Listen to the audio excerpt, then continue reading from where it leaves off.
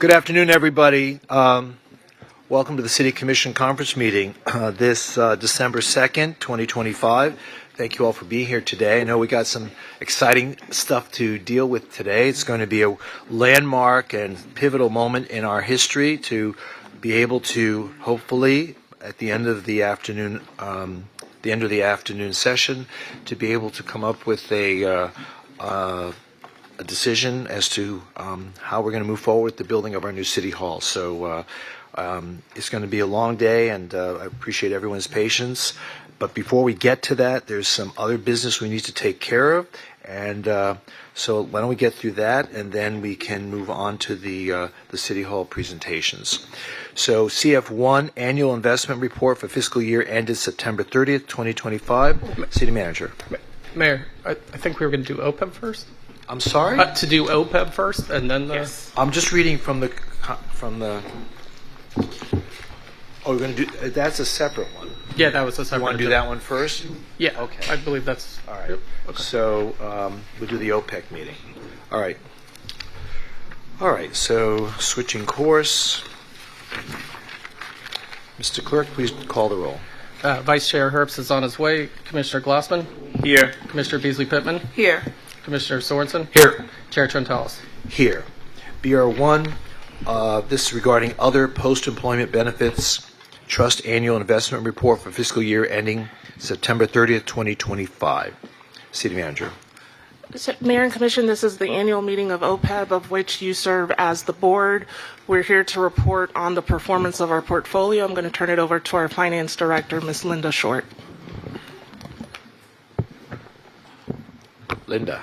Good afternoon, Mayor, Commissioners. So, positive news story, which I like to bring to you guys. The OPEB portfolio, both for the health and the PPS fund, performed fairly well. The benchmark that we have set for it is 7%, and they both earned over 10%, which means that it reduces our unfunded liability as well as provides enough funding for the benefits that are paid from it. Wow. Good for you. Any questions? Who's your investment advisor? This guy right here. Well, actually, with this particular fund, several years ago when we first opened it up, you guys decided to use a passive investment strategy with it. So basically, set it and forget it. And it's been doing very well for us. So we don't really have an advisor on the funds because they're all passively invested. Right. Okay, great. Any questions? There being none, thank you so much. No problem.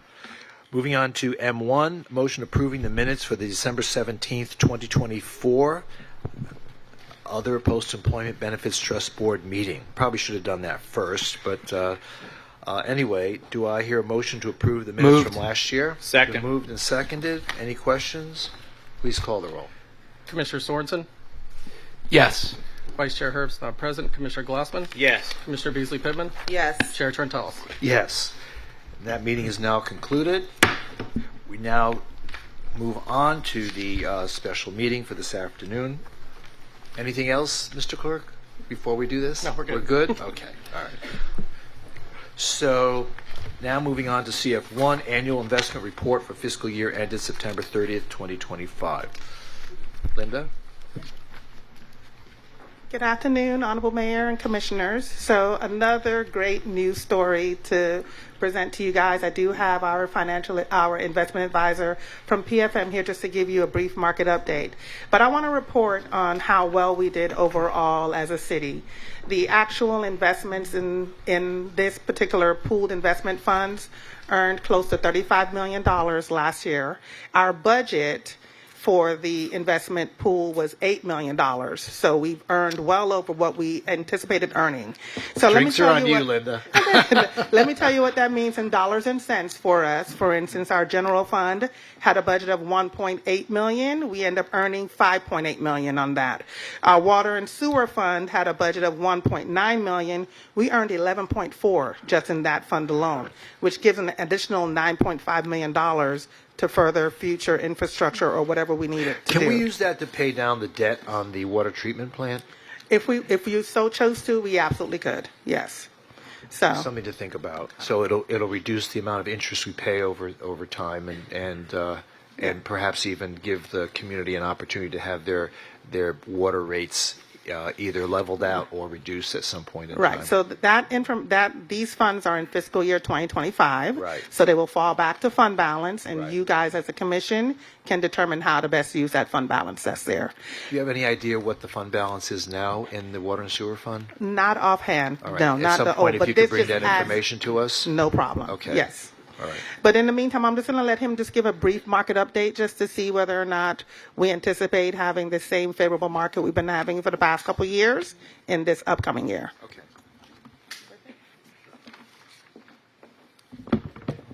Good afternoon. Thank you, Commission.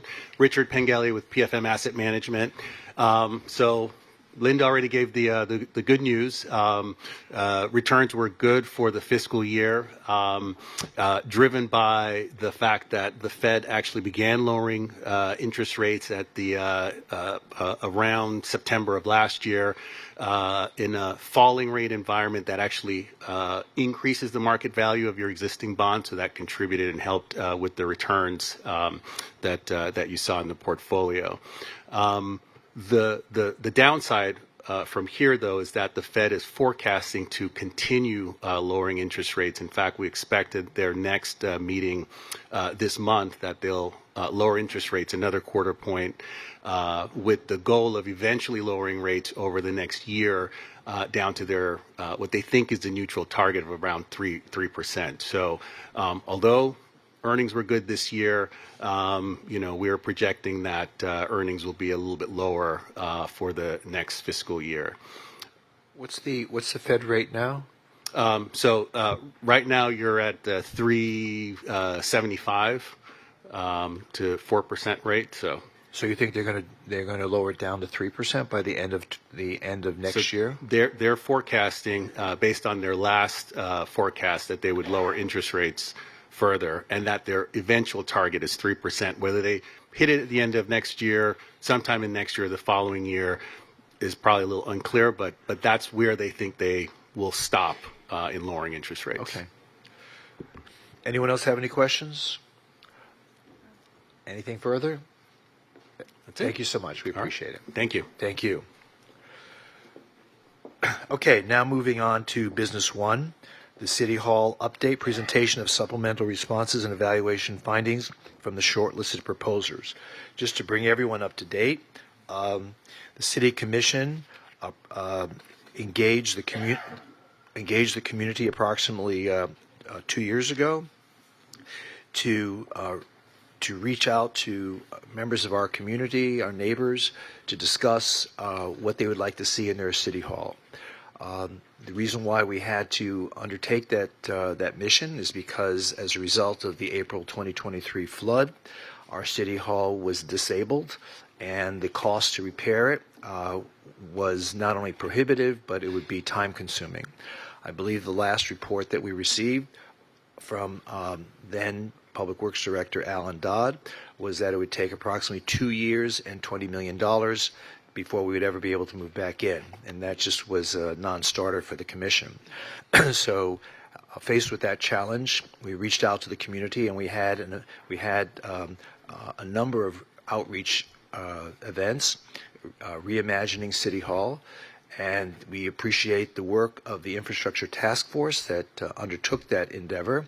And there were a number of meetings throughout the city, and we got quite a few comments. In fact, it was all summarized in a report which was presented to the City Commission a number of months ago. And today we are here to listen to the various presenters that we as the Commission have asked for a final presentation. We have 4 whittled down from a list of 6. And today, hopefully, we're going to whittle down to 1 and 2. I believe we said we wanted to pick 1 and then a backup, correct? So now, I suppose there's no particular order that we could follow in doing this, but my recommendation is we just follow the same alphabetical order that we received the presentation and our backup, and if we do that, we can just begin with Balfour Beatty. So does anyone have any questions before we begin? I thought we were going to. Yeah, we will. Oh, Yeah. okay. I'm not. We're not ready for Okay. them yet, but there's some. They got city managers, city attorney. There's some other things that we're going to do. Gotcha. Yeah, but I'm just saying that's. So we'll just start. We'll start with them. But before we do that, there is a number of things we want to go over, and we'll start with city manager. Thank you, Mayor and Could you Commissioners. speak up a little bit because I'm hard of hearing? Thank you, Mayor and Commissioners. We appreciate your vision and guidance throughout this process. As you mentioned, 2.5 years ago, we experienced the flood of April 2023, and staff has been working diligently to get us to this point. I want to highlight certain members of our team on staff who have been very pivotal with this project, including Assistant City Manager Ben Rogers, Assistant City Manager Yvette Matthews, Angela Salmon, our Program Manager in our Real Estate Division, and Keith Farrell in our Budget Office. They have worked tirelessly to ensure that this process has been smooth and transparent. We have had 6 public workshops. We have had 10 commission agenda items and 8 memorandums or letters to the commission offering insights into this process, which has been very open to the public, and we're proud of that record. We consider that the P3 process has great opportunities for the city in terms of expediting delivery, and we know that all of the proposers, all 6 that initially submitted, have done a lot of work to get to this point, especially the 4 shortlisted proposers who we will consider today. So I do want to thank them as well. We have Balfour Beatty, Fort Lauderdale Civic Partners, FTL Beacon Collaborative, and FTL City Hall Partners. Thank you for all the work that you've done to date and the work that at least one of you will do along with us as our partner. Since we went along the path of an unsolicited proposal, staff has had the challenge of providing some guidance and a framework for making sure that we could evaluate and compare each of the proposals fairly and equitably. We did ask proposers to submit information in response to our supplemental request for information package, and each of the 4 shortlisted firms did so timely. They also submitted in aggregate about 50 questions for clarification by the city, and we provided them with that information. And at this point, we tried to ensure that we had an apples-to-apples comparison for each of the 4 proposers. However, due to their creativity and their interpretation of the information items that we requested, we were not always able to get an apples-to-apples comparison. So what you see before you in the report is an analysis and summary of the work that staff has done in collaboration with our consultants who have worked tirelessly as well. We have Jacobs, our owner's rep, and PFM, our financial advisors, and they're here to provide some information based on their evaluation of the information submitted by each proposer. The city attorney's office also did a lot of work in terms of looking at the litigation history for each team and each member of the team. We have our city auditor who has done his review of the proposals. And so I just want to thank all the charter officers for their participation in this process as well. And I think David Solomon is still working right now to make sure that the presentations will flow seamlessly for the rest of this meeting. At this time, I want to turn it over to Ben Rogers, Assistant City Manager, to just briefly go over the evaluation process and what our consultants will share with us, and then the run of show for the rest of today's meeting. Thank you. Thank you, Mr. Manager Rogers. Williams. Ben Rogers, Assistant City Manager. Good afternoon, Mayor, Commission, and everyone here today. As the manager said, we had a very collective effort and evaluation process. It was internally with city staff, the departments that the manager recognized, with the attorney's office doing litigation history, the auditor's office looking at potential deal structures, sequencing, and what the future may hold for the agreement. The Jacobs was selected as the city's owner's representative over the summer. They helped serve in the advisory role during the initial review that led us to the shortlisted four. And during this process, they provided technical analysis, including the design verification, constructability review, schedule sequencing, and cross-comparison cost breakdowns. They looked at the proposer qualifications, the facility experience, references, safety metrics, and also some litigation history as well. PFM did our independent financial modeling, the capital stack analysis, credit evaluation, affordability review, life cycle cost analysis, and overall financing modalities.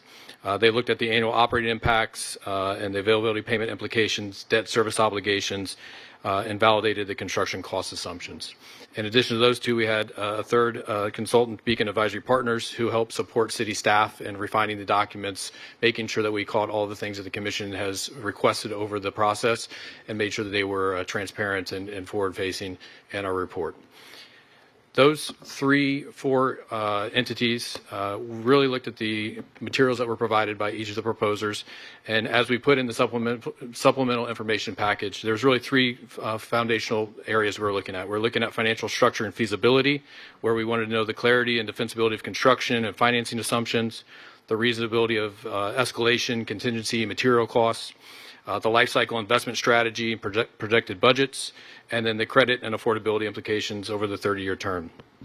In addition, we looked at the cost reasonability and value validation, where we looked at the cost per square footage and made sure it aligned with Class A buildings, made sure it met South Florida benchmarks. We made sure that the components of the building were adequate for what we requested, and then also that the construction costs were broken down in different silos, such as direct construction cost, indirect construction cost, and soft cost. And the last pillar we looked at was just the responsiveness and completeness of the proposals, where we asked and looked for the adherence to the baseline program requirements and constraints, making sure that their proposal responded to the information that we put out, that it was consistent with statutory compliance, and that it had a completeness to the submission of all the information that we requested. So that's really what we focused on. In addition to that, we did submit a second version throughout this process, and that was based off of the feedback that the Commission gave us on October 23rd. And so that answered some of the further concerns that the Commission illustrated, podium parking garage, litigation history. There was about 10 different things that we added and received that information back. So that information is also in the recommendation report that staff has provided. Moving forward today, what we're going to do is we're going to hear from the city's consultants teams first. We're going to hear from Jacobs, and then we'll hear from PFM. They'll both do brief presentations about what their evaluation process looked like and what the outcome was. And then we will turn it over to interim attorney Spence to do a quick overview of the litigation history. And at that point, we will then go into presentations from the proposers. We do have a separate room secured, so when each presenter goes, we're going to be asking the other firms to relocate downstairs. Andrew Diaz will be supporting that team and moving the people back and forth. So we will have some transition in between presentations. Once we get done with the fourth presentation, staff will be doing some additional analysis. We'll be talking about our position in this. We'll be talking about the financial overview of what the city has budgeted and what financial resources are available moving forward. Then we'll turn it over to the mayor to do some public comment, public outreach, before we do city commission discussion. Very and good. I do Thank just you want so to much. clarify and add that based on the statute, we're asking the commission to rank all of the proposals before us. So not just number 1 and number 2, but all 4. That's fine. We'll get to that. Sure. So is Jonathan Jordan here from Jacobs?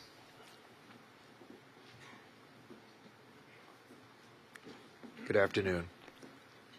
Good afternoon. Good afternoon. I'm Jonathan Jordan with Jacobs Project Management Company. Of course, we're the owner's representative for the city. Joining me is David Veet. You have to also speak. with Can Jacobs. you speak into the microphone? Sure. Pull David. it down. Pull it down. There you go. Sure. David Veet, also with Jacobs. I was involved with the review process and here to assist. Okay, great. Thank you. I'm going to be speaking to you today on the following subjects. If we could go to the next slide, please. Oh, I'm sorry. Thank you. As you can see from the screen, the evaluation focus, the program, the scope, the cost, the schedule, escalation, contingency, and safety.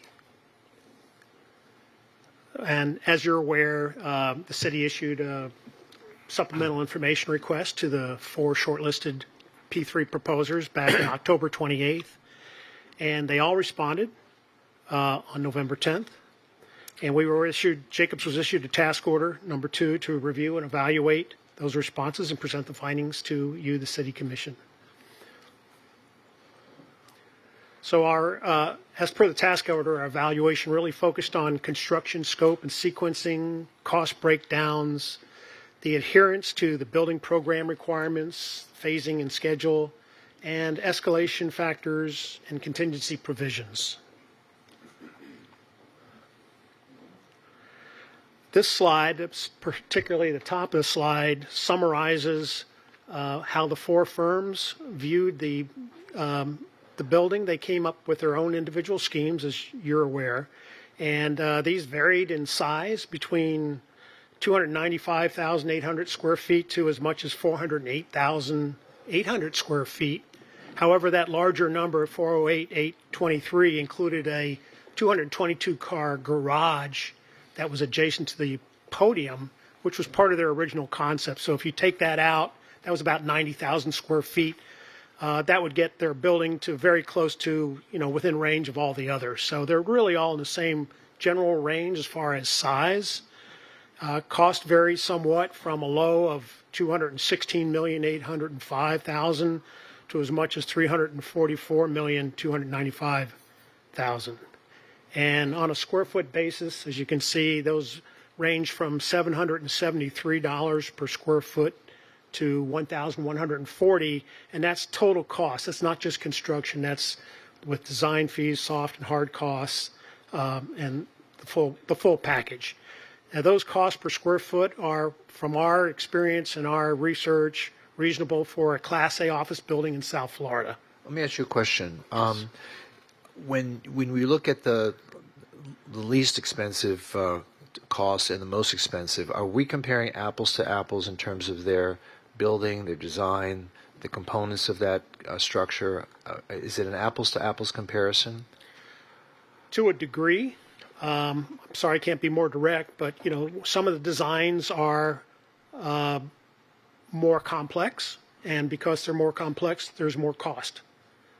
Some of the designs seem less complex, and so the cost would be less.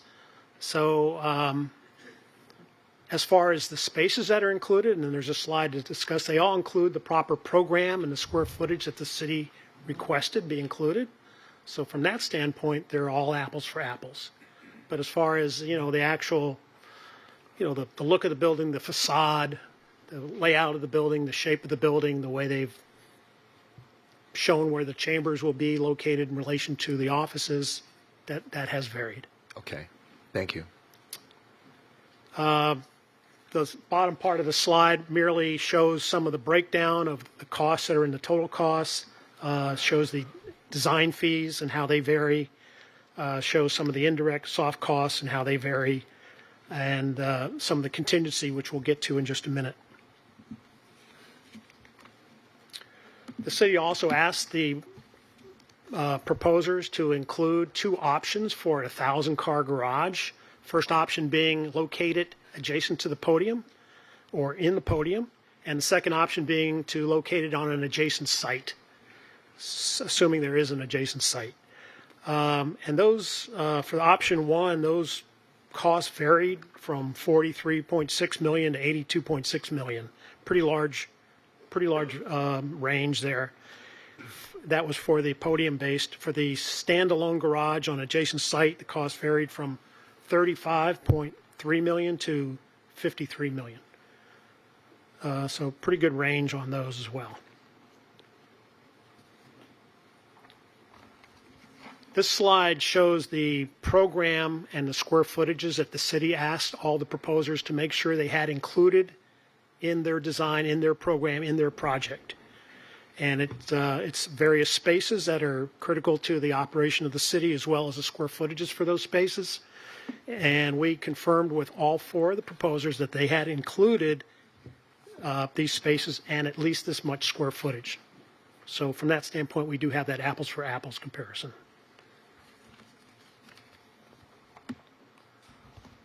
All the firms submitted, as requested, a schedule. There's a lot of schedule information, we won't go into too much, but what we did for the purposes of today's presentation is compared overall duration from the start of, or from the finalization of the interim agreement to final completion. Not substantial, but final completion when the building is totally done. And those time frames, overall durations, varied from 36 to 43 months, with 3 of the firms being within 2 months of each other.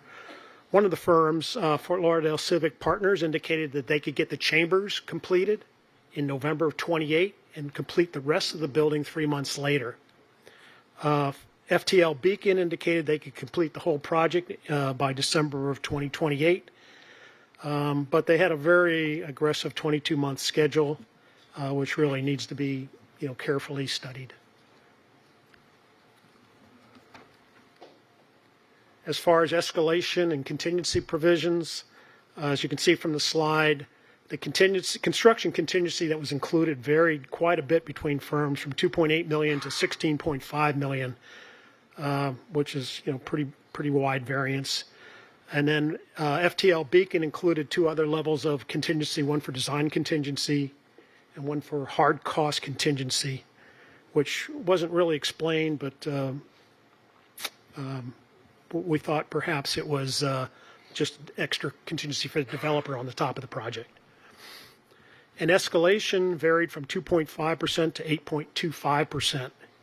However, for a project that's going to be 38 to 43 months at 3 to 3.5% per year, it's going to be in the range of 6.6 to 8.25 over that period of time.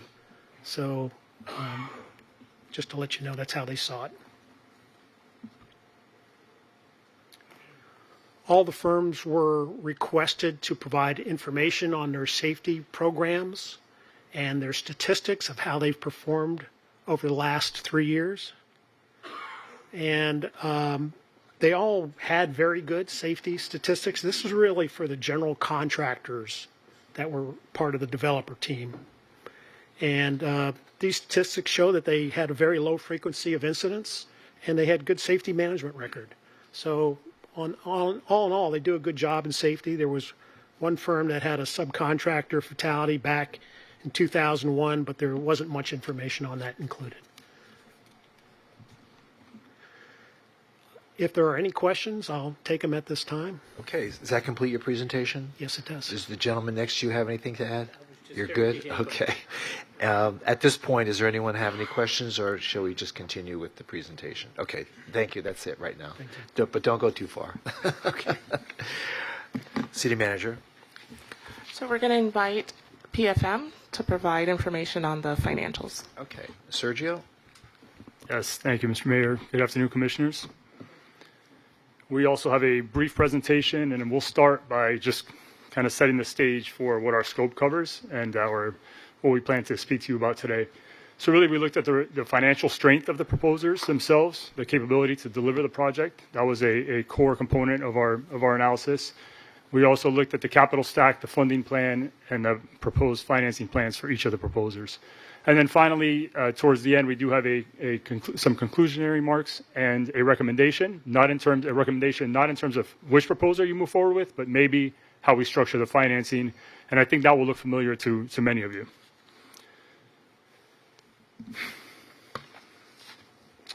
So looking again at a high level of the comparison of the proposals you received and the plan of finance and the capital stack, as we say, debt to equity ratios, there was actually a lot more in common than different in each of the proposers. I think that's to be expected.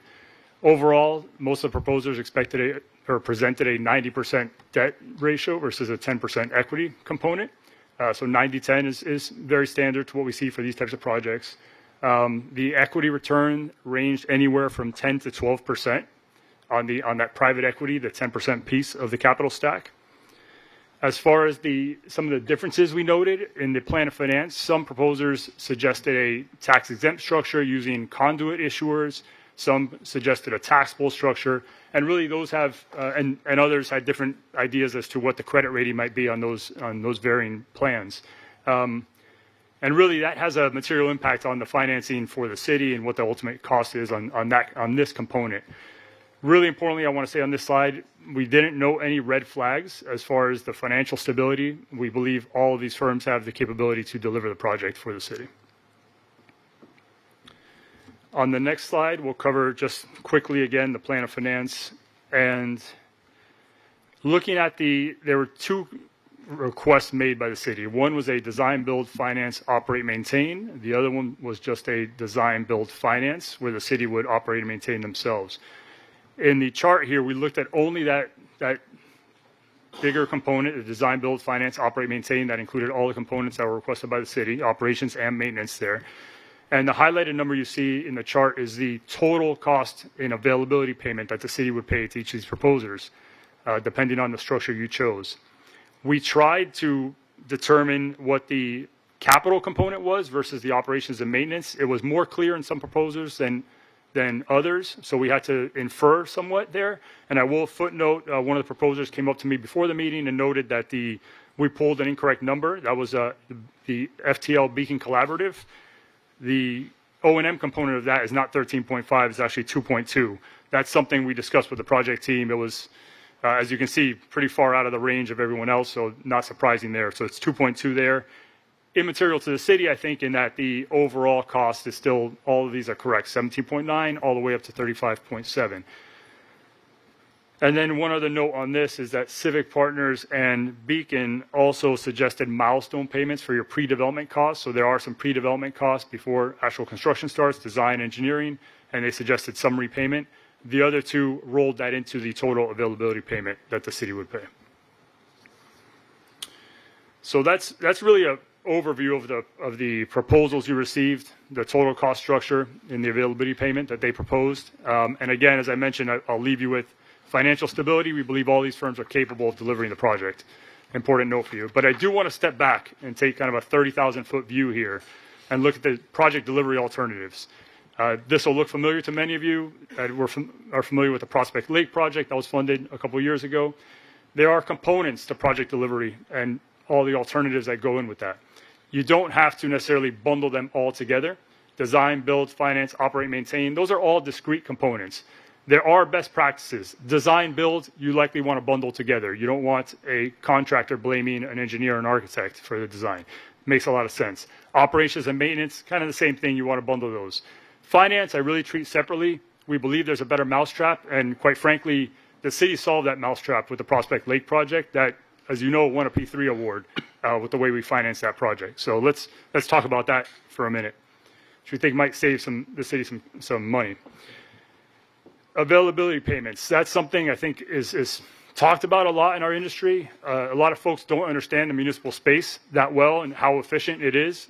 City of Fort Lauderdale has incredible access to capital, low-cost capital. You have a AAA credit rating, AA1 credit rating from the two agencies, so the highest credit rating you can possibly achieve. Anything you do, like a conduit issuer, that's going to degrade that credit a little bit. It's going to kind of filter it through. It's going to cost some basis points, and we'll talk about what that cost might mean. As far as the auditors and how they'll treat that, there is no question in my mind the auditors will treat this availability payment structure as on-balance sheet financing. It won't be off-balance sheet. It will count in all of your credit metrics. It will count in the audit as a real liability, long-term liability. That's an important note. The credit agencies, we talked about that. You have a AAA rating, a AA1 rating. All of them have come out at this point. 10 years ago, it was a little bit of a gray area. Would they count this availability payment in their metrics? Really depends on the type of project. Is it revenue dependent? Does it generate its own revenue? Or is it a project like a city hall where the city needs to use it no matter what, it doesn't generate revenue? They will all count it in the credit metrics, in the criteria when they look at your credit. No question about that. So let's talk about the city's capabilities. As I mentioned, tremendous access to capital, really the lowest cost capital you can possibly achieve. I think all the proposals will tell you that. If you use the city's credit, that is the best credit you can get. And then we talked about the differences in some of the plans of finance. Conduit issuers, credit differences, whether it's a AAA, AA, single A, and then taxable versus tax exempt. You'll see on the right-hand side of this, using a conduit issuer, even on a tax exempt basis, might cost the city somewhere between 50 and 25 basis points. Each notch credit difference might cost the city another 10 to 30 basis points. Those two are compounding. If you go with a conduit issuer and it has a lower credit rating, right, those stack up. Each basis point on this project of a $200 million financing, as you can see, the project costs were a little bit more than that, so we're being somewhat conservative. But each basis point was worth about $180,000 net present value. So that's real money for the city that we can save, and we're not transferring any risk. You're not making this off balance sheet by using your own financing, really. It's going to be on balance sheet no matter what, one way or the other. And then if you go taxable, that really does increase the cost quite a bit. As you know, tax exempt versus taxable, somewhere in the range right now, I would say about 100 basis points, maybe up to 120 basis points. We can also, as the city's aware, structure the financing however you want. If you want to capitalize interest for the first 3 years of the project while construction is going on, that makes a lot of sense for the city. As you know, you have the pension obligation bonds outstanding that are also secured by the special obligation credit, the CB&A. Those bonds tail off in 2032. You can start making more payments on this project after that. We can structure it that way. The city structured their bonds a number of ways over the years. So I think really important considerations here as you think about the project. I'll wrap up here with the conclusions and recommendations. I won't tell you which proposal to go with, which project. That's certainly up to you. But I will say, as far as the plan of finance and capital stack, I think we can make this a little bit more efficient by using the city's credit, very similar to what we did with Prospect Lake. I think an important note there, and our recommendation will be maintain the risk transfer, maintain some of that risk transfer that you do get. Design, build, operate, maintain. You certainly want to put that risk on the private sector. They might do that more efficiently. Financing, the city, incredible access to capital, low-cost capital, you can do that more efficiently. There's no question about that. We can split the O&M versus the capital component. The chart I showed earlier, there's a capital component to the availability payment, and there's an O&M component. We can split out that capital component, finance it on with the city's credit rating, and actually bring that cost down a little bit. And then you'll still have the O&M on top of that. If the O&M is set up as a qualified management agreement, we can actually move the O&M to be off balance sheet. So that will be a subordinate expense, a current expense of the city. It won't count in your debt metrics. That piece could be moved off balance sheet. And then finally, as far as the capital stack, while we are suggesting the city finance this project yourselves using your own credit, that's the debt component. We would still recommend you maintain a certain portion of equity in there. 10% equity for this type of project, anywhere between 5 and 10%. And the reason we want that equity component is you still want, ultimately, the developer, the proposal team, you want them accountable long-term for this project. You want the design to be right. You want the build to be right. You want it to be delivered on time. And then you want the operations and maintenance and ultimately the hand back to the city in 30 years to all be done up to your standards. So we think that 10% equity component keeps them in the game and keeps kind of skin in the game for the development team. I'll conclude there, but happy to take any questions if there are any. Okay, any questions? Gave us a lot of information. You did. I just want, and I thank you for that. It's interesting to me because I did notice when reading the materials that you do really stress a lot about availability payment. So what you're saying now, I didn't read so much in the report in terms of heavily recommending that the city do the same thing as the water treatment plant, and we look at, because of our strong record, the financing. Is that the reason why that wasn't even really discussed that much in the summary of your report in terms of looking at all of the presenters in terms of that financing? Is that the reason why it was sort of downplayed? That's absolutely right. We really wanted the report to reflect our review of the proposals you received and not so much our view as to how you should finance this project. Okay. No, thank you for that. I didn't realize that until you just made that recommendation in terms of us looking at our strong record for financing. Thank you. Anyone else have any questions? Yeah, Mayor. Thanks, Dan. Thanks for your analysis on this. In terms of city financing, just so I'm clear, any of the bidders hesitant towards that model? I'm glad you asked that question, and there was one that was hesitant to it, and I will pull that up for you in a second.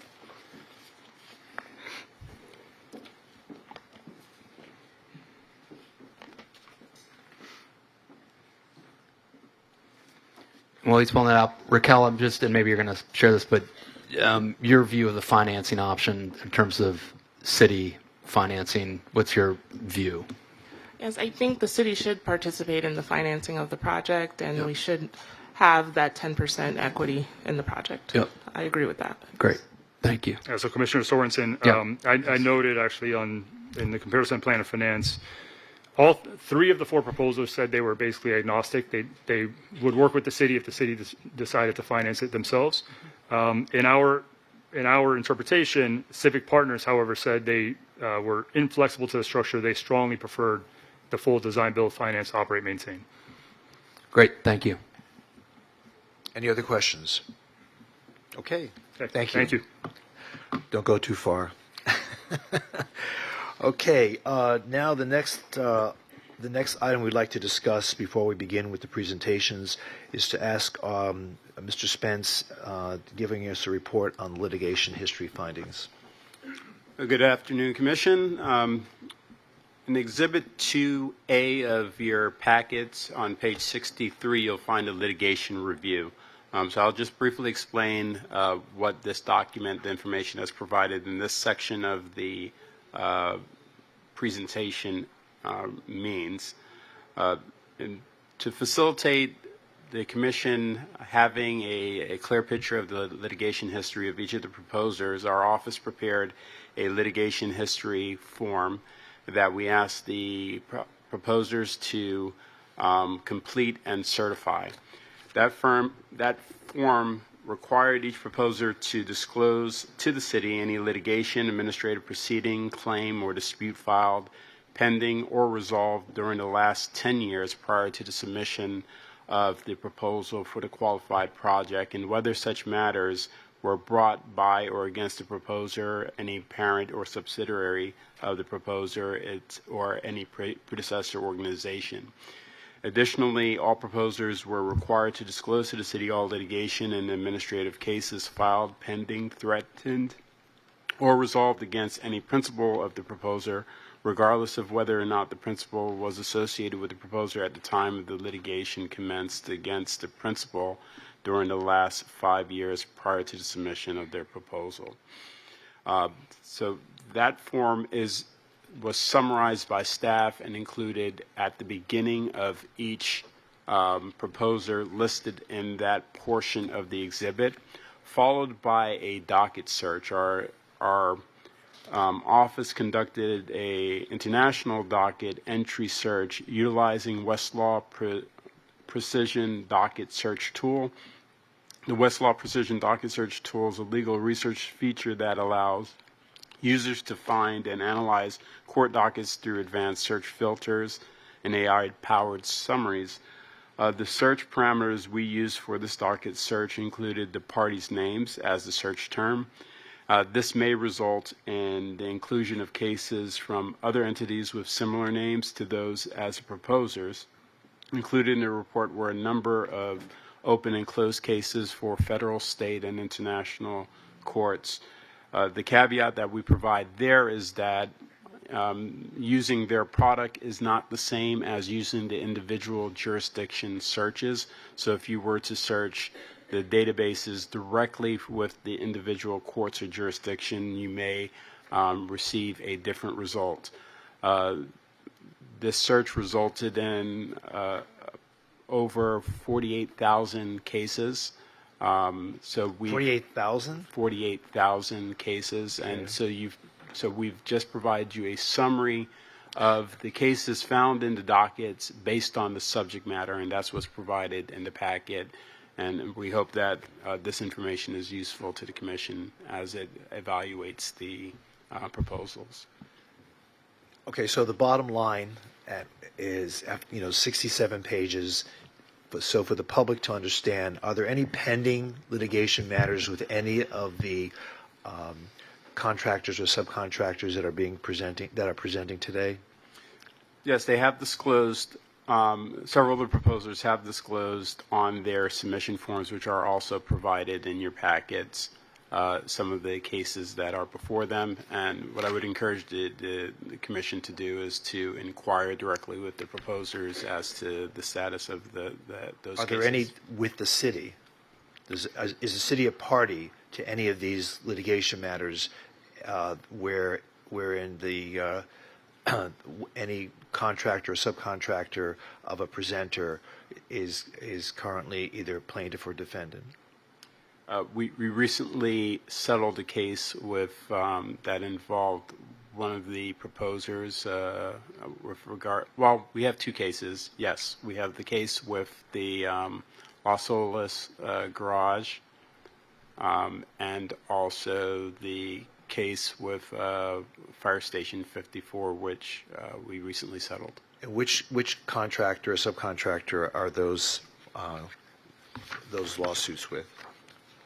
So the firm that's involved with the Los Olas garage is Architectonica, Okay. and the with Fire Station 54, that would be PGAL. Could you repeat that? PGAL. Pigal. And that's the Station 54. That's correct. Didn't we just come to a settlement with that? Yes, sir. We have. Okay.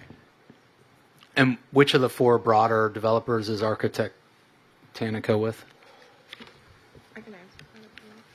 Architectonica is we have with that FTL Beacon Beacon Partners. So Yeah, hold on. FTL Beacon. Architectonica is the lead architect for FTL Beacon Collaborative, and PGAL is the architect of record for FTL City Hall Partners.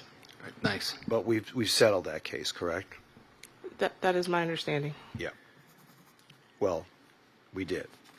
Okay. Yes. All right. Does that conclude your presentation? It does. Okay. City Manager, is there anything for? Oh, do you have any questions? Yeah. Go ahead. Can we ask Dwayne a question? Yeah. No, thank you, Dwayne. I appreciate that. So, Dwayne, I just want to look at Exhibit 1, page 22 of 27, and page 23 of 27 with you. And we heard a little bit about this from our consultants, where much of it was said was the subcontractors and not necessarily the principals that we're looking at on the proposer teams. But if you look at 12.3, should that be of a concern? Do we need to flesh that out more, where it says staff notes that some proposer information includes a serious OSHA citation, a 2021 fatality, and in one case, no OSHA citation information was provided? Is that something that we need to be concerned about, or should flesh out when we see all of the presentations? Or is that something that's not necessarily disqualifying, nor should we be concerned about it? So in terms of that being a disqualifying factor, it's something that is for the City Commission to determine whether or not those types of risk is something that you're willing to take in terms of the history of the proposers and the jobs that they've done in the past. Staff has correctly identified that type of activity is concerning, but I think you can flesh it out with the proposers as they present and ask what type of measures that their companies have taken to ensure that there is workplace safety measures in place to ensure compliance. Okay, if you look with me then on the next page, 23, and let's look at letter B. Yes, 12.4B on the top. Again, it says one or more proposers disclose design or professional negligence matters connected to civic or municipal scale buildings. These are not per se disqualifying. However, the Commission may seek clarification regarding the nature and relevance of such matters during the presentation phase. So again, I would ask you, is that again something that you would find would have any weight when we do discuss our rankings in terms of those issues? It should be a part of your consideration. Okay, because obviously these were not identified by proposers, so I guess we would have to ask that of every single one. Is there any reason why it was just basically stated that one or more proposers disclosed design or professional negligence matters connected to municipal or civic buildings? Is there any reason why it wasn't more clear, or were we expected to do some more research there? No, I think that's an accurate statement. So what we've provided is a litigation history form that we ask each proposer to list and certify to. I think that statement is just stating that we are relying upon the proposers in terms of what they've disclosed on that form. That is what that is indicating. Okay. And then just lastly, because you did mention PJAL, I just want to note for the record, in case I'm mistaken here, on Exhibit 1, page 13 of 27, under number 8, Evaluation Summary, FTL Beacon Collaborative, it says that PJAL is the architect of record, and I do not believe that is correct. So, Commissioner, yes, that's something that you highlighted in our agenda briefing yesterday, and that is correct. However, based on the question asked today, the information provided is accurate. Okay. Thank you. That's it. So what is the answer? PGA? Well, it says on page 13 of 27, Exhibit 1, under letter number 8, Evaluation Summary, FTL Right. Beacon Collaborative, it says PJAL is the architect of record, but that's not correct. And in the summary sheet provided to you earlier and provided to the clerk for the record, we have PGAL listed as the architect of record for FTL City Hall Partners. Yes. Yes. So, again, Mayor, that was listed incorrectly on page 13 of 27. Thank you. Dwayne, what's the nature of the suit, the La Sola suit with Arquitectonica and the status? So the suit involves both the lighting and the meshing, and we have brought in all parties associated with the design and construction and installation of those features. And the status of the suit is that we're still going through the process of discovery and depositions. Thanks. Okay, any other questions of Mr. Spence? Okay, there being none, City Manager, do you have any additional comments before we begin? No comments. Okay, great. All right, so why don't we proceed? And as I indicated earlier, we'll start with Balfour Beatty, and I guess the others are going to be dismissed downstairs.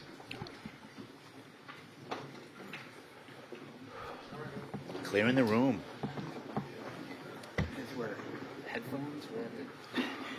They play music. It's like the Miss America pageant.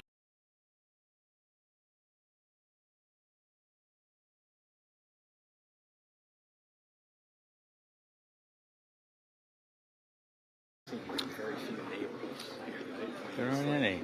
What's that? There aren't any. Well, you got Ted and Sarah's here. Oh, yeah. Yeah.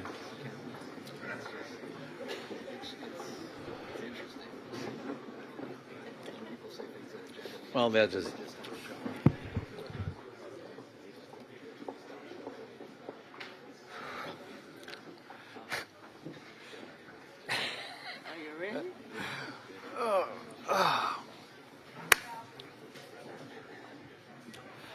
Okay, so let's get going. We're behind schedule a little bit, so we'd like to make sure we don't shortchange anybody in their attempt to make their presentation.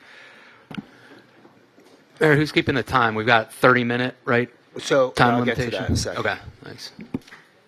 Just want to make sure is everybody who's not part of Balfour Beatty not in the room or part of the public? Okay, all right.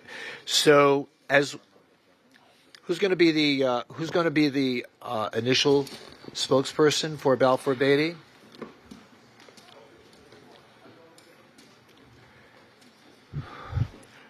I have a number of people for Balfour Beatty. So there's Mark Jennings, Pratima Raju, Kobe Karp, Jonathan Perch, Todd Orr, and Alec Bogdanoff, and Peter Moore. Are all of you going to be speaking in this regard?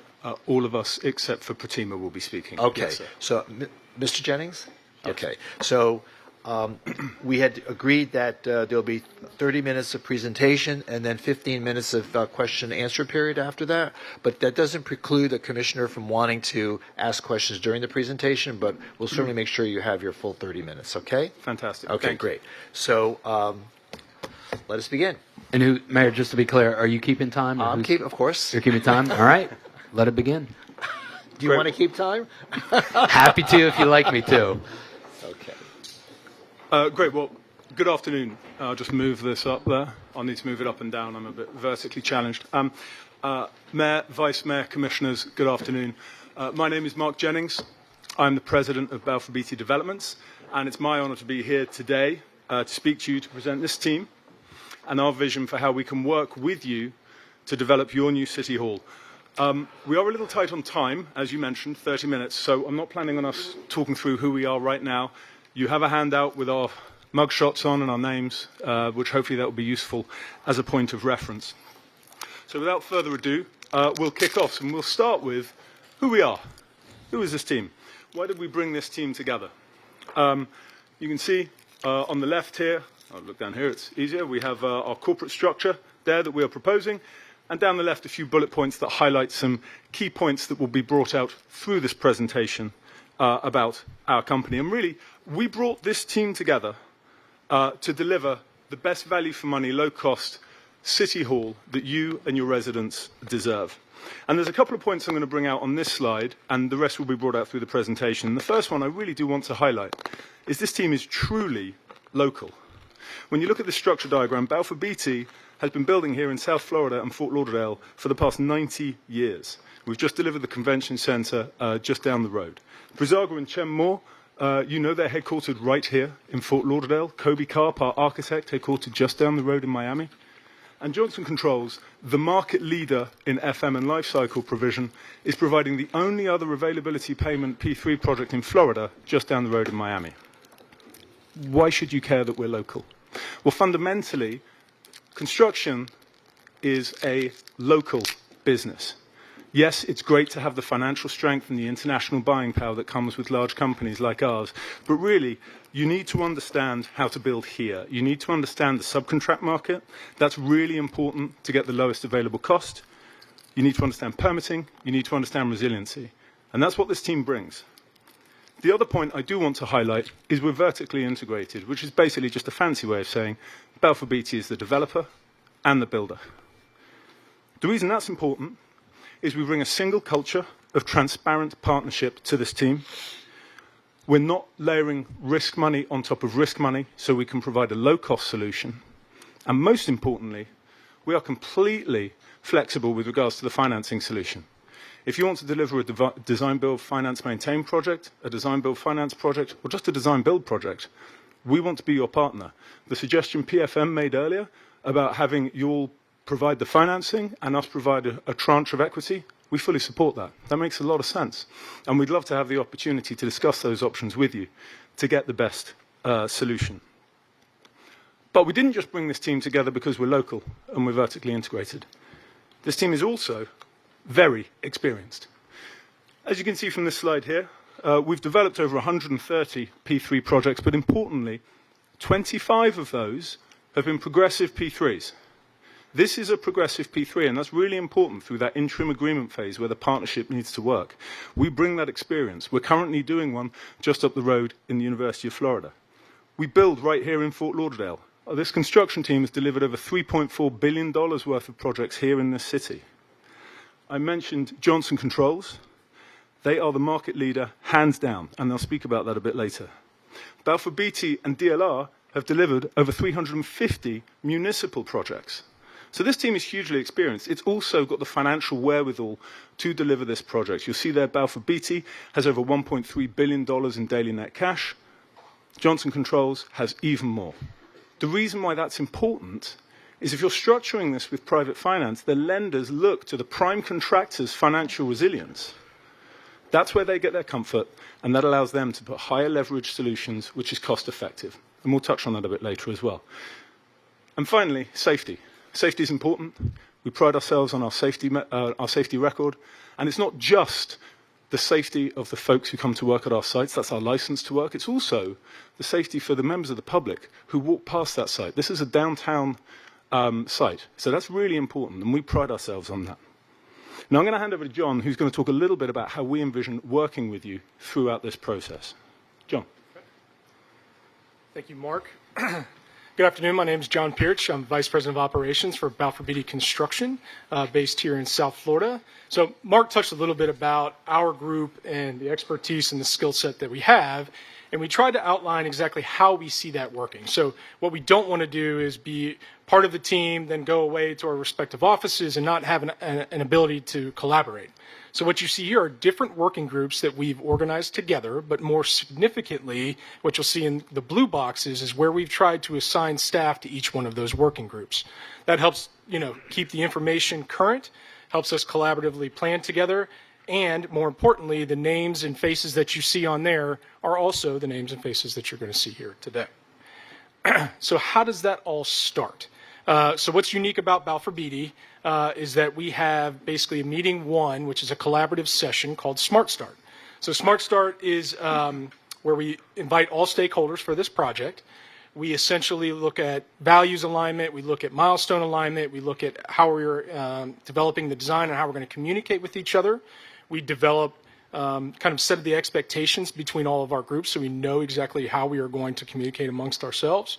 But then also importantly, we also look at the milestones. So schedule is very important to this. You'll hear a little bit about the interim agreement phase and those milestones we're going to talk about earlier. We take a reverse phase look at this and really plan out what are the milestones working backwards that helped us to achieve those different milestones, which Mark is going to talk about right now. Thanks, man. So sorry, a little bit of chopping and changing there, but I do want to say the Smart Start process as well. It's a great tool. We've used it many times before. It's also a lot of fun, so I do hope we get the chance to do that with you. And Smart Start kicks us off on the right foot on this journey, and it is a journey with a progressive P3 and the interim agreement. And it's important at this stage, you're not selecting a final solution and a final project and a final product. You're looking to select a partner to go through this journey with you, to come up with the right solutions for you and your residents in the city. So a couple of points on the interim agreement phase I just want to highlight. The first one is we're targeting financial close in March 2027. This is after 14 months of the interim agreement phase. Now, that may seem a long time, but that allows us to work in partnership together to develop the contracts, to develop the designs, to develop them to a point where we can be very low on our contingency and provide a better value for money solution for you. Now, we have multiple tools that we can bring to bear to make this an effective and efficient process to develop the solution with you. And importantly, I want to reiterate what I mentioned earlier. We're not wedded to a structure or a solution. We want to provide information to you on a transparent basis through this interim agreement phase. So you have information when decisions are made, you can see what the cost is over the 30 years, and you can make the right decision. And that's a really important iterative process. The final point I do just want to make here on the interim agreement phase is you'll see that we have the execution of the interim agreement scheduled for the end of January in 2026. Now, that may seem aggressive, but we have delivered interim agreements on phases shorter than that. And the one thing I did want to highlight, I have a draft interim agreement right here based on a precedent that we're doing right now just up the state, the University of Florida. If we're fortunate enough to be selected by you to be your partner, I will deliver this to Raquel and her team tomorrow morning, and we are literally ready to start working on this and moving ahead. So that gives you a bit of a flavor of what we'd look to do. Clearly, we're trying to cover a lot of information in a short amount of time, but I think it's important now to go on to some of the vision for the building that we have. So I'm going to pass over to Kobe, and if we could go to the video, that would be amazing. Kobe. Good afternoon. I'll be brief as we're playing a little video, which, as was mentioned, it is our vision, yet it allows us to create a sustainable and resilient design that at the same time will allow us to carve the spaces and make it unique and special for us here in Fort Lauderdale. This is our home. This is your home. What we did is we took the opportunity to create a design that is uniquely Fort Lauderdale. The curves, the integration of the outdoor spaces in a very sustainable and natural feeling. The feeling of what we have out here, the curves of the river, the sand dunes, the design that we have here in Fort Lauderdale is second to none. We took the program that you gave us and we raised it up in the air and took the public land, the public space, and brought it back to the public. Both indoor and outdoor spaces. There are the spaces that belong to the public, and we took the program and we lifted it up in the air. That allowed us to create a very unique urban destination This location, which is basically the 50-yard line, we're on the 50-yard line in relationship to where it is the train stops, where we are on Broward County Boulevard, and how it is that we have an opportunity second to none to create a destination where the public can come in and use on a daily basis in the comfort of their home. This is our home. This is Fort Lauderdale. This is the design that we wish to give a feeling to. This is just a prelude to where we are going. There will be dialogue, and there will be placing of the feelings and the designs of each and every space. But you see here, we have taken the thought and came up with a vision and an idea, second to none, that nobody else, not only in the state of Florida, not only in the lower 48 in the United States of America, but nobody else has this kind of a land in this kind of a location in this kind of a concept. Footsteps away from the river, footsteps away from the train station. Great location to come by and spend time, both for public events and on Saturdays and Sundays. If you want to have a festival outside or have a choir, if you want to come out here and enjoy yourself with your friends and family, or have a nice covered walkway from the garages where you're protected from the rain and from the sun, this is what it's about. It is to give you the inspiration and the design that we wish to carry here. We are uniquely special here, and the opportunity that we have as a team, as a group here in this room, to create a design that is special and unique to Fort Lauderdale, second to none. Yes, I'm an architect. I'd like to win awards, and we all do. But this is really a step above and beyond. This is a unique opportunity for us to take a step forward that nobody else has done before, not anywhere else. And that's why I am part of this very, very strong and important team. Thank you for your time. Great, thank you.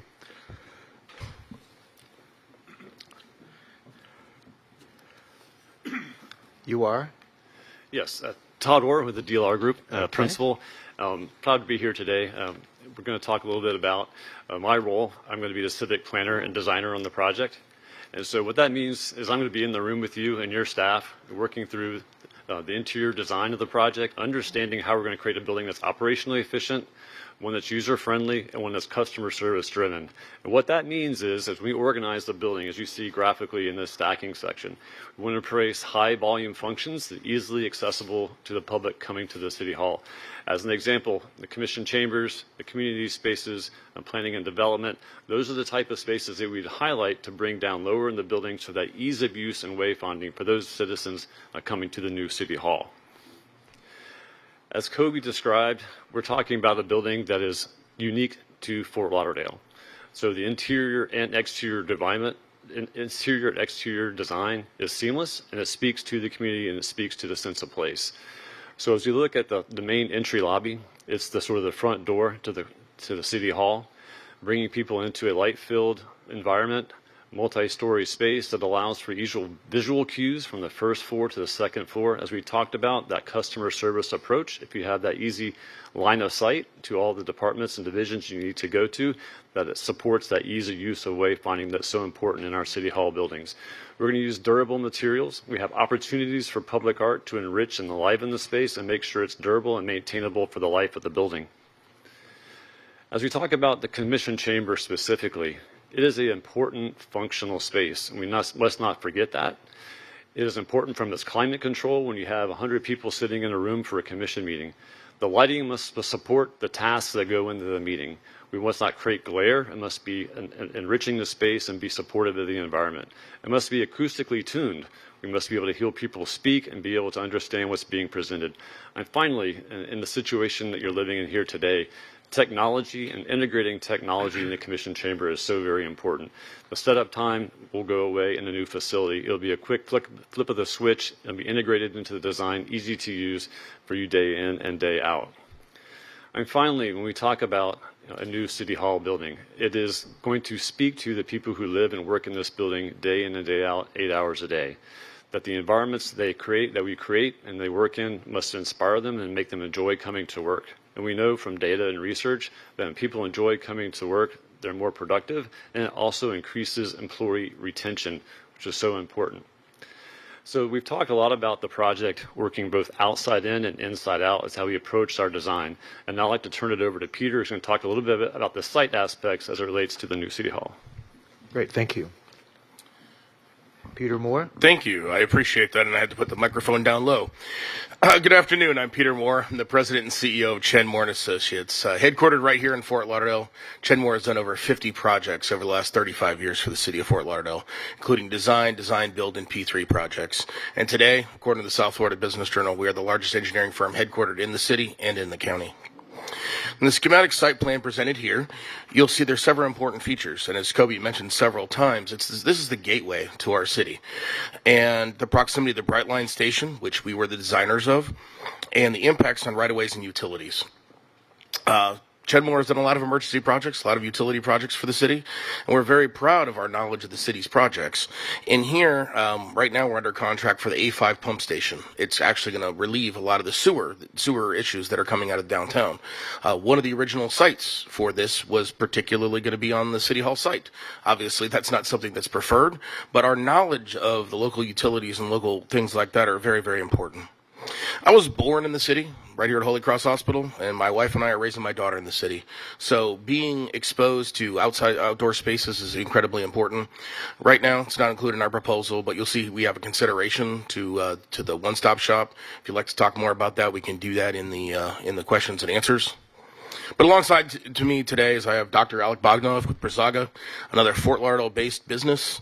Chen Moore and Brazaga have partnered on dozens of projects, and together we bring deep local expertise and statewide leadership in flood resilience, stormwater regulations, and the impacts of sea level rise and climate change, including groundwater table issues, which will impact us from day one. This team understands that we're here today only because the old City Hall flooded, and resilience cannot wait. That's why we're here today to help Fort Lauderdale build a city hall worthy of the people it serves, one that stands strong through storms, supports our community every day, and becomes a model for resilience across Florida and beyond. Thank you. Great. Mark. Thank you. And last but not least, Alec Bogdanov. Oh, not? Alec is there for eye candy, but he is available for questions afterwards. I would hang it up right now. So we've seen a little bit about the building and the vision of the building, and what we have tried to achieve with that is something that is aesthetically pleasing, but importantly is cost effective. It's really important. So I think it's important now for us just to touch on some numbers and the financing a little bit, and I want to reiterate the point I mentioned earlier. We are completely flexible on the financing structure. We're not an infrastructure fund. We don't have to put dollars to work. We are an integrated infrastructure services company. So whether you choose a design build finance with no equity in, or a DBFM with equity in, or the structure that PFM recommended earlier, we are completely on board with all of those. We just want to help select the right solution for the city. So I'm going to touch a little bit on our structure and then come back to the numbers. So in response to the supplemental information request, we put forward what we thought was our best structure for a DBFM, a design, build, finance, maintain, and a DBF. The difference between the two being on a DBFM, the facilities management and life cycle costs risk is retained by the private sector. So in both those structures, we propose tax-exempt bonds utilizing a 501c3 not-for-profit entity. In the DBFM structure, we augment that with sponsor-provided subordinated debt and a qualified management agreement, and that basically provides the risk capital that takes the risk in place. We've provided this structure before. In fact, we provided that structure just up the road at the Florida Atlantic University student housing project that we did. Importantly, because Balfour Beatty and Johnson Controls are financially robust entities, lenders can have aggressive leverage assumptions. Now, one thing I saw in the PFM presentation, they said our leverage was 90%. You can see here, actually, it was 94% in our DBFM structure, and that's based off a 115 coverage ratio, and we believe is highly deliverable.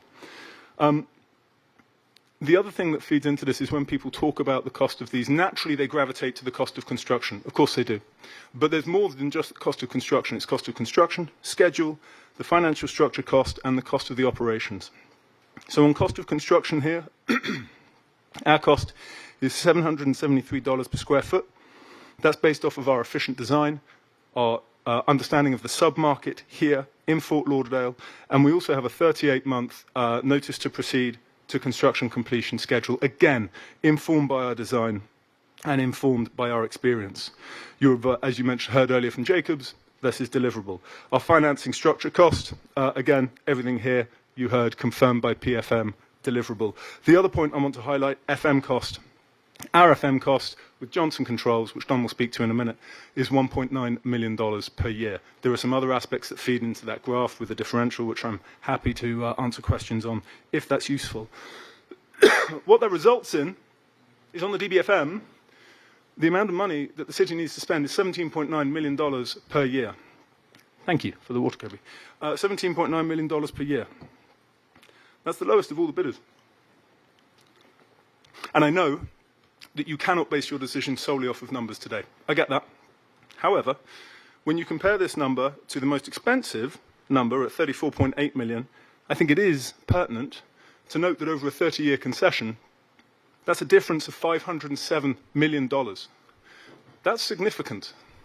And therefore, I think that whilst you cannot base your decision solely off these numbers, it is an important consideration here. And I think that what we bring with cost-effective design, with our local presence, our understanding of the sub-market, and our flexibility on financing, we can help deliver the best value solution for the city.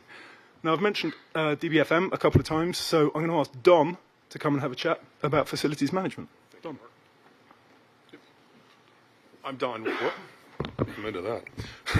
I'm Don White with Johnson Controls. We're a $23 billion organization. We've got 2,400 employees in the state of Florida. And as Mark said earlier, 43 P3 operations across North America. By far, the market leader. So we'll spend a few minutes here just talking about some of the nuance to FM in the P3 space. And Mark and others have talked about this first one, this whole life cost concept. We're looking at the term of the cost, the 30-year cost, not just the first cost in that regards, and all the costs that go into it. The cost of operations, inclusive of the cost of energy, and I'll touch base on that in just a moment. We're integrated with the design team. In the Smart Start concept, you'll see us in those rooms talking to the folks, talking to the design team about what's the best cost for this in terms of first cost versus 30-year cost. The analogy we always use, elevators is a big one, not to choose the lowest cost first, and also the one we could all understand, carpet versus tile, terrazzo, those sorts of things. Those are all sort of the things that we get into. This next point, the 30-year fixed price. The price for the O&M and life cycle will be fixed for the 30-year term. We take all the risk associated with that. If there's repairs that are untimely, that goes back to us. But that's literally energy consumption. We'll guarantee the energy consumption of the building for 30 years. Not the unit price of energy, the units of the energy. And if by chance it were to come out that the building's using more, then it comes out of our pockets to fix that. So if that means that there's going to be financial penalties associated with it, we're up for the game. We've proven it, we can do it. And we'll invest capital out of our own pockets to correct those measures where they need to be done. The next point, the full risk transfer, touched base on this with the energy. If by chance, over this 30-year period, operations cost or repair costs come out that we weren't expecting, again, that comes out of our pockets. The city is made whole. So the 30-year price is fixed. The only adjustment is just a consumer price index variable that we'll agree to at project close. That's it. So lastly, this point about handback. It's a P3 nuance. So at the end of the 30-year term, the building's not going to be handed back to you where we're really running out the door. Quite the opposite. We hand back the building. It's got a considerable amount of remaining useful life. And in the project agreement, we'll actually get into the document and detail it by asset class to show you what the remaining useful life is. And then throughout the 30-year term, a third-party consultant will be coming in and assessing us and looking at how we're doing. And if we're behind it over, say, every 5 years, then again, that's another investment that you've got with Johnson Controls that doesn't come out of the city's pockets. So a couple other points here. We've got a couple of slides here from some of our clients. Long Beach Civic Center, you can see what the metrics are there. We're doing quite well. That's in the 9th year of operation. The next one is, many of you have seen this one, Miami-Dade Courthouse. That just commenced operations in October. And unlike what you may have heard with some of the developers or the general contractors, we've got a great relationship with the city staff. That's it from me. Thanks. Peter? Okay, thank you. So we'd like to touch on a little bit further about construction. So we talked on the interim agreement phase. wanted to kind of jump into construction as it is. So the big milestone here is financial close. Obviously, that March date is what is important to us. In order to achieve that and get that construction start in early April, really we're looking at starting permitting back in July. And that would be the site permitting from Peter's team to try to start to put that ball into motion while DLR and the team is finishing their designs for us to go out and get to a guaranteed maximum price. So that guaranteed maximum price feeds into our financial close with some buffer, and we would start construction in April of 2027. So in that construction bar, you could see our structure starting in July, summertime of 2027. We would then be in structure for about 8 months, coming into March of 28, and then we would have 12 months in order to dry in and finish the building for a total of 24 months, which is more than doable for this size of a building. So before and after construction, we also want to talk a little bit about engagement and how we're going to go about doing that. So design charrettes with the public are very important to us. DLR is no stranger to that. Us and the team will be there. It's also important for us to engage vendors and subcontractors as well. So you'll see this town hall here. That's for us to put out to the market to gain enthusiasm and excitement about our project. That will drive more bids for us during the time when we're ready to take bid. And obviously, it comes back to you as best price that we've done before. That excitement, we want to go ahead and parlay back to the public. So, of course, we want to have live feeds, cameras, monthly updates that we can go ahead and share with the public of how we are going about the construction.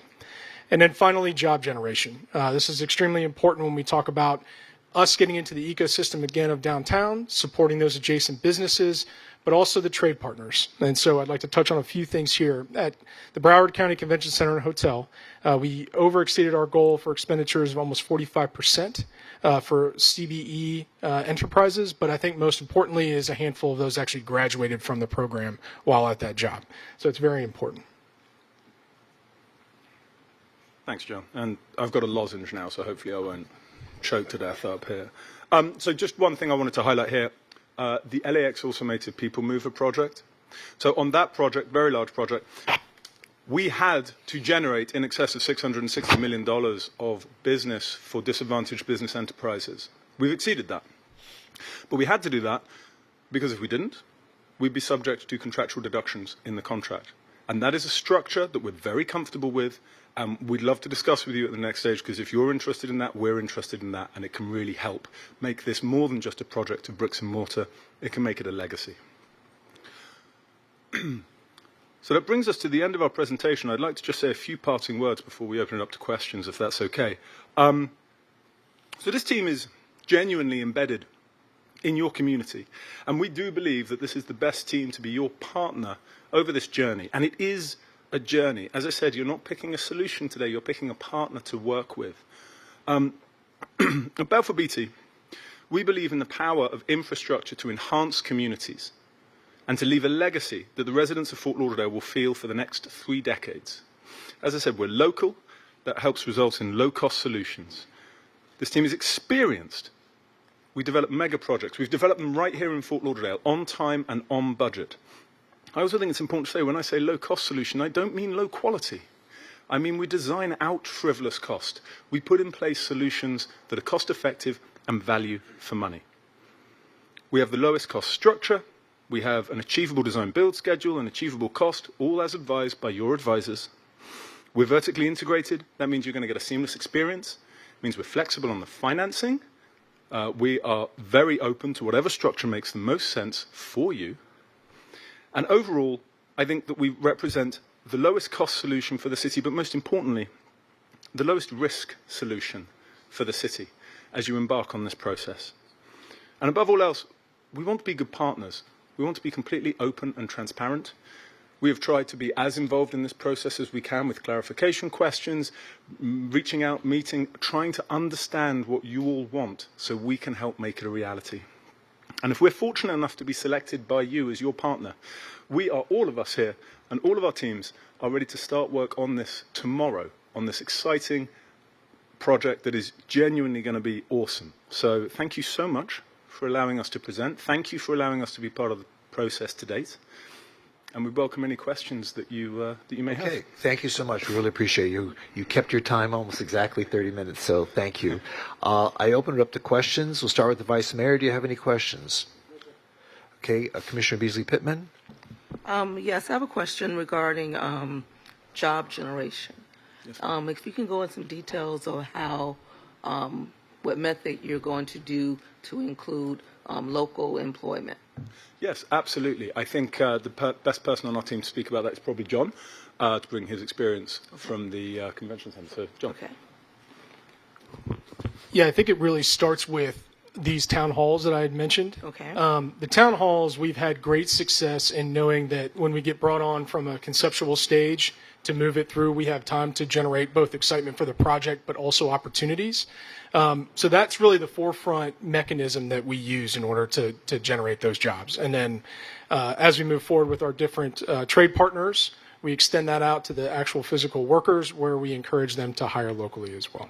Is there any percentage commitment that you have to ensure a certain amount of local employment from the city?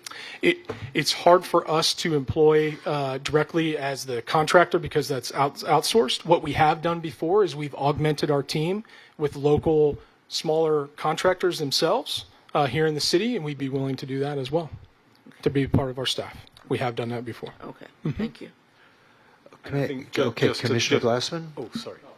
I was just going to say, to augment that, what we're also very willing to do is to put that commitment contractually in the comprehensive agreement. So if we don't hit those thresholds, and that's monitored jointly between yourselves and us, if we don't hit those thresholds, then we suffer financial penalties. So we're very committed to it. We're not just paying lip service to it. It's a fundamentally important point. Thank you for that. Thank you. Okay, I guess I'll ask some questions. All right, thank you, appreciate it. First of all, great team. I really so appreciate all of the work here, and I'm going to probably end up saying that to all of the teams today. I was really just really impressed with the questions you submitted, the documents. This is a tough one. It's a tough one. I have just two questions. You just show a slide a little bit earlier. I don't know if we can go back to it, but they were percentages, and I was just wondering, is that 4.24%, is that a realistic number? There you go. Is that a realistic number in terms of today's markets, in terms of executing debt, or is that low? What that is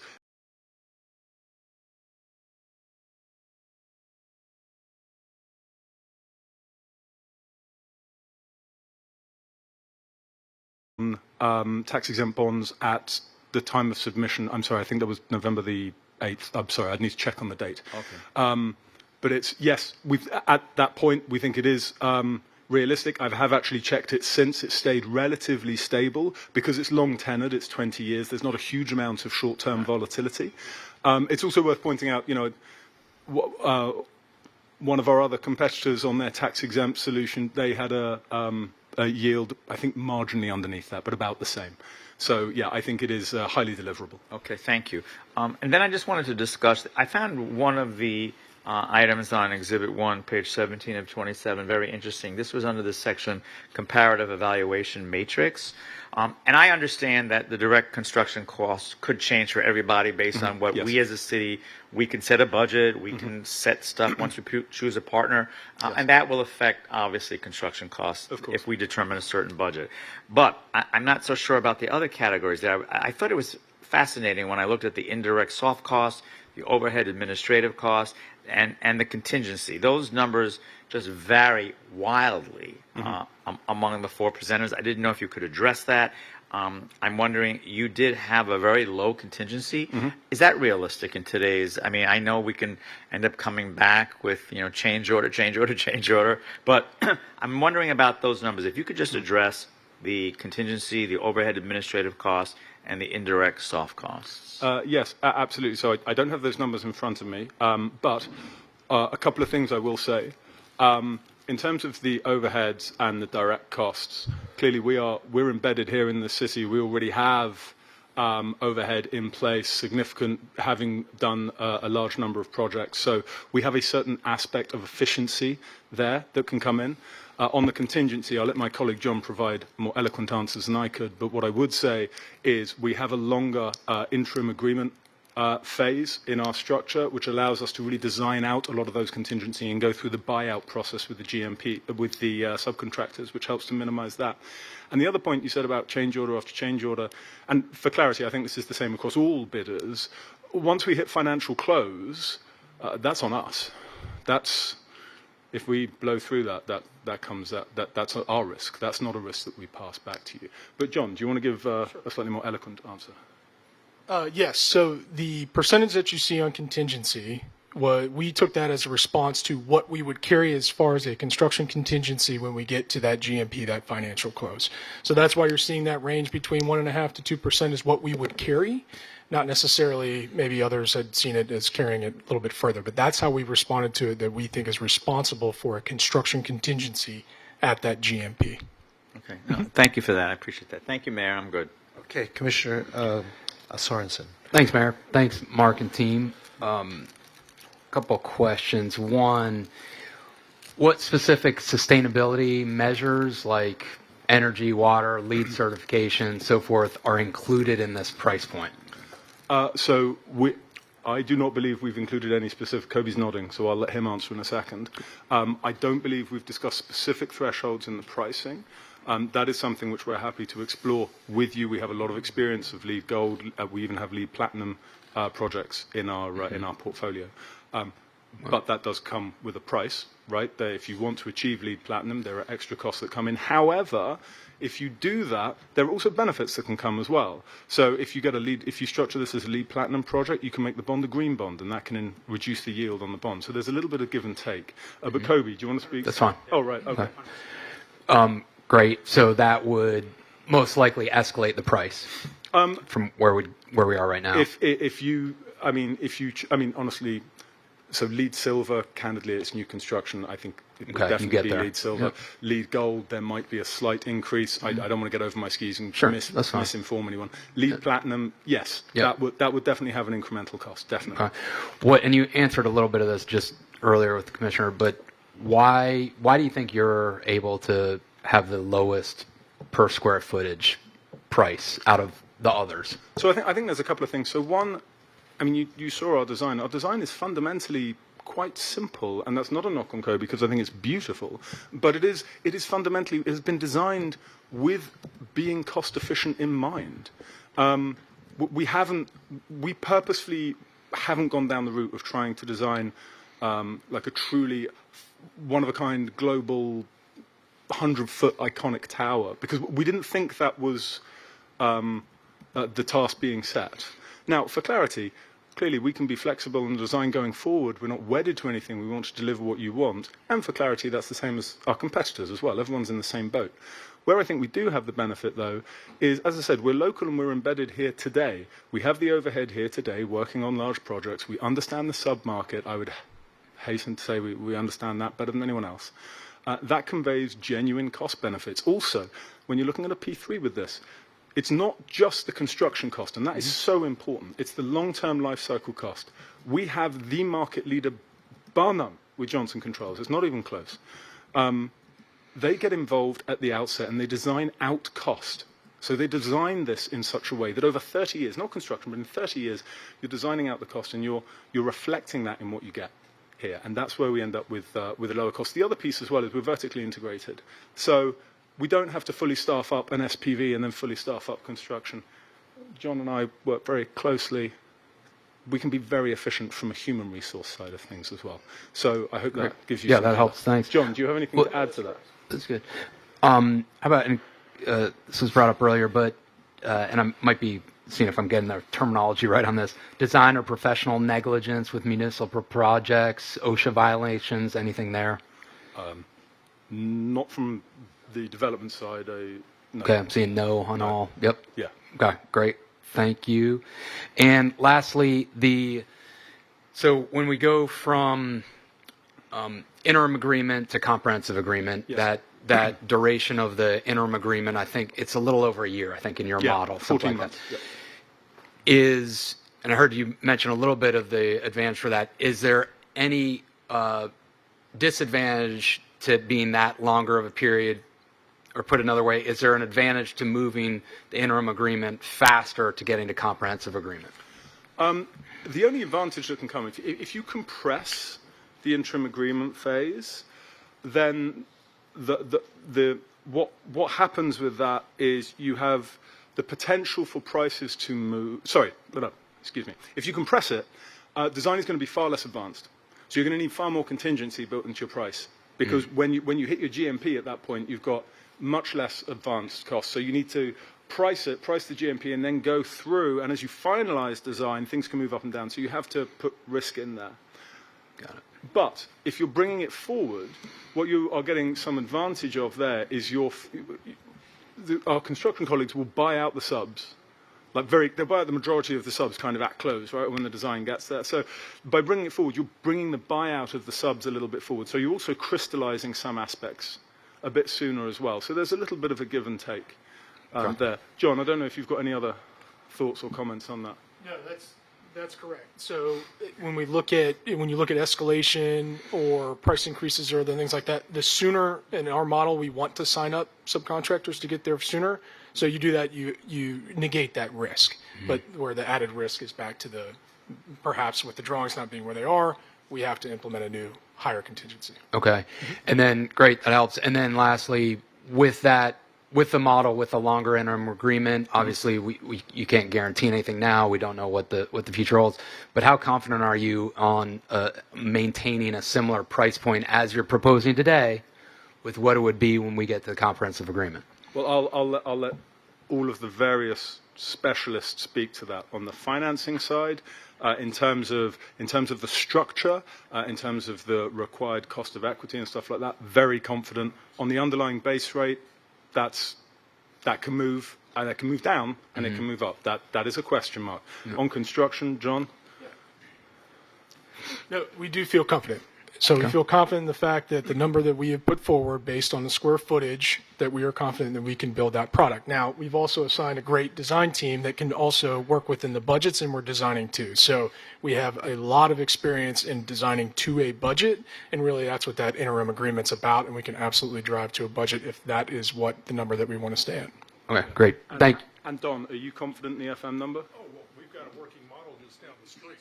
Sorry. We've got a working model just down the street, so we've got a really good idea of what it costs to run these facilities. We feel very comfortable with it. Okay. That's the last test that we did, was doing a comparable on Miami-Dade.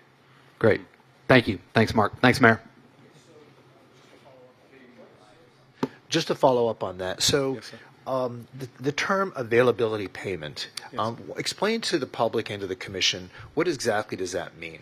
Absolutely. So what that means is through design and construction, the city doesn't pay anything to us. Now, it was mentioned about you may want to pay milestones to lower the cost going forward. That's an option. But at its core, you don't have to pay anything. Once the asset is completed and is available... Would you turn the key over to us? Exactly. Once it's completed and it is available for use, right, then you pay us an availability payment for the course of the concession, and we've assumed 30 years post-construction completion.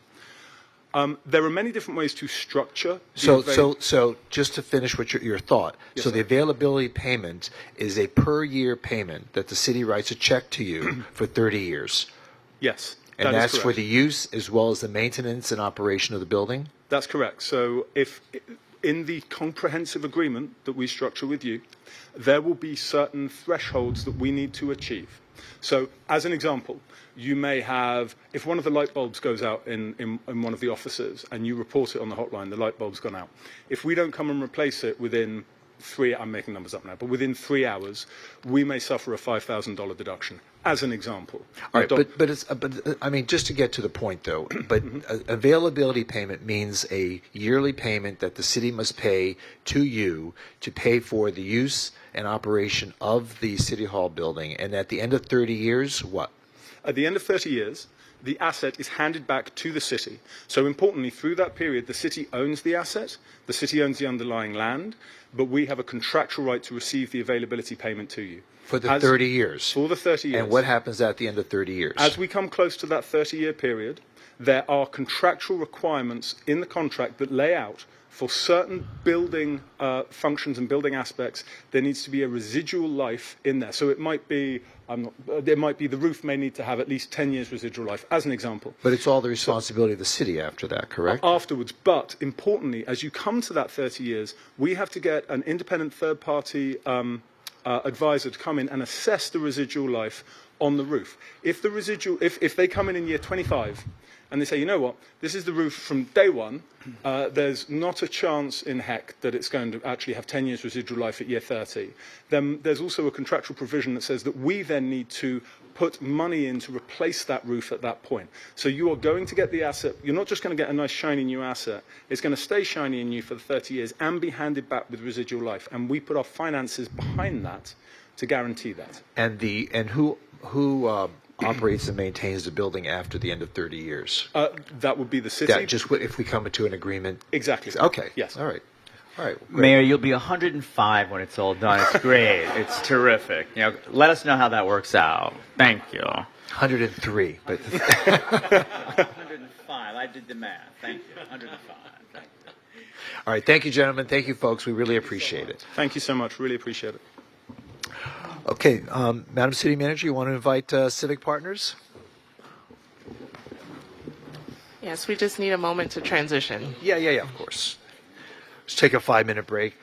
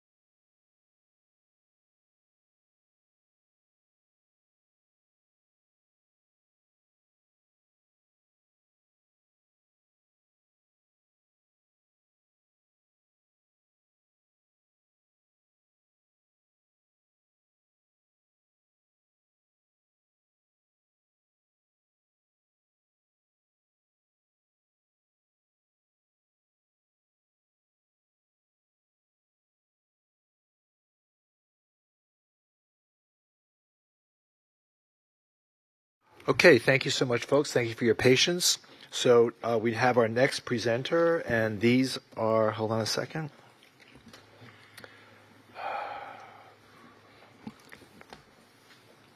And this is Fort Lauderdale Civic Partners, correct? How are you? Good, thank you. Nice to see you. So let me set the clock. Thank you. Okay, begin. Thank you very much, Mayor, members of the Commission. We appreciate you giving us the time today. On May 15th, we came into City Hall and submitted an unsolicited proposal. We got the ball rolling. And we got the ball rolling, but you, in the wisdom of this commission and the mayor, decided to escalate that. We took from 120 days, went down to 60 days, and Mayor, at the time you said, I want a decision in December, and here we are. So we're very proud to be here today, and because we believe that we have a team that will hit this project out of the park. So I represent the Miami Tunnel. I also represent the first public-private partnership ever done in the state of Florida. And not only a public-private partnership, but a public-private partnership that has been used for a model. I've traveled all throughout the state of Florida. I've traveled all throughout the Northeast talking about the Miami Tunnel, how we did it, and what we've done in the community for stakeholder outreach to create job opportunities, but also how we put together a deal that won us the deal of the decade, got us on the cover of ENR magazine, got us the award from Legacy magazine, put us on the Social Responsibility Award for the Miami Chamber. So we're all about community, and we're all about delivering the service. But today I have the opportunity to have with me the on-time, on-budget team. That's what we're all about. So when I found out that we were moving forward, I said, you know what? Let's put together the best team. So I went out and I looked at those that I've dealt with in the past and those that have delivered a project both for the public and private industry on time and on budget, because that's what we were about. And so we were able to do that. We were able to look at Suffolk and what they've done, not only in the whole state of Florida, but right here in Fort Lauderdale, building iconic buildings, but also doing that on time and on budget. So we put together a great team, and we'd like to go to a little video to tell you a little bit about us.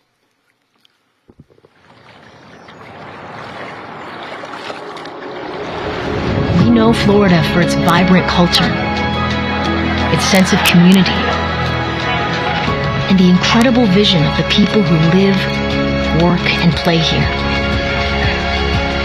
Bottom line, it's a place we're proud to build.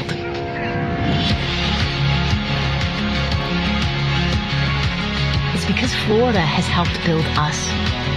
It taught us curiosity, creativity, grit, and a commitment to something larger than yourself. That's what drives us to raise these structures to the sky.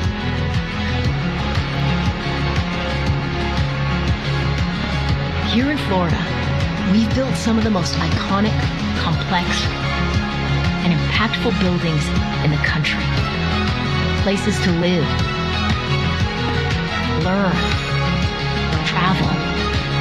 It's all here. This is our home. This is where we build. And when we all come together, anything is possible. There was one point in time in the early 2000s that within a 7 or 8 block radius, there were 10 Suffolk Tower cranes in downtown Fort Lauderdale. My name is Thierry Deo, and I'm the founder and CEO of Meridiam. I founded Meridiam about 20 years ago, and really Meridiam is a big hope. And it's really focused on sustainability and building infrastructure for people and the planet. And that's really our motto. And you couldn't have a nicer structure to be the sort of the entryway to the west side of Long Beach. It's terrific. going to be a very big economic boost to the city, but also a great part of the architecture.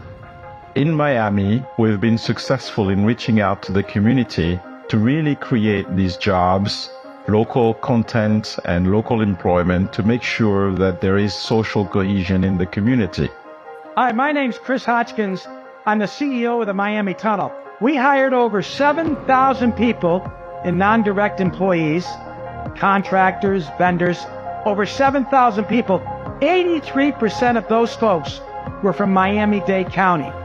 Meridian Infrastructure and the entire tunnel team have made the Port of Miami Tunnel project a huge success. Meridian and the entire tunnel team are a true example of what a P3 should be. We've enjoyed working with Chris Hodgkins for his community outreach and operational excellence.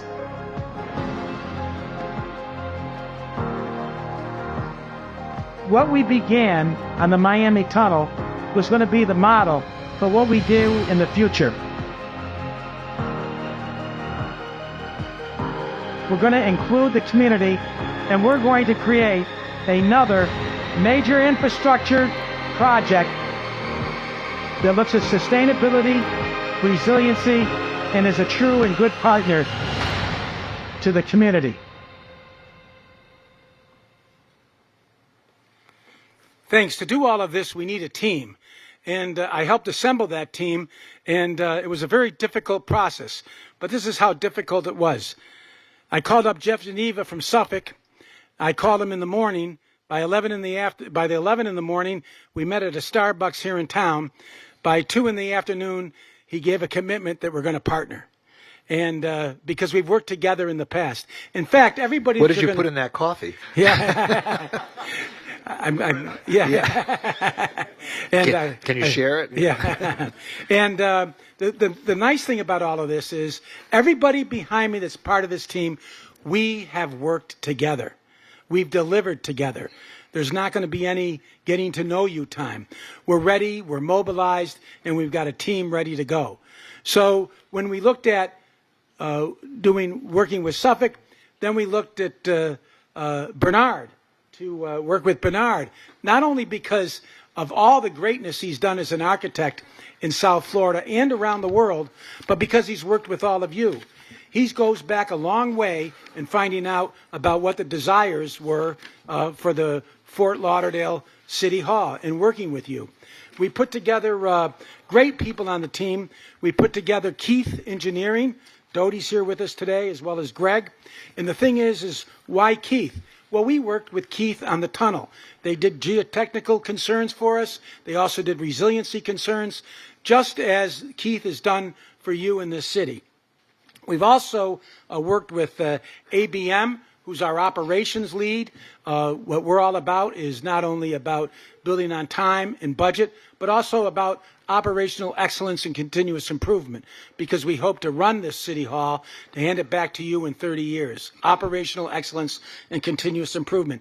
And ABM has 333 buildings that they run here in Florida. So we're excited about this team, and we're also excited because we had to watch a video of Marilyn from the task force, the infrastructure task force, when she delivered it to you about everything that they wanted to see in City Hall.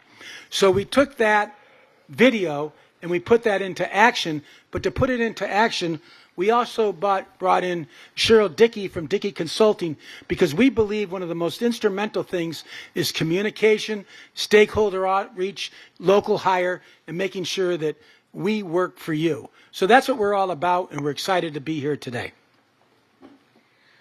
One thing we're particularly excited about is Could you please introduce yourself? Oh, Mackenzie Welch with Meridian. Thank you. One thing we're particularly excited about is being a long-term partner for Fort Lauderdale. As Chris has mentioned, we have a demonstrated track record of delivering on time and on budget. And as a team, together, we have delivered $6.5 billion together over the last 30 years. I'm now going to turn to Bernard to talk about our beautiful design. Thank you, Mackenzie. This is Bernard Zaskovich. So happy to be back here. And Bernard, before you leave today, could you please see the lady in the front desk and sign up, because I don't have a slip for you. Oh, okay. And they have to swear you in and all that. Okay. You want to swear him in now? You can't? It's not.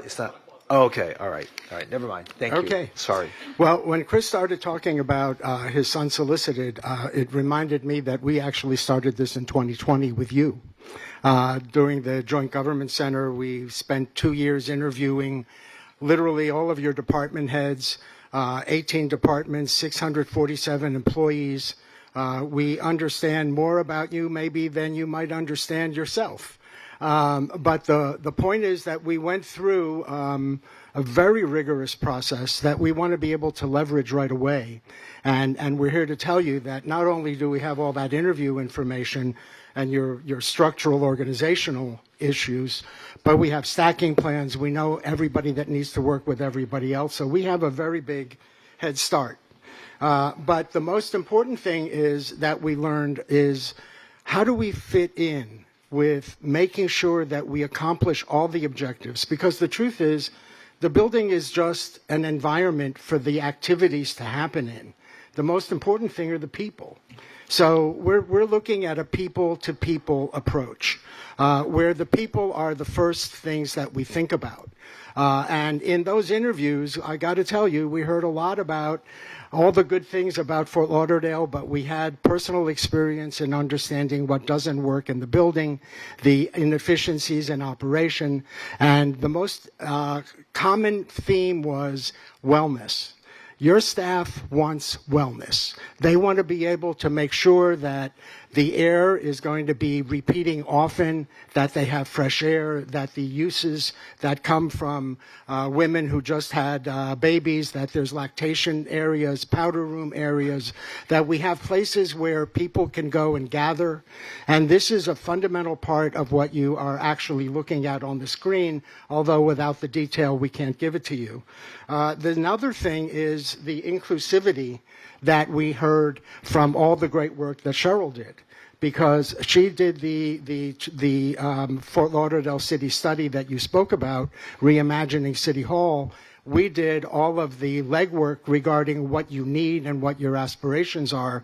So the inclusivity is really significant, and all of our spaces in the building are actually very much oriented toward making it easy to find those little places where people can gather and making sure that all of the office plates and the efficiencies are there. And then finally, we've been thinking a lot about iconic, because I know this has been on everyone's mind. And I've been looking at that from a different point of view, which is the buildings that people love tend to be iconic. It's not the whiz-bang thing. It's not the fashion statement that gets old in a few years. It's actually the places that reflect the community. And we have to tell you that Fort Lauderdale has its own international reputation. My feeling about it is that when I look out and I see the weather, the boating industry, your marine industry, you are known throughout the world as an important city that has a kind of laid-back vibe. And we think that this is really reflected in our building. The building takes advantage of Coral Rock, which is a historical reference to the old Florida and to the building that you had before. It has floor-to-ceiling glass, but not too much. You don't want the sun baking all of the spaces. You want to have resiliency that really addresses all the issues. So what does that mean? I imagine myself being the architect of your building that flooded. And I was thinking to myself, no way that guy could have anticipated that. But what we're thinking about is what is going to happen that is unexpected. So we've built that into the project. We intend to raise the elevation beyond the FEMA code. We intend to have more fresh air than is required. We intend to set you up as a net zero capable building, because you probably don't have the budget to be net zero right away. But we've just finished major work with school boards around the state where we've set those buildings up so that when PV becomes affordable, all it takes is a change in the direction, and now it's a net zero building. So in conclusion, what I wanted to talk about was what makes the building successful. I think that it's attainable, that it looks like it can actually be accomplished in the time frame that you want, that it's going to be a beautiful building that people love and therefore will be something that's admired everywhere. And then finally, that it's affordable and that we can actually complete the work. So we're ready to go. Thank you. All right, thank you. Hi, Nick Phillips with Meridian. So as Bernard mentioned, our design reflects the community needs not only for Fort Lauderdale today, but also for the future. But the real question is how we move this from a lovely video and a presentation to reality, on time, on schedule, to cost effectively serve the community at a high level for generations to come. And just wanted to pause here talking about the various structures. You know, we appreciated the presentation from PFM. There was a note that our team wasn't entirely flexible to their proposed structure. That's not true. We are very open to working with the city on how best to manage costs. We did say we were inflexible to a DBF. Anything to us that divorces the O&M and the long-term aspect of the asset from the developer creates an inefficiency that we don't think is ultimately the best. But in terms of using the city's balance sheet and leveraging their AAA capacity and making sure that the developer does the O&M and still has some skin in the game as proposed,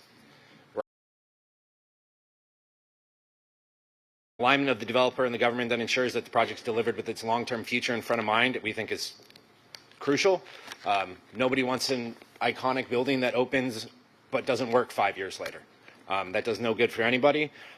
In a DBFOM or a DBFOM-like structure as proposed by PFM, you know, there's a single point of responsibility for the government interface, not only just the throat to choke when things go wrong, but also this is over 30 years. So as Fort Lauderdale grows and expands and its needs changes, it needs to feel comfortable working with the developer to adapt that building to what it needs to be ultimately in 30 years. Because, you know, and one example is Bernard's net zero capability, but others are things that we can't foresee.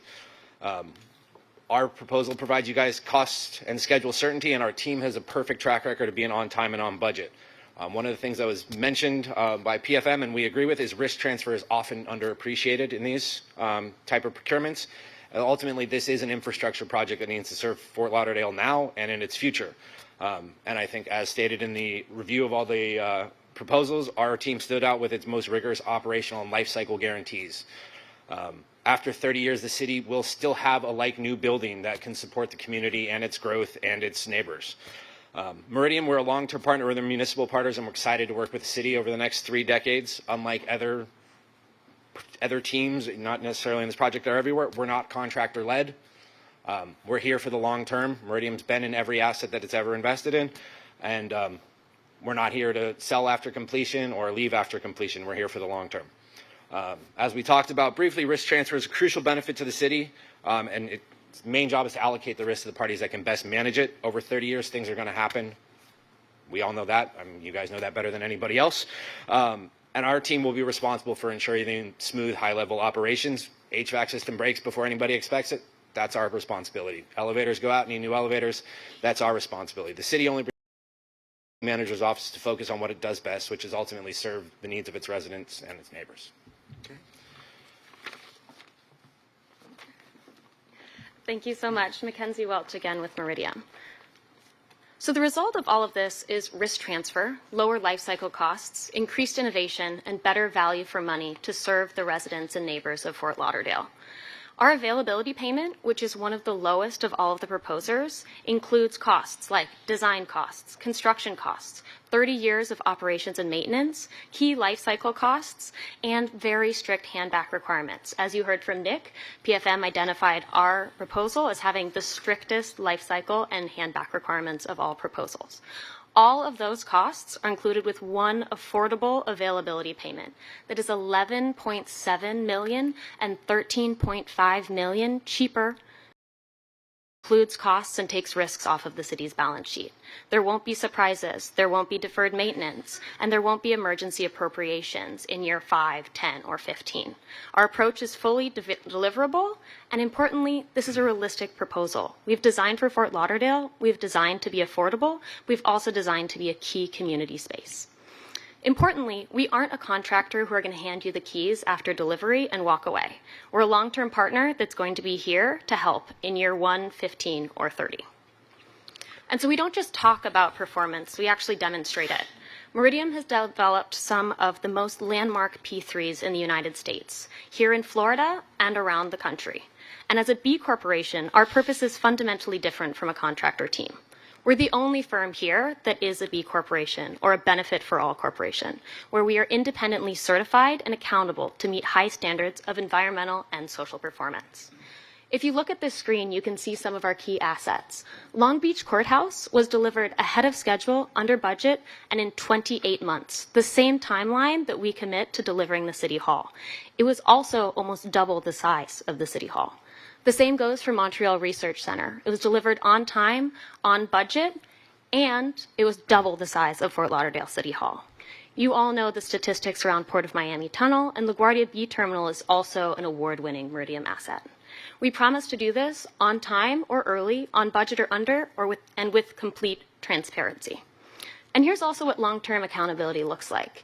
If you look at Long Beach Courthouse in this photo, just this year, after 13 years of operation, an external auditor rated it in like-new conditions. And that's what strong building standards, a strong maintenance program, and 30 years of accountability looks like in practice. So you'll see many billions on this slide. At our core, we're trying to say that we're offering Fort Lauderdale financial and operational strength with 3 major companies. They're committed to develop this project well, to build it safely, and to manage it sustainably and affordably for 30 years. Meridian has built 135 P3 projects and is sitting on $1.23 billion ready to go for this project. Suffolk has $1 billion in single project bonding capacity and is ready to go to build this. ABM coordinates billions of square feet daily, including hundreds of clients in Florida alone. Fort Lauderdale deserves a partner with the strength to deliver the City Hall and stand behind it for decades. Now I'm going to turn to the man behind the building. Hi, Jeff Gobea from Suffolk. Safety is not aspirational. It's table stakes for the way we do business. I oversee as the president of the company, I oversee our safety operation. We have some metrics up here that are half of the industry average when it comes to overall safety. Public safety is the most important thing. There was a question that had been asked earlier about the OSHA citations not being listed. In the state of Florida, we have 0 OSHA citations in the last 5 years. And the men and women who build this project, them going home every day, is the most important thing to me as the president of the company. On time and on budget, there's been a lot of discussion here about this.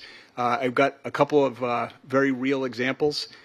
So the Hard Rock Hotel, the Guitar Tower, when we were finalizing our last presentation, we were asked to step outside, and a little while later they asked us to step back in, and they said to us that we know you're still under an NDA, and so we want to tell you a couple things. The Super Bowl, the 2020 Super Bowl, is coming to a stadium that will be renamed Hard Rock Stadium. This is back in 2015. This hotel must open on October 24th of 2019, or you may not be late, because the 2020 Super Bowl relies upon you finishing this. The Royal Caribbean's new cruise terminal, when we were finishing our contract negotiation, the gentleman who builds their ships came in and said that this ship is being built in France. It's the largest cruise ship in the world at the time. It was the Symphony of the Seas. And they had said to us that when it sails from the Mediterranean, if this project is not finished, we have nowhere to put the boat. And so we finished on time in November 2018. The boat came in, and we finished on time and on budget there. On mitigation and construction risk, something that's very important in the overall on the overall project. This project gets won and lost in pre-construction, right? In our digital engineering and our technical validation of the design in the early stages of the project are very, very critical to making sure that the project gets started and finishes without a lot of RFIs and without a lot of issues. So there are multiple hurdles that we try to jump early on in the process, and that tends to give us a more clean delivery process overall. On the schedule, so overall we had a 28-month construction schedule, 38 months overall. The temporary certificate of occupancy, we felt that it was very important to have this group of commissioners cut the ribbon on the council chambers. We felt like that was very, very important. And so the way that we have structured our schedule was that we would TCO the council chambers in November of 2028, and we would finish the TCO in February of 2029. And we felt that was very, very important given the amount of energy and effort that you've put into this. Fort Lauderdale, very near and dear to my heart. We're actually in a great spot to see some of the things that we've been involved in. We built behind us the Symphony, right behind us here, Esplanade on the New River, Las Olas River House, which is still my favorite project that we've built overall. That, by the way, when we finished that project, it was the tallest building from North Miami to New York City. Back in the day. Residential building. Residential building, correct, yes. It's been surpassed several times by now. We also did New River Village, and we did the Waverly Las Olas. And so it is very near and dear to me personally, the city of Fort Lauderdale, and it's been very good to us as a company. Now I'm going to hand it over to Cheryl. I have no slides. As you all well know, Dickey Consulting Services had the privilege of working with the Infrastructure Task Force and your staff to help with Reimagine City Hall with the community. Great community engagement. We will continue that with having meetings throughout the districts in the community, have a website that we would have up for interaction and be able to get comments back from people as they look at what we're doing during design. We want you to know that we are the team that you can trust and that will work for you because we're part of you. So I'll turn it over to Dodie at this time. Hi, good afternoon, Dodie Keith. Wow, what a legacy opportunity stands before you. All the revisioning you've done for this city, for our city, and all the work you've done and the successes we've had. It's out of the tragedy of great storms. We have an opportunity to have this beautiful facility come out before us. We do think with Bernard and Ziskovic's team and his personal commitment to this project that it's not going to look anything but Fort Lauderdale. It's going to be unique with the stone and the coral and the things that we bring to it really make it different. But what's also important is cost is important. And when you're looking at teams here, and you know, I'm not the great financier of the world, we're just engineers, but when I look at some of the teams talking to you today that are going to cost $12 to $13 million more annually for 30 years. That's $300 to $400 million for the building that does the same function. So we hope that we've brought you not just a design that's beautiful, that's exciting for this city, that all of us can be proud of, but something that functions in the way your staff and your team and you need and generations to come for 30 years. But we also are doing it affordably, and we're doing it in a timeline that we can deliver. And I'm really proud to stand here with Meridian and Suffolk and all these folks that I've worked with for most of my career, that we've every project. A lot of people say on time and on budget. I'm talking no major change orders. I'm talking really hitting the timelines that are in our presentation without excuses, because we find the solution and we find the recovery schedule. When something gets off, you find your way to correct. You don't find excuses. So I ask you to please consider us as your choice for this facility. You won't be disappointed. And the partners that have chose us and worked with us over the years will talk highly of us and are very proud. So we're happy to answer any questions, but really it's a whole package. It's the financing, it's the beauty, it's the functionality, and we hope we're the team that you can trust to be your partners to move forward. Okay. Great. Is there anyone else on your team that wishes to speak? I want to add Okay. that we're going to actually be using local folks here. We're going to employ local people. We're going to work with the OIC, with the Urban League, and with Hispanic Unity and the Black Chamber of Commerce, from who we have a memorandum of understanding. And we will make sure we're having job retention and job fairs for all of the people, not only the small businesses, but also actual employment opportunities as well. Okay, great. All right, very good. So that concludes the 30 minutes of presentation. So now we'll open up to questions from the commission. Vice Mayor, do you have any questions? Okay, Commissioner Beasley Pittman. The question I have is about the employment piece. Do you have a percentage of local employment that you're going to benchmark or aim for? Yes, what we did in Miami, Commissioner, is we used our local demographics, right? That was our model, and we wanted to mirror that. For example, in Miami, we did 51% Hispanic, 28% Black, 11% Anglo. We put women in positions of management and supervisory roles, but it was the first time in a project, a public project in Miami-Dade County, that our demographics mirrored that of the community. And it was easy. You can't pick people by the color of their skin, but you can pick them by their zip codes. You can make sure that the community is broadly represented. And we did a lot of things to make sure that the community was involved, and we sought that out constantly. One of the things, for example, that we've done here is we continue to work with LIUNA Local 1562. As a matter of fact, I gave the clerk a letter that we'd like to give all of you. Both the president and the business agent of Local 1562 have signed a letter that their most successful project that LIUNA ever had was at the Miami Tunnel. When you look at the video that we had and we showed you people, thousands of folks worked on that project. But what we were able to do is do job training programs to look ahead, help train folks to get in those positions. And it was a great opportunity to make sure that we hired what we call local labor initiatives. We're very proud of it. And we won awards for it. Do you have any other questions? That's my only question. Okay, Commissioner Glassman. Yes, thank you. And as I'm going to say to every single team, it's so very impressive, and thank you for your work. This is a tough one.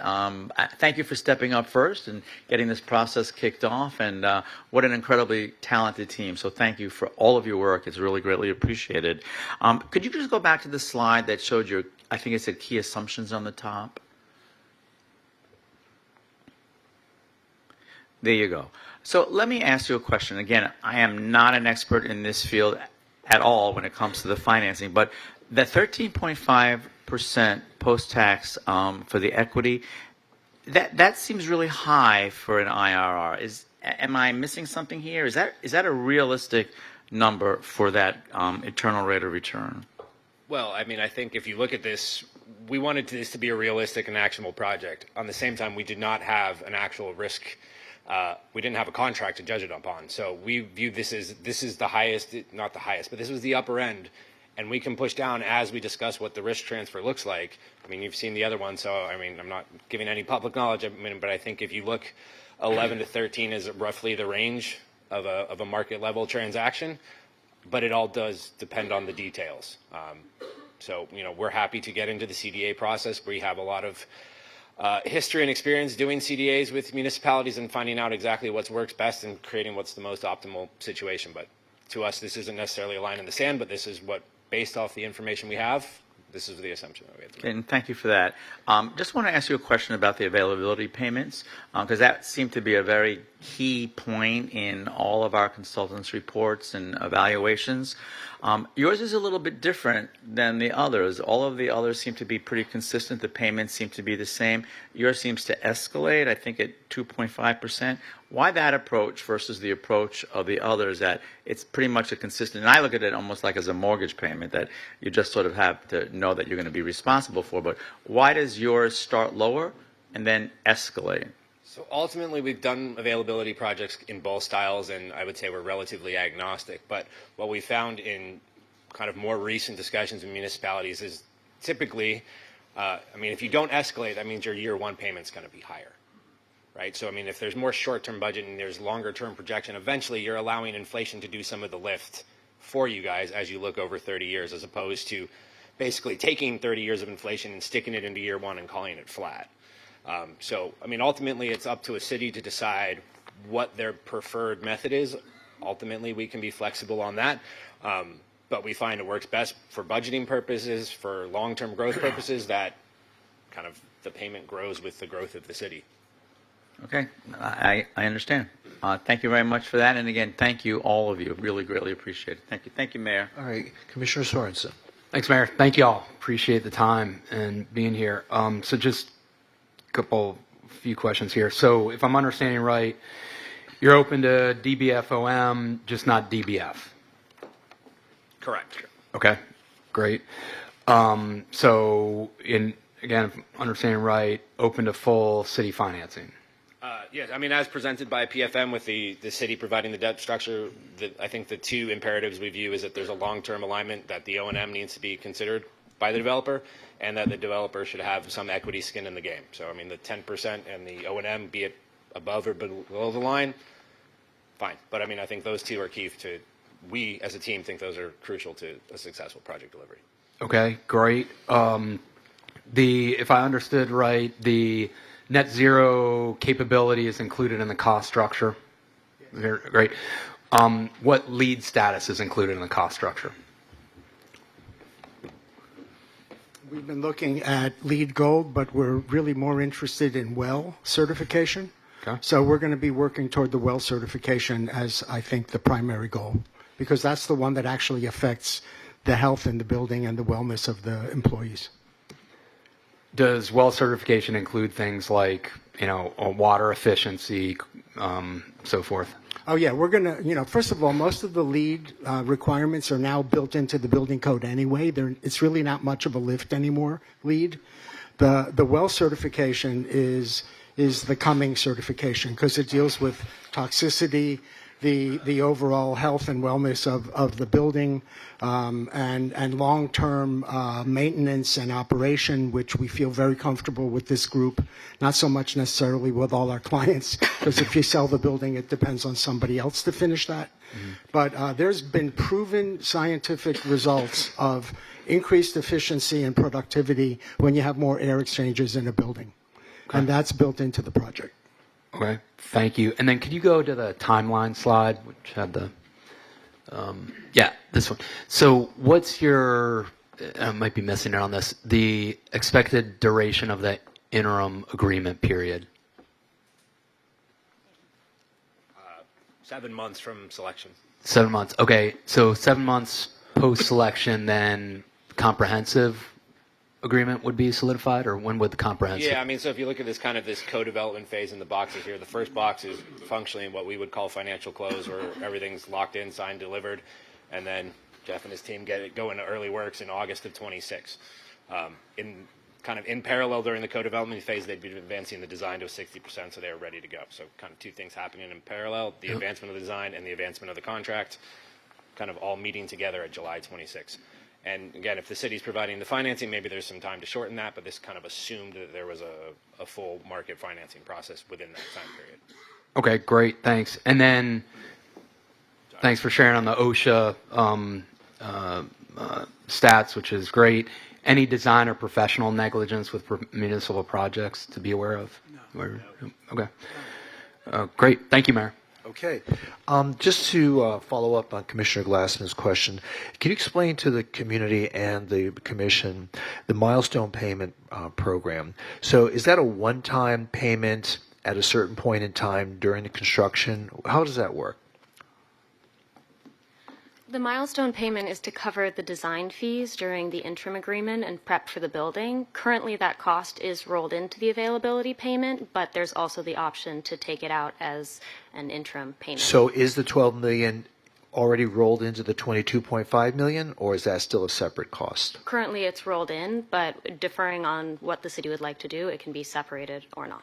All right. So is the $22.2 million availability payment, is that constant for the 30 years? That's subject to the escalation. So it's not constant. No. So it can go up. Yes, there's an So the cost of the building can go up. No, it's subject to a fixed escalation amount. So how we have it structured is it grows by 2.5%. So the actual number is fixed. It's just not fixed at the same number. It's functionally $22.2 million in 2025 dollars. I understand that. But I mean, so the total cost is still going to be $257 million. It's not going to be, it's not, your total cost here is $257 million. But you're saying that the availability payment could go up. No, it's still a fixed line, there's a defined escalation mechanism. Why? Well, so this goes back to the question asked by I know, that's why I want to Glassman. follow up on So that. again, we're fine saying that it's a fixed payment. We can change the structure. Ultimately, what we found, the preference of municipalities and government entities lately, is to reduce the year one payment to allow this to grow by CPI or a fixed escalation amount, so that future years less short-term budget constraints than otherwise. Ultimately, this is a decision that we leave to the city to decide which they prefer. Well, the reason why I bring this up is we're trying to compare apples to apples, and we're trying to see what the availability payment is going to be to the city from each applicant here. And it's like years ago when there were teaser rates for mortgages. You get in at 3%, and then in 2 years it goes to 5%. Okay, so we don't want to be in that situation. We want to know. You said the first year is going to be less, and then there's an escalation. At some point, I'm not saying we have to do it now, but at some point we need to see what would be the availability payment if we did not have this escalation program that you recommend. And I don't have to get it from you; I'll get it from our staff. But it's easier for us to compare each applicant and how much the availability payment is going to be expected of us going forward. Okay? That's All a right. fair exercise. All right, thank you. Any other questions of these folks? There being none, okay, thank you so much. Thank you. We'll take a 5-minute break. City manager, if you can, oh, she's already gone.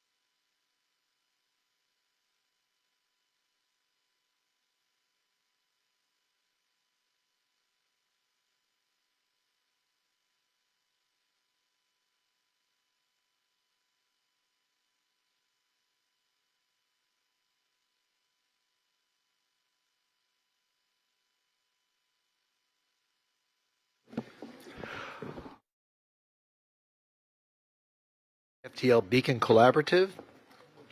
Please step forward and introduce yourself before you begin your speech. Good afternoon. Good afternoon. Thanks for having us, everybody. My name is John Keegan, Senior Vice President with Gilbane Development, representing the lead developer for FTL Beacon Collaborative. Thank you for having us.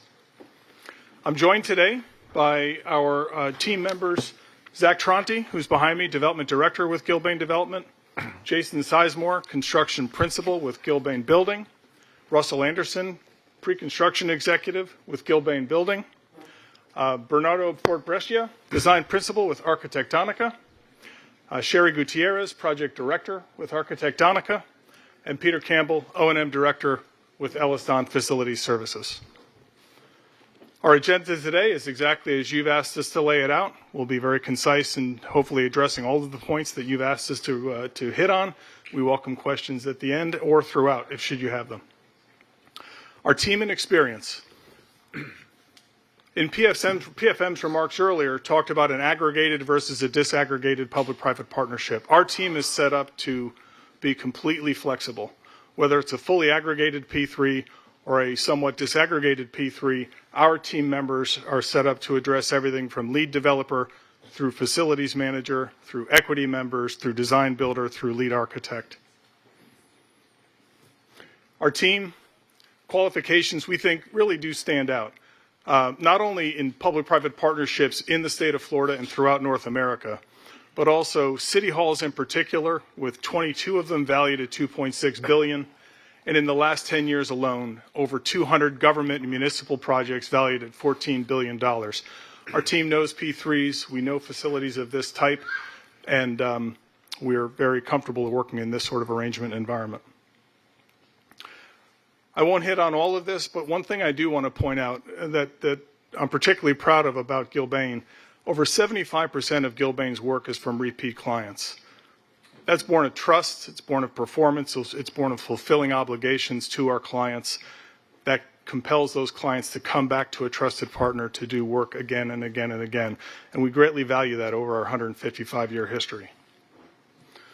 I'd like to turn it over to Peter Campbell, our partner with Elliston, to speak a little bit about O&M services. Peter? Thank you. Hi, Peter Campbell with Elliston, representing the FTL Beacon Collaborative Operations and Maintenance Team. We wanted to spend just a few moments today to go over our O&M experience and give a flavor of the types of projects and the capabilities of our team for consideration by the city. We are the O&M provider for 15 P3 projects procured as DBFOM projects. Many of these projects are availability based with performance metrics and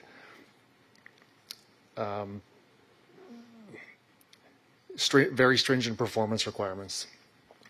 We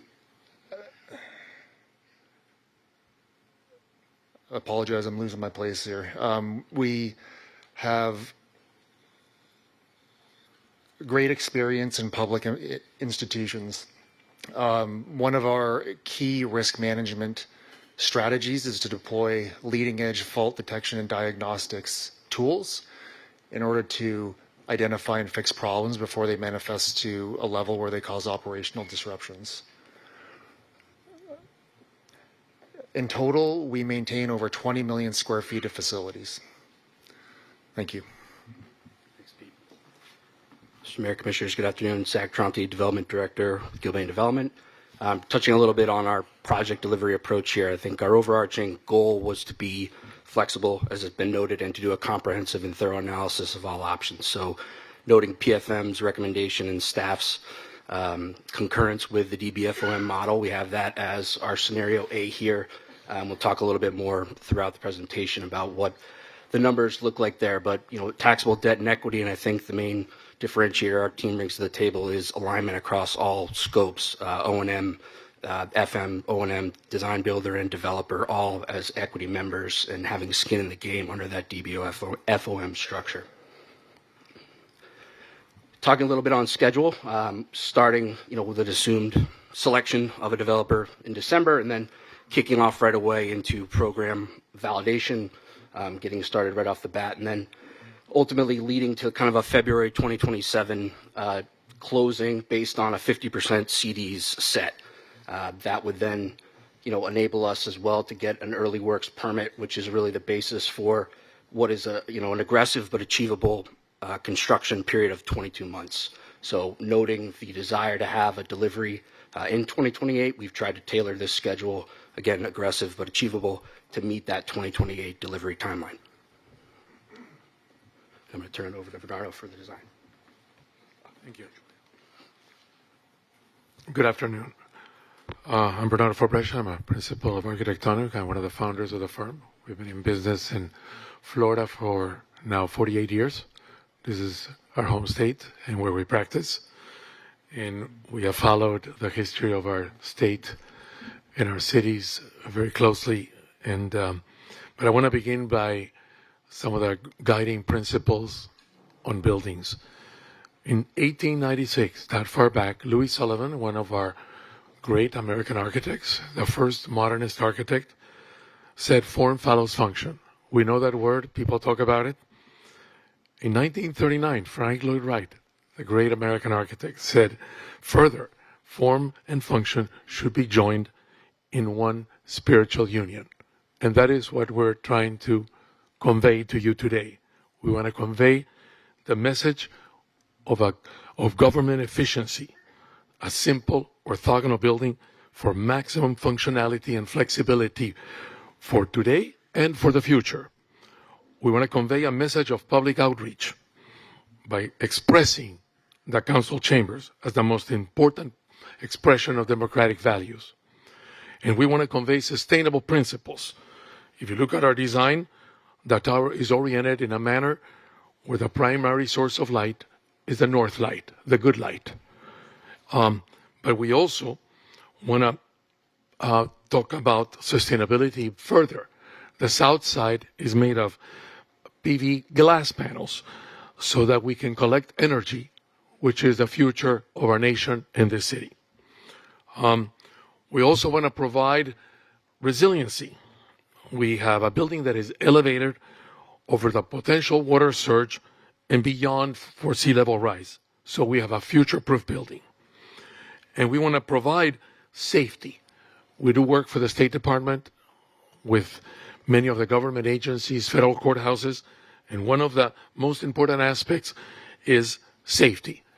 You will see that our design includes a garage, which is what belongs in a Class A office building anywhere today. And that garage is connected in a private section for the commissioners and leading managers of our city so that they can connect directly into the building safely. And we provide enough parking for visitors and employees to be able to reach the lobby in a secure manner, as well as weather protected. And so these are some of the aspects. What we are going to see today in our presentation is that this is not a guessing game. We've done floor plans for every level, for every detail, every passageway, every elevator, every fire stair. Everything that you see has been thought out. It is not just a sketch or an idea. It is a real building. We draw our buildings from inside out, and we look at the neighborhood, and never mind, it will not be millions later that we discover that we need to do a new design. We have already priced it as we were designing it. So with this, I'm going to take you through the project. You can see the ground floor. And one of the most important principles of design is that you really shouldn't need signage. You should find your way around a building easily by logic. When you look at this arrival from North Andrews Avenue, which we considered a great address to have, you have a drop-off for Ubers. You have a plaza that receives you and embraces you. You find an atrium that is monumental and tall that symbolizes the importance of the functions that occur in this building. You choose to the right to go to the council chambers. You know exactly where it is. It's very evident from outside. You don't have to be told where to go. And to the left, you take the elevators and you go up to our functional, efficient building that symbolizes the efficiency of government. You can see the garage next to it. You can see there's a separate entrance for the leaders of this community to be able to arrive directly to the council chambers or to their own direct elevators to their offices. And there's a way, if you continue to the next level, where the elevators take you down and you arrive directly into that lobby where the security is. You can choose to go to the building or you can choose to go to the council chambers. If we move to the next image, you can see the double height space, the multiple height space of the grandeur of a lobby that symbolizes the importance of government. And you can see the beginnings of the building. If we take you to the upper levels, you can see the garage there, how we managed to fit it within the site. Proximity is important. And if we continue to the next image, please, you can see our classic floor plate, a simple floor plate with natural light flowing from all directions, particularly the northern side, which is the most important side for natural light. We're thinking these are the sustainable principles of basic design in LEED buildings today. And if we can, and you can see there how the garage rises, and eventually you can see the upper levels, and this is where we are, and we have a clean building. Most importantly, government is always changing. The world is always progressing, and you need to have a building that is flexible, adaptable to the future. And that is what we have created for you. A building that symbolizes how efficient the bureaucratic system can become and that it will adapt to the times as we go. If we move on to the next image, please, you can see here how the tower rises, 14 stories, organized with the primary views, natural light to the north. Next, please. Now you can see what I meant by orientation. You look at this building, you know where the entrance is, you know where the plaza is, or hopefully we'll have a budget for art so we can have also some sense of culture into the arrival. We have a grand lobby. You can clearly notice on one side is the council chambers, on the other side is the building serving the public for the functions of the government. Now, I design buildings that have serious safety problems nowadays, like embassies, and federal courthouses. You see those letters? Those letters are actually barriers. Well, beauty is where you can conceal the safety of the building in a manner that people don't notice that it is integrated into the design. Likewise, the steps that rise, they're in a manner that any truck wouldn't be able to make it through. We have it all prepared for the worst case scenario. And this is what we were hoping. We have transparency into the council chambers that is beautiful to be able to sense what's happening within. Yet those vertical elements that you see there are also barriers. They're still barriers that protect the space. And so we thought of every detail of this building so that it would have a total awareness of all the possibilities that could happen in this building, but yet to make it friendly so it doesn't look like a protected place. And when late at night commission meetings are happening, you can just enter on the ground floor. You don't have to take elevators. You don't have to change. Anyways, you see that lit up hall of democracy to the right. You know that's where you're going. It's very simple. You don't have to figure out what kind of crazy stairs or methods of entry. You know where you're going. It is, and that is what we are trying to achieve here with this design. You can see the south side with the PV glass panels. These are not what we call photovoltaic, the blue panels. These are glass. Today, there's glass that looks just like glass that is actually collecting energy for the building. And that is what we are proposing. You can see, you have no idea there's a garage there. That's the whole objective. We don't want a city that looks like a collection of garages. The garages are concealed within very nicely. We have additional cars that were necessary, and they will be there from day one to serve this building. And move on, please. And you can see here what I meant by the entrance is simplicity. You clearly arrive in the middle, to the right or to the left, depending on what are the functions that you're seeking to have. And you can be, if you're not arriving by your own car, if you're arriving by other means, you can have, for example, an Uber dropping you off. And the last thing we want, by the way, is an Uber stopping traffic. we have a place for them to unload people. We know that this is a crisis in many cities about shared driving that is causing some disruption of traffic. So we have addressed all of these aspects of a building of this kind. And so hopefully I've given you a summary. I want to tell you a few things that I want to conclude. Everything you've seen here are not just renderings. They're not just possibilities. They are realities. There's no baiting fish here. This is the design. We've worked out everything that you see there. You've seen everything is to scale. Every fire stair is in the proper location. Every elevator with just an image. We design from within. We study the needs, and then we design the building outward. So that is our strategy, and hopefully we've designed a photogenic building for you, but more importantly, a future-proof building. Thank you very much. Thank you.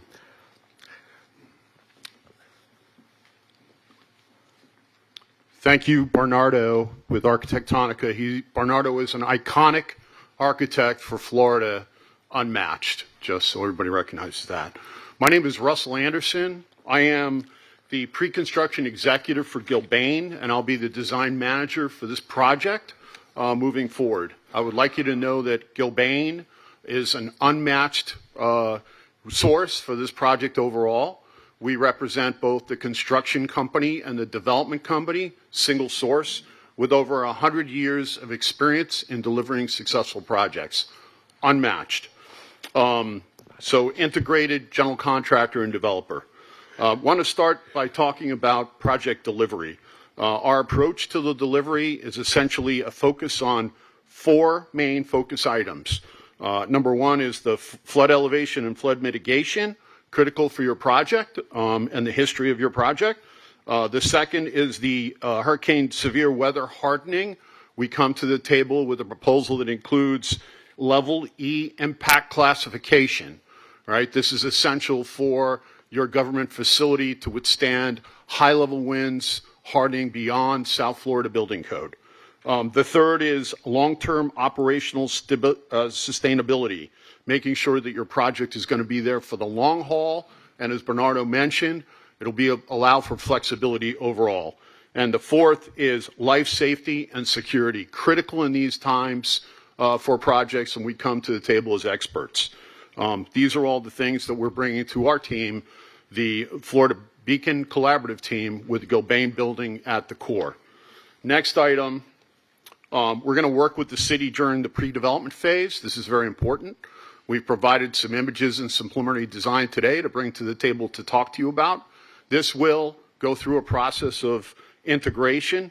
We'll be focused on collaboration with the end user, the city. All right, what are the cost drivers in design? We come to the table with a focus on the city hall as the main element, the offices, Class A office building, and as Bernardo said, we've included 222 cars in our base proposal, which was mentioned earlier in the session today, that other submissions did not include. This is important for a Class A office building to function accordingly, and if you decide to have an off-site parking, the building will be self-contained and function. It also includes public realm spaces, and it is also LEED Silver building. The second is the hallmark design, allowing for the flexibility and hardening, and also the essential building requirements, as I mentioned previously. We also come to the table with construction solutions as the builder. What are these?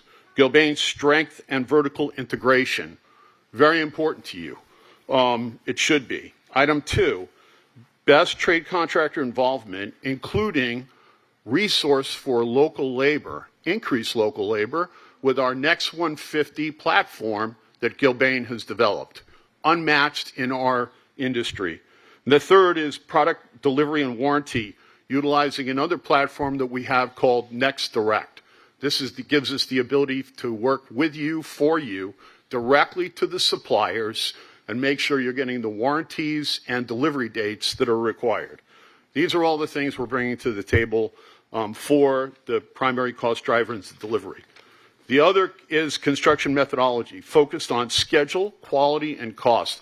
All three must be delivered. These include cost management delivery certainty, schedule control, on-time delivery, which we talked about our schedule being 22 months. We are very confident in the delivery of that time frame based on early permitting with the city and also inspections with the city and making sure we can deliver it in 2028. We will achieve this deadline. Item 3 is the quality control and inspections using integrated and physical mock-ups and again working integrated with the city inspectors. The 4th is procurement, making sure that we have pre-qualified trade contractors, again, bringing local resources to the table, assuring we have Broward County and local resources for labor. 5th is safety, making sure we're focused on public and construction safety, virtual design, and the value add, what we bring to the table is assuring that we can assist the city in the move-in of the project overall. All right. The last item is, of course, our safety record. We are the industry leader in safety. We have over 150 years of delivering safe projects, and we have the industry best OSHA safety records, bar none. So I want to thank you for having me here today. Okay, great. Thank you. Would you like to conclude? I think we're going to conclude here, wrapping up with Is Jason or Sherry going to be speaking at all? They signed up. They're available for the Q&A session, which is why we signed them up. Yep.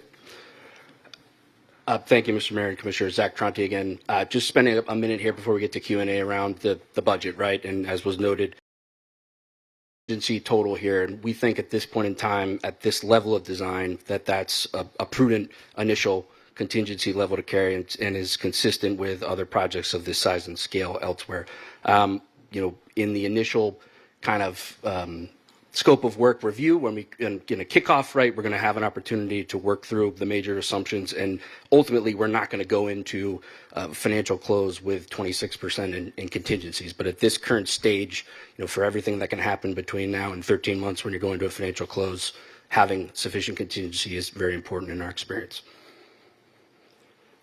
Quickly on financing, again, realizing we're the third or the fourth presentation here, and you've seen a lot of these slides already in some form or fashion, but locking in on scenario A, just to reemphasize, we are very much open to the Prospect Lake solution with the city issued debt and having an equity component. We're also able to accommodate a completely city financed option, just being a fee developer simply. So we have tried to contemplate all of those options along the spectrum here, and the key being you have a lead developer in a position as your counterparty that no matter which direction during a long pre-development phase ultimately the city decides to go, you will have your lead developer and design builder as your primary counterparty.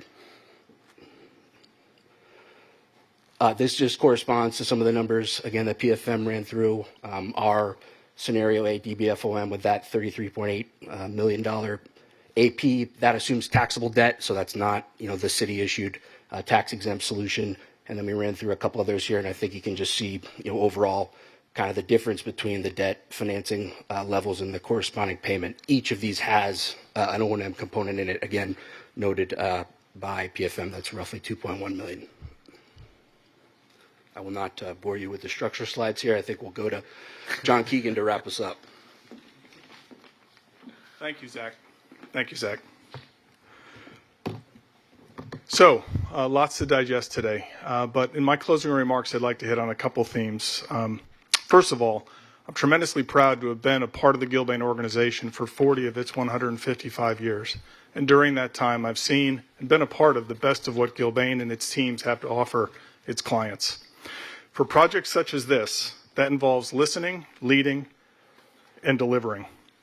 Actively listening to the city's needs, objectives, and concerns to assure a bespoke, feasible solution born of a robust dialogue among all stakeholders. And proactively leading those stakeholders to a clear and attainable objective born of a very detailed development plan, equally understood and embraced by all. And lastly, successfully delivering on our commitments to the city while keeping our core values front and center, foremost among them, integrity. The attributes you see on the screen, not only speak to our experience and our capacity, but also to our advocacy and our adaptability. While in our submission we've thoughtfully presented preliminary concepts and initial recommendations, We look forward to working closely with you to thoroughly vet each of those options, to can constructively challenge one another's ideas and assumptions in a way that brings forward the best solution for the city and its residents.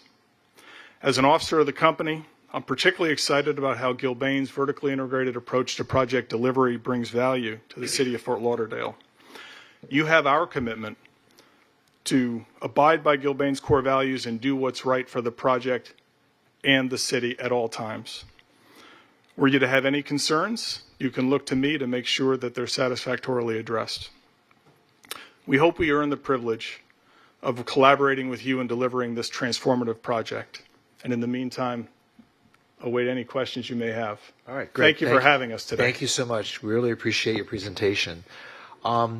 Start with the Vice Mayor. Vice Mayor, do you have any questions? Okay.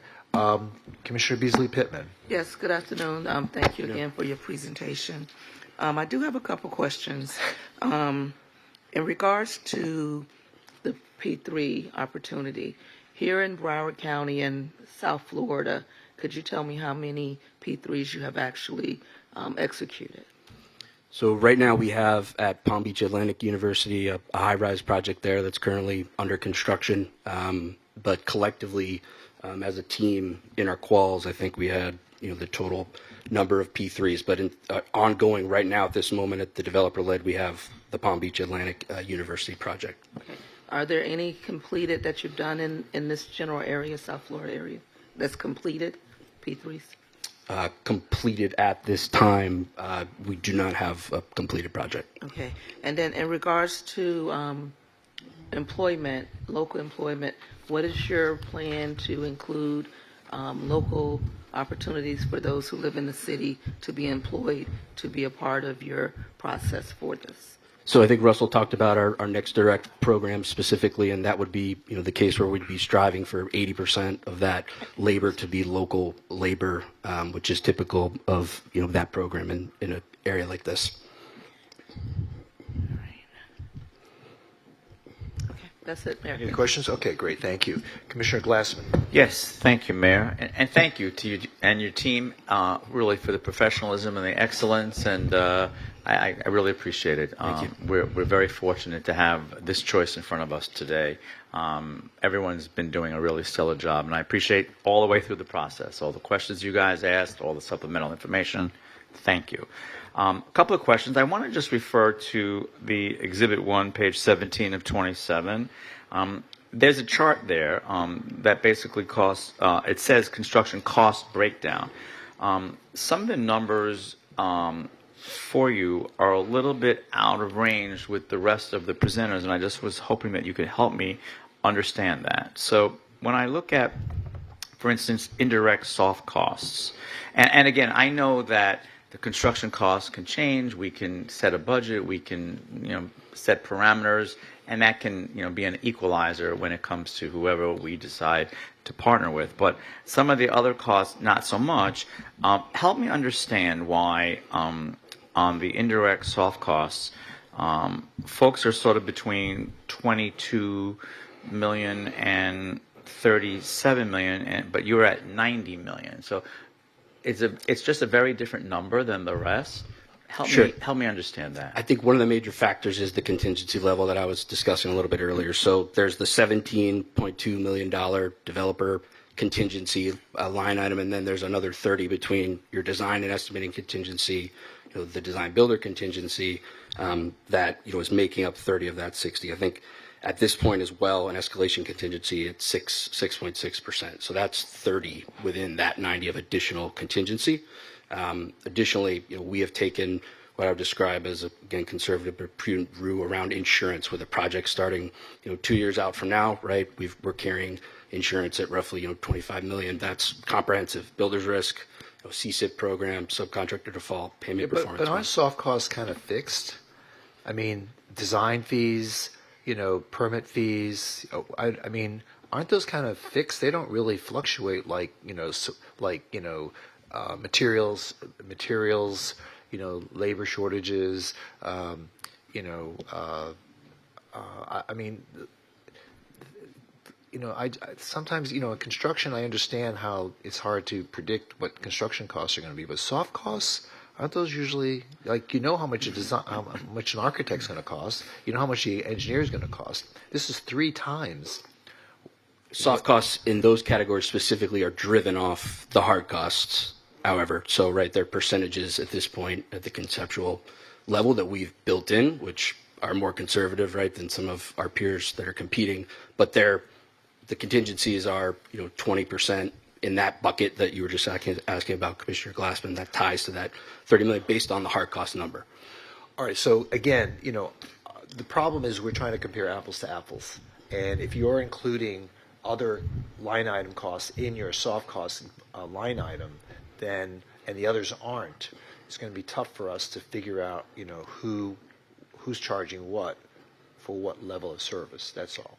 That's all that we're trying to deal with right here. Okay. Yeah, go ahead, John. Mr. Mayor, so I think the 2 drivers are contingencies and insurance. Okay. Insurance, as Zach had mentioned, they are estimates for the full suite of insurance products. Total builder's risk, subcontractor default, contractor-controlled insurance program, general liability, priced for a project that is in the future and priced in a very volatile market. So admittedly on the conservative side, but appropriately so, given the volatility in the insurance market and the schedule for the project. Certainly something that we would be front and center with you and drilling down on throughout the pre-development phase. Okay. The contingencies, I think it's important to note, all 4 teams are presenting conceptual designs. I'd like to think, based on Bernardo's presentation today, ours is a very well thought through conceptual design, but it's still conceptual level nonetheless. So, were we to have the privilege of working with you on this project, during the pre-development phase, specifically the design phase, there are thousands of decisions to be made. Notwithstanding the good information we received from the city in the RFP, the guidance upon which to base our proposal, thousands of decisions yet to make. What you don't want to have happen is a decision to make where you're thinking, we wanted stone pavers in the plaza, but your partner may have been assuming precast pavers in the plaza. Just picking an example. And right there, there's a 6-figure swing right there. And if that were to happen, we've got that sort of thing covered. Because these contingencies are set up at a conceptual level of design, and as the design progresses, that design contingency narrows. As the buyout of the project, meaning the award of trade contractors, the escalation contingency narrows. And the construction contingency, that really remains more or less, that carries through the construction phase. So that's the last of the contingencies to narrow. But they're very specific. Each of them has a very specific purpose in the capital stack. And it's really to preserve the integrity of the project, to ultimately end up with the project that you want to have, and to avoid surprises downstream where there are crossroads where you were thinking one thing and we may have been thinking, and your partner may have been thinking another, and there aren't funds in the project to cover those ambiguities, because this is not a project, it's a partnership. So we need to have the contingencies appropriately set up that have us working together to winnow those decisions down as we move through the design phase. Hopefully that answers your question. Okay, thank you. I'm sorry, Commissioner Glassman. No problem. And then one more question on that chart. So help me understand. The contingencies and the insurance that you just mentioned as the drivers of that, is that the same, are those the same drivers for the category that says overhead administrative costs? The others are roughly between 11 and 15 million. You guys are almost 21 million. But is that the same explanation for that category of overhead and administrative costs? It's a little bit different in that we're carrying really in that total makes up development and CM fees, which are marketed at 4% and 1%, respectively. There we have some level of developer, the SPV level of insurance, and then we have probably what I would again call conservative in terms of a legal budget. I think the city can appreciate the amount of legal work that goes into these P3 projects, but we're carrying $1 million plus there, and some permitting and zoning impact fees, et cetera, at 2.5. So we feel like their numbers, again, similar to the contingency approach, that are conservative, that as you get into design, These aren't the numbers necessarily that you're going to end up with as you're progressing through your different design, but they're conservative numbers at that still. Okay. No, thank you for that, man. And my last question, when I look at your DBFOM example, you basically explain that you see a debt interest rate of 6.75%. Is that high? Is that a realistic number when we're looking at interest rate on the debt? I think for taxable debt, we're seeing anything from 6.75, 7.25 was another scenario I think we ran in the ones that we showed.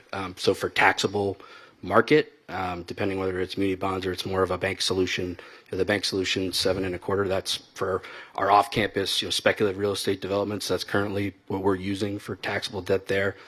In more of the muni market, 6.75 we think is a reasonable market number. Okay, for so that you feel it's a good number. We do. Okay, thank you. Bernardo, have you ever seen Louis Sullivan's Guarantee Building in Buffalo, New York? Have you been there ever? I've been there. Quite a building, huh? Yeah, exactly. Yeah, amazing. Excellent. Thank you so much. I really appreciate it. Thank you, team, for all of the talent and all of the education, and really appreciate it. Thank you. Thank you for the opportunity. Commissioner Sorensen, do you have any questions? Thank you, Mayor. Yes. Thank you, team. Appreciate all of your work. Let's see. First, availability payment. So year one availability payment, $33.9 million. All right. And does that escalate year after year? The O&M payment would escalate based on CPI, but it's intended to be a fixed capital component. Again, there we're using in that scenario is the taxable solution with the equity tranche, but the O&M payment would escalate with CPI, but the capital payment component fixed. And the O&M payment is included in the availability It's payment, in that, yes. So it would escalate. Okay. Okay, great, thanks. Next question is from a professional design negligence with municipal projects. Any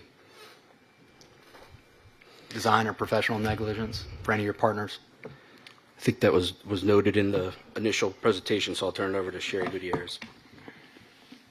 Hi, good afternoon. Sherry Gutierrez with Architectonica.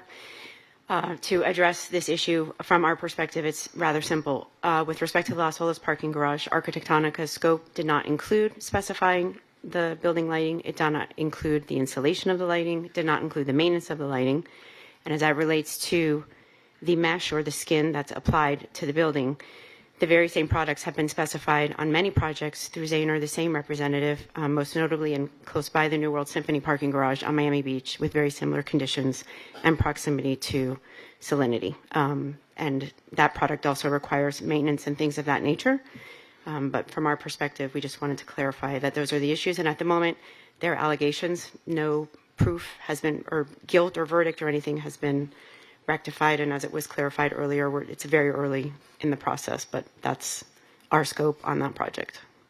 Okay. Thank you. Thank you. Any OSHA violations from any of you all? Take that as a no. Great. What environmental sustainability matrix are built into this from a LEED standpoint, so forth? We're assuming LEED silver in our budget. Okay. Okay, great. Thanks. And let's see if I have one last one. Any estimation as to what the contingency would be upon signing a CA? Would it still be what it is, what you're stating here? We would not expect the contingency, particularly your design and estimating contingencies, to be that high. We would hope to whittle those down. You need some contingency right at the construction cost level, but provided we feel like we have a robust number now based on the design we pulled together, we would hope to get that 6% design contingency at a minimum down from the levels they're at. So certainly not coming in with $45 million plus in contingencies. Okay, great. Thank you. Thank you. All right, great. Thank you so much. Really appreciate it. That's it. Thank you. Thanks. Oh, wait. Commissioner Beasley-Pittman has I'm another sorry, one. I did have one other question. Sorry. On the same conversation regarding employment, when it comes down to the comprehension agreement, when we get there, are you going to include that percentage that you're willing to employ within that document as well? we would be willing to commit to a percentage as part of the negotiation of the comprehensive agreement. Thank you for that.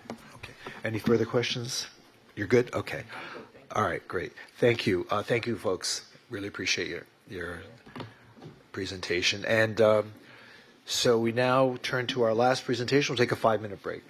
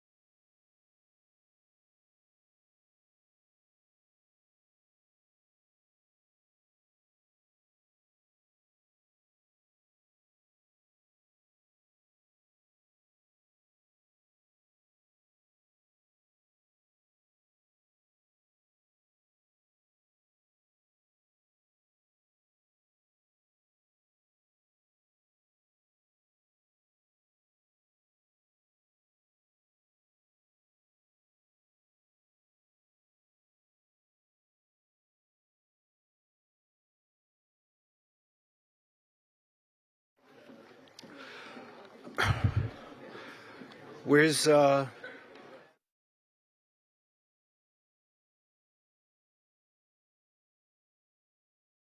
let's proceed, and we're looking forward to our last presenter, Fort Lauderdale, FTL City Hall Partners. Thank you for being here. Thank you for your patience, and let us begin.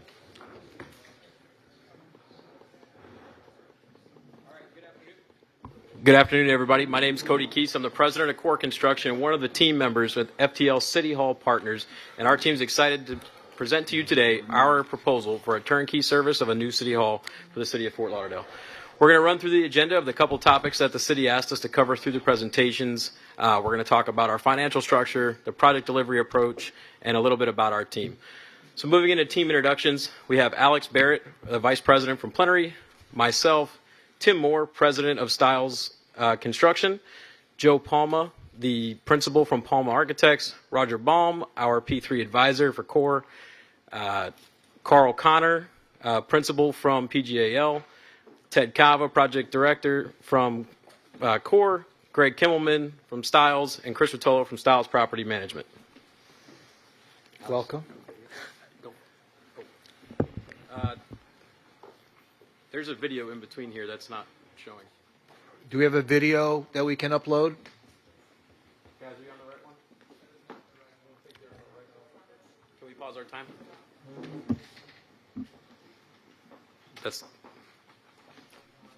They're on the PDF. It needs to be on the. Yeah. You guys have the PowerPoint. Yeah, they're not on the PowerPoint. Okay, so sorry about that. No problem. Team introductions. This is a different project to us. This is a different project to me, and it's part of the reason why I felt so strongly and passionate about building out a team that is truly the industry leaders and everyone that is experienced in being able to do this. We've put the best on every team because that's what this city and our neighbors deserve. This is really a new era for Fort Lauderdale. This building is absolutely beautiful. It's going to be the front door to the city, the gate that everybody goes through when they come into downtown. But this building is really designed with purpose, and it's anchored around this DNA that we in architecture call passively intelligent, and it will also encourage the next generation of employees to really be excited to come and work in a building like this. Because anytime you're talking about a public-facing project or building, whether it's City Hall or whatever, you got to think about the interaction between two stakeholders, the public stakeholder and then the employee stakeholder. Today's City Hall it's much more interactive. It's much more connected to, especially in the culture that we're in today, where we're much more digitally connected. And this City Hall that we envision is one of the future of Fort Lauderdale, one that is, a lot of it is thinking ahead in how it brings a community together, and it's responsible for change, positive change. Fort Lauderdale's, history in yachting and boating, I always thought, wouldn't it be wonderful if you took the shape of a hull of a boat and you made it the symbol of the city. So this form is really like you took a boat and you just put it vertically to the sky. This eye of the needle of the shape is actually opening itself, welcoming the public, the community, to the City Hall. It's not as dramatic when you're actually in the space in the interior. So we've taken the opportunity to create some really cool collaboration spaces, say in the wings, that'll be a unique space. And again, we see those as inspiring. So we've proposed what we think makes sense for this project. But what's important for them to understand is by agreeing to pick us, they are not agreeing that it has to be exactly the way that we've proposed it. There will be a period of anywhere from 4 months to 9 months, depending on how much involvement they want, where we will collaboratively set the scope together, then take the project through schematic design, with regular communication. Stiles is credited with shaping the Fort Lauderdale skyline, and so there is a huge element of pride and satisfaction that we get not only from working in this city, building this city, but serving the community and the city through how we operate these buildings. I would love in the future for people to be as excited as the first day they move into this building. And that's where great architecture usually withstands the test of time, is when people appreciate it not just because of how it looks, but the experience they have once they go in and move through it and see how it functions truly within, in this case, within a workplace.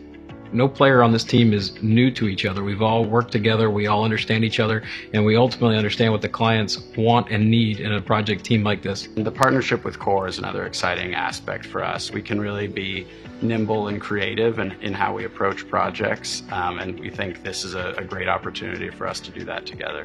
The city of Fort Lauderdale and their employees inside of this building really deserve local, fast, attentive response, which is what you're going to get with Stiles Property Management. The team that we wanted to put together was the most experienced team and the most qualified team that has a proven track record of being able to deliver projects like this, and not only being able to deliver, but ensuring that it's the most flexible to the responsiveness of the commission, the responsiveness of the community and the neighbors, and who we trusted to be able to deliver a project like this on time and on budget. We're convinced that we have the team for the city of Fort Lauderdale. We've got it all. So as Cody just mentioned, every member of this team was Cody just said you got it all. So. We've got it all. Each member was hand-selected closed, right? for the specific needs of this project. So Plenary is the #1 developer of DBFOM infrastructure in the United States, with 65 assets across North America. On the construction side, CORE and Stiles both have deep local footprints here in the city of Fort Lauderdale. On the FM side, that's not a typo. Stiles is also on our FM side, which is a very unique aspect of our team. On P3s, the interface between the DB and the O&M side can be the most challenging element of it, and we have that all under one house. And so that will help us to alleviate those potential conflicts in the future. And then on the design side, Palma and PJL are leaders in both civic and Class A infrastructure. There's a misconception out there that Plenary is an Australian company, so I wanted to set the record straight. That is a separate company entirely. We are based in North America. We have 130 employees that are exclusively dedicated to the development of P3 infrastructure, spread across 5 offices, including one here in the state of Florida. This is a very high-level schedule for the interim agreement phase. I think what I want you to take away from this is it'll be a collaborative process where we start with programming and take it through schematic design with multiple checkpoints of pricing updates along the way, so that each decision point that the city has will be informed by real price, so that you can make the right decision for the design. And just piggybacking what Alex was showing there with the timeline. So, one of the things that we wanted to lean into, we've heard this feedback a few times now, which is, so if you select our group, what happens after you enter into an interim agreement? Well, picking back up on that word collaboration, we're going to enter into essentially these kind of 4 working groups. We're going to lean into the design build collaboration, with your staff and continue refinement of the aesthetics and the cost. The financial working group working with, your CFO, PFM, et cetera. And then the O&M working group looking towards that long-term solution. All of which then feeds up to all stakeholder meetings. And what is the real goal here? Transparency, collaboration, so that we make good decisions together and that we ultimately lead to your vision brought to life. So some of the teams that you're going to see here today, they have told you what they're going to do if they get the project. But we wanted to emphasize what our team has already done, what Stiles has been doing in this community for 75 years, what CORE has continued to do since we've been in the city of Fort Lauderdale and in the state of Florida for the last 43 years. But we've already been active in the community. We'll continue to be active in the community. As a part of being in that community, we want to help build the people around us and make sure that any projects that are going on in Fort Lauderdale, that are going on in Broward County, that they're built by other people that are inside of our community, and having them work with our CM mentorship programs, having them work with our apprenticeship programs and the different partnerships and developments that we have, so that the jobs that are created here are not just temporary jobs that are for one project cycle, that these are jobs that they're able to enter into with us and work on, but develop themselves into a career that they can continue to grow off of long after this project is completed. Most teams are going to talk to you about the stakeholder engagement that they're going to do if they're awarded this project, but our team has already begun the stakeholder engagement. We've been meeting with different HOAs throughout the city for months at this point. The HOAs that you see in blue, we've either reached out to, had meetings with, and have talked to and got their input either in the design phase to the proposal development phase, and we've not been able to hit them all. There are a lot of them on there, but we will continue to throughout this entire process and make an effort to make sure that everybody's voice is heard here. We're now going to talk a little bit about the experience and performance. We've heard each of the commissioners talk about how important experience is to selecting the right partner, and we absolutely agree. And our team has more experience that's relevant to this project than any team. Plenary has not only delivered the only social infrastructure DBFOM project in the state of Florida with the Miami-Dade County Courthouse that opened 2 months ago for judges, but we also have the only city hall in the United States that's been done as a DBFOM in the Long Beach Civic Center redevelopment. We also have a number of projects that were developed using this same interim agreement phase concept, such as the Prince George's County Public Schools package. And we will use the documents from that to allow us to get to work right away, because we have contracts that we are ready to share with you on the interim agreement side so that we don't waste time with that phase of the project. On the design side, as we mentioned before, we have lots of experience on both civic infrastructure and Class A office space, which is really what this building is the merging of those two elements. On the design build side, similar story, but also specifically here in Broward County with the Supervisor of Elections building, which was done as a DBF P3. What we also bring with Stiles is over 7.5 million square feet have been developed, built, and managed within the city limits. It's a lot. There's also another 1.5 million that's recognized on this drawing as well that's already underway. We bring an extensive amount of experience in the downtown setting. We understand traffic flows. We understand busy times of the day. We also understand the need to be cognizant of dewatering because we go deep. We're by the intercoastal, and there's now more and more sites within the city that are contaminated. So we understand how to deal with that discharge. And I think what we've gained from all this time is our experience and our knowledge and our ability to work with the city's building department. We got to say we are one of their best clients, and they're one of our best clients. And what Whit didn't mention to you is out of that 7.5 million, he was personally involved and responsible for 4.5 million square feet of that construction that was completed inside the city of Fort Lauderdale, including the building that we're in today. He was the project executive on this project, and what that brings to as far as experience with the building department, but with the local trades, with the local subcontractors, and those relationships that go back for years, tried, tested, and true throughout this process.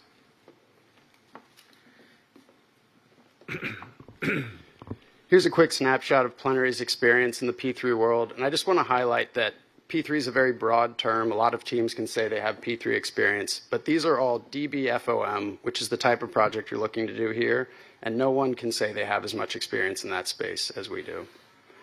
We proposed an availability payment project, but we listened to the feedback at the start of this meeting, and we are very flexible and willing to explore the potential hybrid solution that PFM and the city have raised.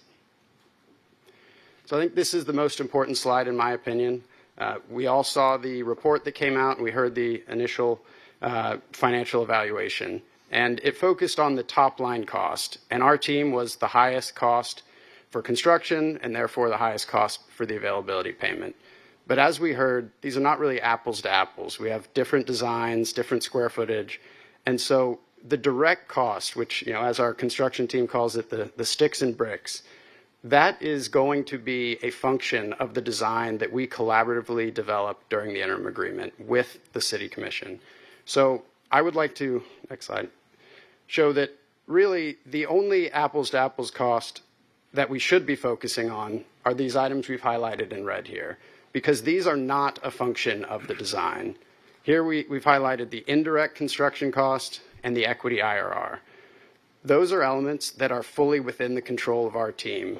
For me, it's the equity IRR, the rate that we charge on our investment, and for the construction team, it's the indirect costs, their CM fees.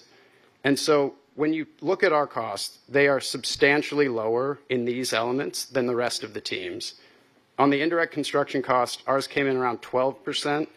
One of the other teams had 56% for indirect costs, and the other two were in the 20s.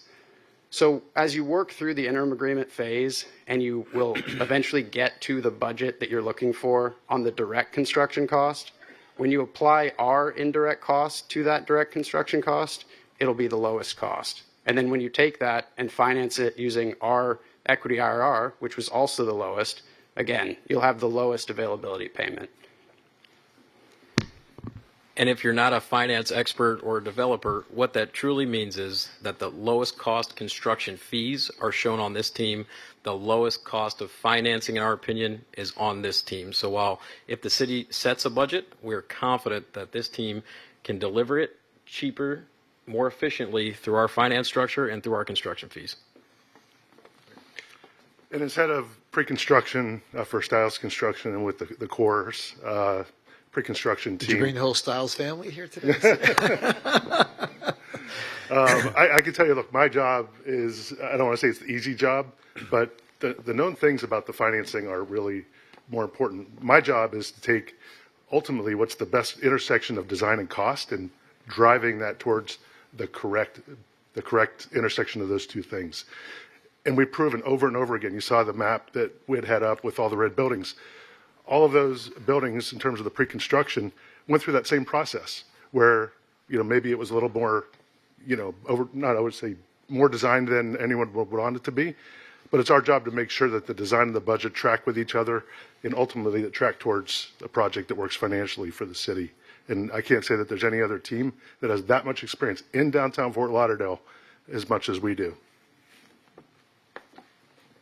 There was also a discussion on bonding capacity. We just put this in here for transparency. Between Core and Styles, there's an $850 million single project bonding capacity, as well as a $3.7 billion aggregate bonding capacity. This is a more detailed schedule of what we showed before. So again, just showing you how we'll work through the programming and design. On the commercial side, we'll work through the contracts, and we'll establish the financial structure, all during the interim agreement phase, so that when we get to the dotted line, construction can begin. So as you've already heard through my colleagues, collaboration carries through design. And our team would work very closely with you and all your departments in how to design a truly efficient and sustainable, resilient building.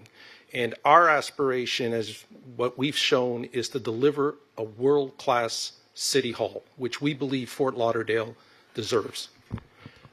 We're going to show you just very short clips that help explain the ethos, the thinking behind why the building looks the way it looks. And it really, really self-explanatory. This design is not one of just architectural beauty and significance. In fact, resiliency was a key factor in all the thinking that went into its development. We knew that wind is one of the most significant environmental forces acting on any vertical structure. We needed to take into consideration its location and the high potential that high winds could and will certainly come one day, especially here in South Florida, where high wind loads and accelerations must shape how we design. Large, tall, box-shaped buildings enhance wind activity and have shown to cause structural damage and create unpleasant windy areas surrounding them. Our goal with the Fort Lauderdale City Hall is to create a building that performs with nature, not against it. Inspired by our nautical design, the building's form, much like the hull of a ship, is shaped to shed wind efficiently. Its curvature and softened corners reduce drag and help reduce vortex shedding, particularly on the leeward side, where negative pressure differentials can be the most intense. Through computational modeling and with future wind tunnel testing, the building reflects a geometry that enhances both structural performance as well as considers the comfort for all who will use it. The form diffuses downdrafts that typically occur when wind strikes a tall facade, maintaining a calm, comfortable experience at the plaza and ground level. Ultimately, this new Fort Lauderdale City Hall stands as a symbol of resilience and forward-thinking design, a civic landmark shaped by its coastal environment and crafted to serve the city's future. So I think one last thing I want to touch on, which I think separates us from our competitors, is we created a master plan, a plan on a site that gives the most to the public, meaning this heart of the project, the chambers, are celebrated within this great plaza that has a formal identity to what is a city hall. Next slide. And within there's elements to it that are passively able to, with security and dealing with forced entry, RAM, all of the things that in today's time and age are very much a concern. We are able to do it where the public doesn't really notice that it provides these things. So as you can see, this great space creates clarity to identify what truly is a city hall of world class. We have created a space that represents the very heart of governance, the new City Commission chambers. This is where decisions are made, where debates unfold, and where the future of the city takes shape. It's a place that must reflect transparency, accessibility, and security, while maintaining comfort, clarity, and dignity for everyone inside. The chamber is fully accessible, ADA compliant, with comfortable seating designed for long sessions, and seamless access to every amenity a modern assembly space requires. The seating is a semicircular configuration, encouraging open discussion and equality among commissioners. This is not a boardroom, it's a conversation space. Every commissioner, every speaker, every citizen becomes connected through clear sight lines and perfectly tuned acoustics. The materials speak to both strength and warmth. The chamber's interior is wrapped in angled wood panels, creating a sense of calm and refinement.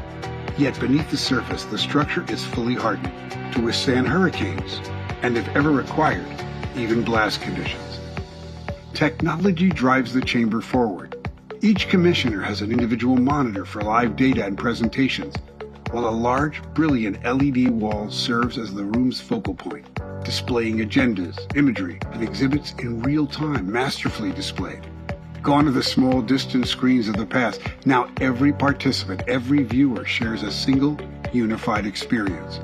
This advanced audiovisual system, developed in collaboration with world-class consultants, including those behind the Sphere in Las Vegas. Security remains integral, discreet, but advanced. The chamber's systems and enclosure are designed to protect using the same expertise employed for projects done for the FBI and NATO. Commissioners enter and exit in privacy from a secured private garage through a secured pathway to the staging area, directly to the seating area, and can access the City Hall building through a private entry corridor and elevator. Its ellipse shape is purposely designed to let wind flow around it. It sits a level above the plaza and the garden, and the public feels that this is for them. And at night, it becomes the backdrop for some magnificent evening events. An exhibit area, an event space, it's right there. And the grassy green roof will reduce heat islands and is visible from above, enhancing the view from other buildings in the area. It stands as more than a meeting place, but a space where transparency, innovation, and resilience converge. A place built for open dialogue. Designed for the future, this is the new Fort Lauderdale City Commission Chambers. Okay, you've just seen and heard an awful lot of information about the architecture of the exterior, but we want to reassure you that we understand that one of the most important parts of this is what happens to the architecture on the interior and the true heart of this building, which is really the work zone, and it's the hardworking spaces for the city employees. We just wanted to let you know that our programming experience will be used to get us a dialogue between all the users, because we understand every department is unique. And our goal is to make sure that we address those unique qualities for each one of those. In the end, we're going to provide a design that is welcoming to the public and timeless. And on the interior side for the employees, something that is durable, secure, and efficient. We're going to lean heavily upon benchmarking against not only wellness principles, but also LEED principles. And our team is really gearing up to shoot for LEED Gold. And as we talk about the construction approach, we just wanted to make sure that everybody knows the Fort Lauderdale City Hall Partners office is directly across from the City Hall site, 22,000 square feet of space where this team, the architects, the development team, the CM teams are all right there in one spot, able to assist in the project. Going back to our understanding of how projects function in a downtown setting, especially Fort Lauderdale, Andrews Avenue, one of the busiest streets and most traffic in town. We're approaching it from the west. So what we've done is we've notched out a section at the front of the building, and we're literally going to bring our traffic in on Second, cut it across the site, and then come back down First. That's to eliminate our need to go out on Andrews and impact the traffic out there. Ted? You asked us to talk about how we're going to make sure this project is built safely. And as you look at the record for both Core and Styles, we are one of the safest companies presenting today. And we do that through developing a culture, not just from a leadership perspective, but all the way down to every worker on site, where they're responsible for the care and custody of everyone working collectively together. I know as part of the deliberations in the morning, they talked about the construction approach and construction schedule. Well, not all schedules are created equal. As part of our estimate development, there was a hard cost contingency as well as a design contingency and escalation contingency. And when you think about a schedule, you almost have to think about it the same way. When we were looking at this schedule, who's better to understand the nuances of working right here in the downtown corridor than this team? And the reason why I want to bring that up is that we have a 40-month construction schedule from when the comprehensive agreement is going to be signed. And that will be executed in the project being finished by May 2029, and then an 18.5-month schedule by May 2028 to turn over the Commissions building. We are the first team to turn over the Commissions building, as well as the secured parking area than anyone else presenting today. I think these two graphics do a good job, but I want to show this fourth dimensionally, because really you have three projects going on. So on the right-hand side, you see the Commissions building going in. On the left-hand side, you see the tower construction. At the same time, you'll start seeing the work occurring with the parking garage and the safety security zone of the parking garage. By May of 2028, you see the parking garage being completed as well as the completion of the Commission building. At the same time, we're wrapping up the completion in the tower building for a May 2029 delivery. So I know everybody knows a lot about Styles. I run Styles Property Management. I've been doing it for 21 years. We have 22 million square feet within the area. We are the largest privately held property management firm in South Florida. In fact, we did the math. We pay in over $16 million in real estate taxes from the properties that we manage. So we have skin in the game. We do care about where our tax dollars go, and that's not even counting our employees. We are non-proprietary. That's important. And we have government experience. City Hall requires a partner, not a vendor. What does this mean for the city? Economies of scale.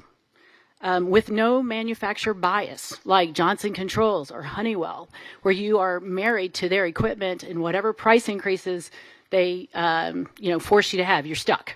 So we invite lower costs by competitively bidding this equipment and making sure that we get the best equipment that you need for your facility. So here are just a few of the highlighting the government sector projects that we've been involved in. And the main thing is that these are complex. They are public facing, safety critical, much like City Hall will be. And we are used to working under a guaranteed performance contract. We operate as stewards, not vendors. And we would be honored to bring that stewardship to the City Hall. And we ask that you trust us. Thanks. So as a developer, we've worked with nearly every major contractor and operator out there. And what I think differentiates this team is the accountability. If you just look around this room, I pose the question, if a challenge ever arises, which unfortunately they likely will, would you rather walk across the street to find Chris or any member of our executive team who are all based here in Fort Lauderdale?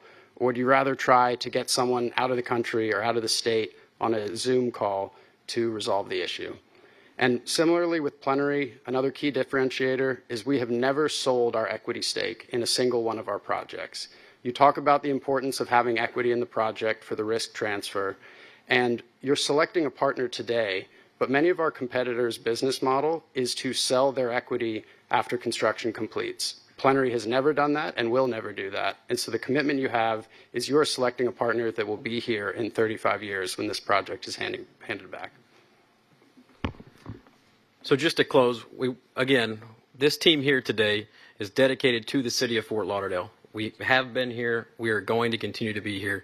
We're ready to come up with a design that fits the city's budget. We're ready to come up with a design that within that budget is able to achieve whatever sustainability goals the city may want to reach for, whether it's LEED Silver, LEED Gold, if there's wellness components to it. We're here to do that. Our teams are committed to local participation, as we have always done locally between Core and Styles, have a track record of doing so. And ultimately, this team is the only team that has developed a city hall under a DBFOM model and is ready to do this for the city of Fort Lauderdale. Putting this plan together, we think that we're the right partner for the city with the right plan. And we came up with that plan by listening to the community, what we heard in the ULI. It does. Finish your thought. I just wanted to close with, ultimately, the city is the client. You decide, we'll provide it. We live here, we work here, we love this city, and we'd love the opportunity to work for you. Great. Thank you so much. Okay. Is there more? More of it, yeah. You might have to mute it. Stop. Vice Mayor, do you have any questions? Okay. Pamela Beasley Pittman, Commissioner, do you have any questions? Yes, just one question in regards to employment and those who would be hired to be a part of this process. What is the percentage that you're looking to add? And then also, are you willing to include that in the comprehensive agreement moving forward? Absolutely. So as the Core Styles team, as I mentioned, we have a track record of local participation, small business participation. A couple of our more recent projects right here in Broward County, whether it was with Broward County Public Schools, we've far exceeded their goal of 25%. The last three projects we had with them were 42%, 55%, 61% local participation, and 37% local participation. The Broward County Supervisor of Elections Office, there was no goal, no requirement, yet we still maintain a rate of 31% participation in the local and small business outreach. Our team would be absolutely happy to incorporate a goal into the comprehensive or interim agreement plan as a part of that negotiation to ensure that those goals are met and that we can be held accountable for it. Thank you. That's my only question. Okay. Commissioner Glassman. Yes, thank you, Mayor. Again, and I have said this to every single team, we are so blessed to have this choice to make. Thank you for your work and for your talent. It's been a very impressive afternoon, and it's incredible to know that there are so many creative and talented people in our community that are ready to get to work. So thank you for your work and for your effort. This was not easy. This was a long process with lots of steps. So thank you for complying with each one of those. It's making our decision, I believe, both harder and easier at the same time. So a couple of questions for you. So we see a model in front of us, and we know that according to the information provided, Fort Lauderdale City Hall Partners has the highest construction costs. So this is a two-part question. So when I look at this model, and obviously each team has made a conceptual presentation, we know that at the end of the day, the city will decide what the budget is and what it is that we need to have in this facility. So my question to you is, number one, how should we interpret the fact that out of the box you already surpass all of the other construction costs? I would point you back to the slide on indirect costs. So the direct costs, I truly believe at this point, there's no sense in focusing on them because there's so much work to be done over the next 6 to 9 months to collaboratively develop the design together at whatever budget you set. And so the direct costs really, regardless of the team you pick, everyone's going to the same subcontractor pool. Those costs are going to be driven by the market. And so when you look at the breakdown of how our cost was more expensive, it's entirely driven by much higher direct costs. Whereas all of the costs that we can control, we were the lowest. And so when you take that collaborative process to get to a budget at the end of the day, and then add the costs that we can control, we will deliver the lowest cost for the project. And I appreciate that. So that leads me into my next question. When you look at Exhibit 1, page 17 of 27, obviously we see that your direct construction cost is the highest. But then, to your point, we do see that the indirect soft costs, it goes from a low, you are the lowest at $22 million, and it goes all the way up to $90 million.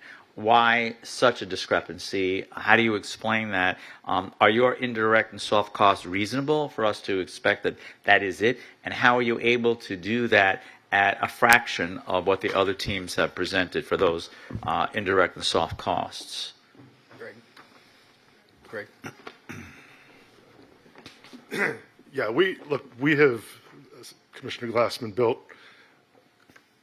hundreds of thousands, millions of square feet of this product, developed it downtown. We know what those indirect costs should be. We've gone and compared, pulled metrics on similar type projects, and we're confident that the indirect costs are in line with what it took to build those buildings. So that would be a combination of all whatever the contingencies needed to be, and I know a lot of other proposers had much higher contingencies than we did. We contingencyed appropriately for this project. And as, frog in my throat. And as has been said here, the design will end up what the city wants it to be. The sticks and the bricks are what we in construction will need to control and help guide it to that proper budget. But ultimately, the market will tell us what that is, but it's our job to control those. But to answer your question, yes, the indirect costs are consistent with what on other similar projects.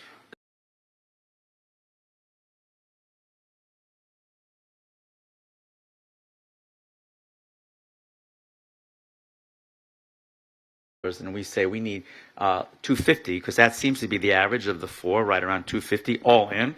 That's direct construction costs, indirect soft costs, overhead, administrative costs, and contingency. What happens to this model? How do you shave those 50, 60, 70 million dollars off of this? What happens to this building, and what would we reasonably expect if we do come in at a cost roughly at that amount? What happens to this? Sure. So on our original proposal that we submitted, we were somewhere around 195,000 square feet. There would not be a drastic change. You guys have seen the original renderings that we provided in those proposals. It does take a couple of floors off the building and brings the size down slightly, but this could completely change if you guys had a desire to completely change the design to something else. We'd be more than happy to accommodate that and work through it. And with the team that we have here, I'm confident that whatever budget is set by the city, that we can design to that budget without losing efficiency in the building, without losing the basis of design, but still providing an amazing product that the city would be. Well, can you build this building for less money? Building this building for less money, it would really depend on the internal programming. But can it be built for less money? Yes. Okay. Yes, it can be built for less money. So originally, your square footage was what, at around 250,000 square feet? Off the top of my head, I believe it was around 195,000 square feet. And you went to 250? Just north of that, yes. Okay. So again, if we did like this design, you're saying that we could do it, and a lot of that would just depend on what we did internally. Correct. And as these are estimates provided conceptually, we always tend to be more conservative on these estimates, which does show you a higher cost, but being responsible at the same time. So this number can come down as we work through the design phase and know what the true programming will be inside, what the actual finishes will be. We'll be able to pull that number in a lot, but to provide you anything less than the estimate that we provided, I don't think would be responsible, and we don't want to mislead or provide an unrealistic number to secure a contract. Okay. And I would just say one thing to add there, that this next phase of the process, I really want to focus on how iterative and transparent that will be. So it's not like you would say, we want the project to cost this much, and we would go off in a vacuum and come back with a new option and say, now it costs this much. Instead, we will have a series of options with prices associated with it so that you can make the detailed decisions along with us, not just the yes-no decision, but the decisions of each step along the way, what this amount costs. Is it worth it to you to spend the money on this component? And so that's how we can get to the budget that you desire while still maintaining the features of the building that you like. Understood. I'm going to quote one of our consultants, PFM, which really looked at a lot of the financials here. And in the evaluation report that we were given, PFM concludes that although the financing method is robust and well-defined, its long-term cost profile ranks as the least favorable option for the city from an affordability standpoint. So how do you respond to that comment that they made about your favorable or unfavorable affordability? Yeah, so I think that that comment starts off by talking about the financing, but then where they actually go is saying that our availability payment was the highest, which is true, as we talked about, and that again just goes back to the function of direct cost. To use a mortgage example, if you buy a $200,000 home or you buy a $600,000 home, the $600,000 home is almost certainly going to have a higher mortgage payment, even if the interest rate is much lower, because you have a higher principal amount. And that's the same concept here. Our availability payment is higher because our direct cost of construction is higher. But if you actually look to the table that was in Exhibit 4 that PFM put in their presentation as well, across the board on the financial structure alone, our team was the lowest. So the equity IRR, which as the city talked about, there's this potential for a hybrid where the city finances the project, but then the developer provides their equity. Our equity IRR was 11.5%. We're willing to stand behind that now and sign on the line that that will be our IRR. The other teams were 12 and 13.5%. So again, at the end of the day, our financing is the cheapest. It's just that our availability payment was the highest because our construction cost was the highest. So just to piggyback on that, you're right. That was actually going to be my next question. I see that you do have the lowest equity IRR, internal rate of return. So are you saying that that is because why? It's because we are very experienced in this market. We know the risk profile of these types of availability payment projects. And frankly, because we are committed to winning this project. And so while many of the numbers in this proposal can be viewed as just an estimate, just an example, when we put an IRR on a piece of paper, we know we can never ask you for a higher IRR than that again, because there'll be no justification for why we've raised our IRR. So we viewed that that piece of our proposal really was a commitment. And so we wanted to put our best foot forward now so that you knew how serious we were about this project. Okay. I asked this question of one of the other presenters because I did notice that as opposed to the other three, they did have almost like a variable rate on these availability payments. I look at this as a mortgage payment almost for what we're going to deal with in the city for the next 30 years. If we decided that it made sense to do it like that, though, where it escalates every year, does that make sense to you, or why do you prefer not to have it escalating? They started out low, and then I think it was 2.5%, and it just kept increasing. What's your take on which approach is better when it comes to that? It's a great question. I think that the approach that's better is really up to the city. And so it's a matter of, do you want a low payment today that then is going to grow over time? Or do you want a flat, consistent payment that you know as your budget grows over time, it will make up a smaller and smaller portion of your budget? We took the approach of a flat payment, partially just because on a total dollar basis, that's going to give you the lowest total amount of payments, is just paying us the same amount every year. However, as we get into it, we can show you examples in our financial model of what it would look like to raise that year over year. But I think the clear point here is when evaluating the availability payments, one that escalates over time is naturally going to be lower in the first year because it grows over time. So when you're looking at just the year one availability payment, ours was flat, not growing, so it's going to appear higher than that other one, when in reality, it's not. And is there a preference?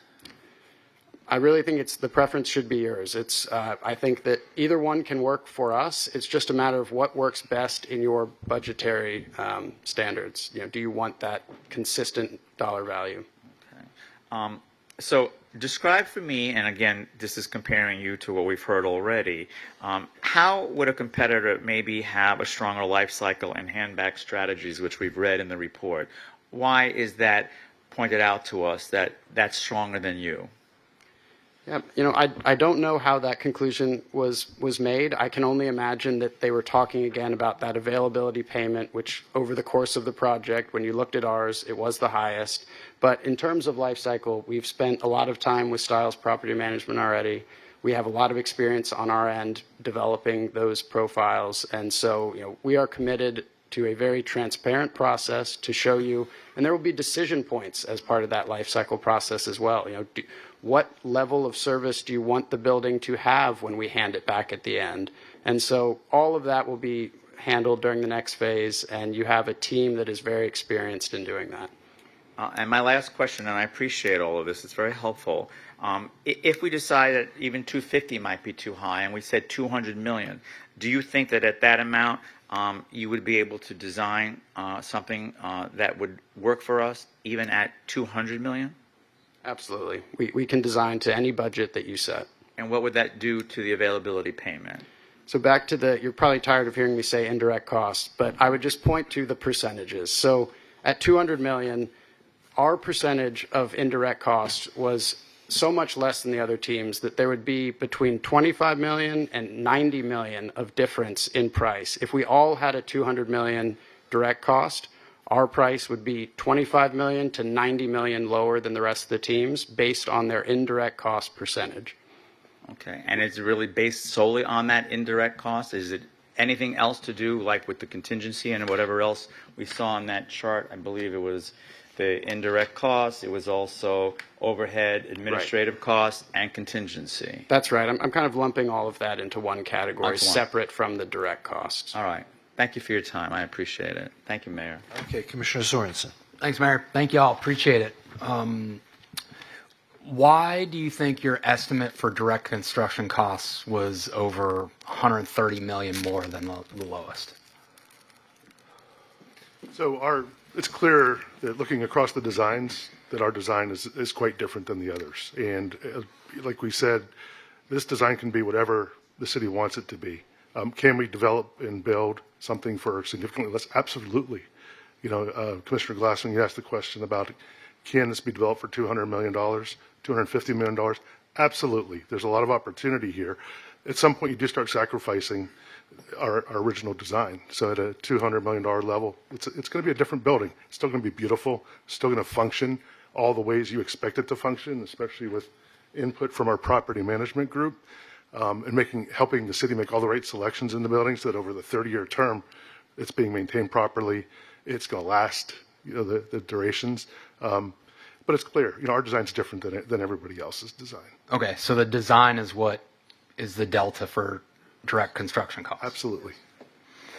I would also just add too that we've done a lot of these interim agreements, and we know that the worst thing we could do is give you a low number now to get to the table, and then 9 months from now, that price goes up, because that's how projects die. And so our mindset was always, let's give a responsible, realistic estimate now, so that later there's opportunity to bring it down rather than have it move in the other direction. Okay. Yeah, in my view, just one person is whoever we select and whatever they build, it's got to be functional, efficient, and I do not want to see paying increased amounts for a different design that's going to drive up cost just because of a design. Okay, so thanks. Next is O&M. So your O&M, and maybe this is also due to design, I don't know, was about double others. So help me understand that if you could. Yeah, looking at the chart that was shown, the other O&M numbers, I question if those had the life cycle component in it. It's a little hard to, from the information that we have available, we can't say that. But our O&M number not only includes the annual just mainstream operations and maintenance, but it's also the life cycle work that maintains the major systems, the elevators, the mechanical, all of that over the life of the project. And so again, we took an approach of let's set a responsible budget now, and then we will show you how those numbers can move throughout the process. None of this is a number that's set in stone now. But again, I would question if those other numbers could possibly include the life cycle payments at the levels that they were. And if I can just add, that's the beauty of having Stiles, who's done the development, the construction, and the management, because we collectively work together to ensure that we get the best bang for our buck and that the right decisions are made at the right time to save you money. Thank you. And then, Cody, question for you. If I heard you right, looking at availability, so the lowest availability payment out of the four right now is $17.9 million. If I heard you right, you said you can do this for less than that for a fixed availability? That availability can be lower based on the overall cost of the construction. So if we're given a budget to design to, ultimately that availability payment with the financing that we've proposed would be a lower availability payment. And again, what you're saying your strategic advantage is the financing mechanism along with the low indirect costs. Correct. Low indirect cost and lower cost of overhead. Okay. Thanks. Sorry? Well, and the experience and the Okay. local experience being the only team that has developed a DBFOM City Hall in the United States. And which city hall was that? That was the Long Beach City Hall. Okay. Thanks. In terms of, and I think you hit on OSHA, let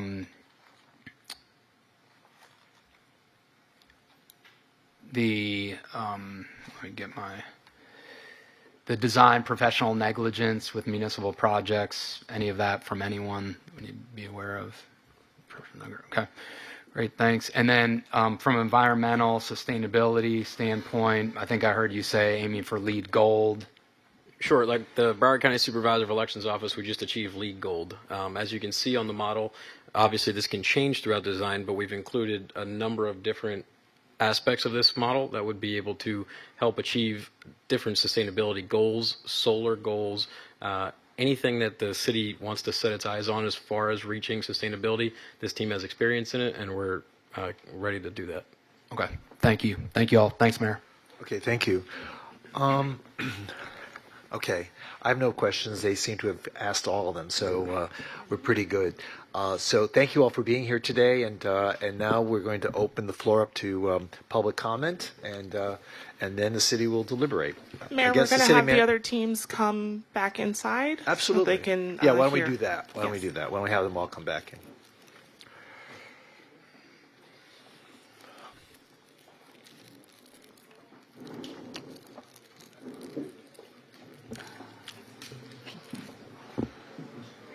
And Mayor, once they do come back in, I wanted to provide some analysis before we go into the public comment, as we indicated in the run of show. Why don't we wait until after public comment and you can do your analysis? I want to hear from the public based on what the presenter said. Will we be able to ask some questions of staff at some point in time? Yeah. Okay, thank you. We're going to deliberate. Thank you. Yeah. I would just like public comment first. Thoughts, Raquel, or you look like you want to say something? At the appropriate time, when permitted, Okay. I will share thoughts. Okay, great, thanks. Mayor, how many do we have signed up for? Three. Three? Okay, cool. Right.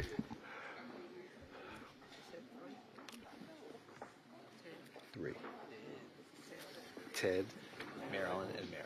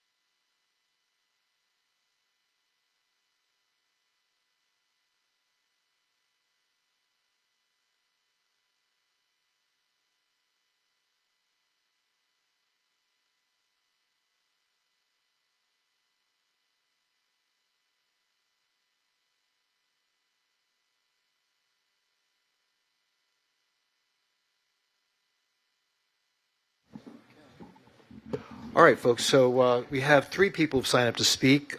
Start with Ted and Sarah, followed by Marilyn Mamano, followed by Mary Furtick. If there's anyone else who wishes to speak, please sign up with the clerk in the hallway. Yeah, I'm trying. David, can we move the model, please? Oh, you want to move the model? Yeah. Okay, let's just move the model back. then. All presentation materials. Yeah. Thanks. Thank you.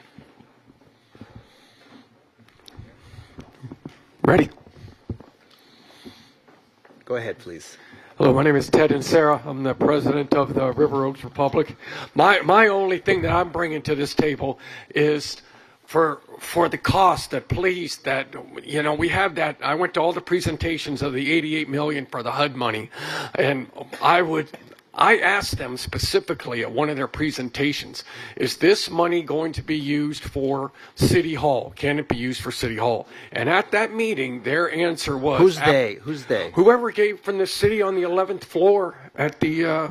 Okay. For the, telling the public about... Okay. Just thing. want to know who they were. I don't know what... Did you take names? No, I didn't. I don't. No, I didn't. I just shoot from the hip. But, her answer was absolutely not. Oh, it's her, so now we have... Yeah, okay, it was absolutely not. I don't know what her name It wasn't you, Ben, so don't worry about it. I was with Susie Bailey. I remember her name. Okay. But they just said absolutely not. And because I went to Thanksgiving dinner in Edgewood, and in the house that I was at, they are still not whole, 100%, ready. There's still a lot of homes. This 88 million is supposed to be designed, in my opinion, to go to help residents fill the gaps of their money, not to build, a municipal building like City Hall. Well, do you realize, Ted, that a large portion of that 88 million was secured because of what happened to City Hall? Well, then why did she answer my question as absolutely I don't not? know, but I'm just telling you that a significant portion of that 88 million made us eligible because of what happened to City Hall. Well, I still think you got to think of the residents, Well, we're not saying we're not. I'm just saying it wasn't intended to be just for homes. It was intended to help rehabilitate whatever we were going to do for our City Hall. So... because City Hall was never mentioned in any. I went to all four presentations. I'm just telling you. Well, anyway, go ahead. All right, I guess that's really it. That's I it. want to see that money go more in the pockets of residents to help to fill gaps of money that they were out of pocket from their FEMA, from insurance, didn't cover everything. And a lot of people I know in Edgewood, a few people in River Oaks are not 100% whole yet. Okay, I understand. Thank you. Marilyn Mamano?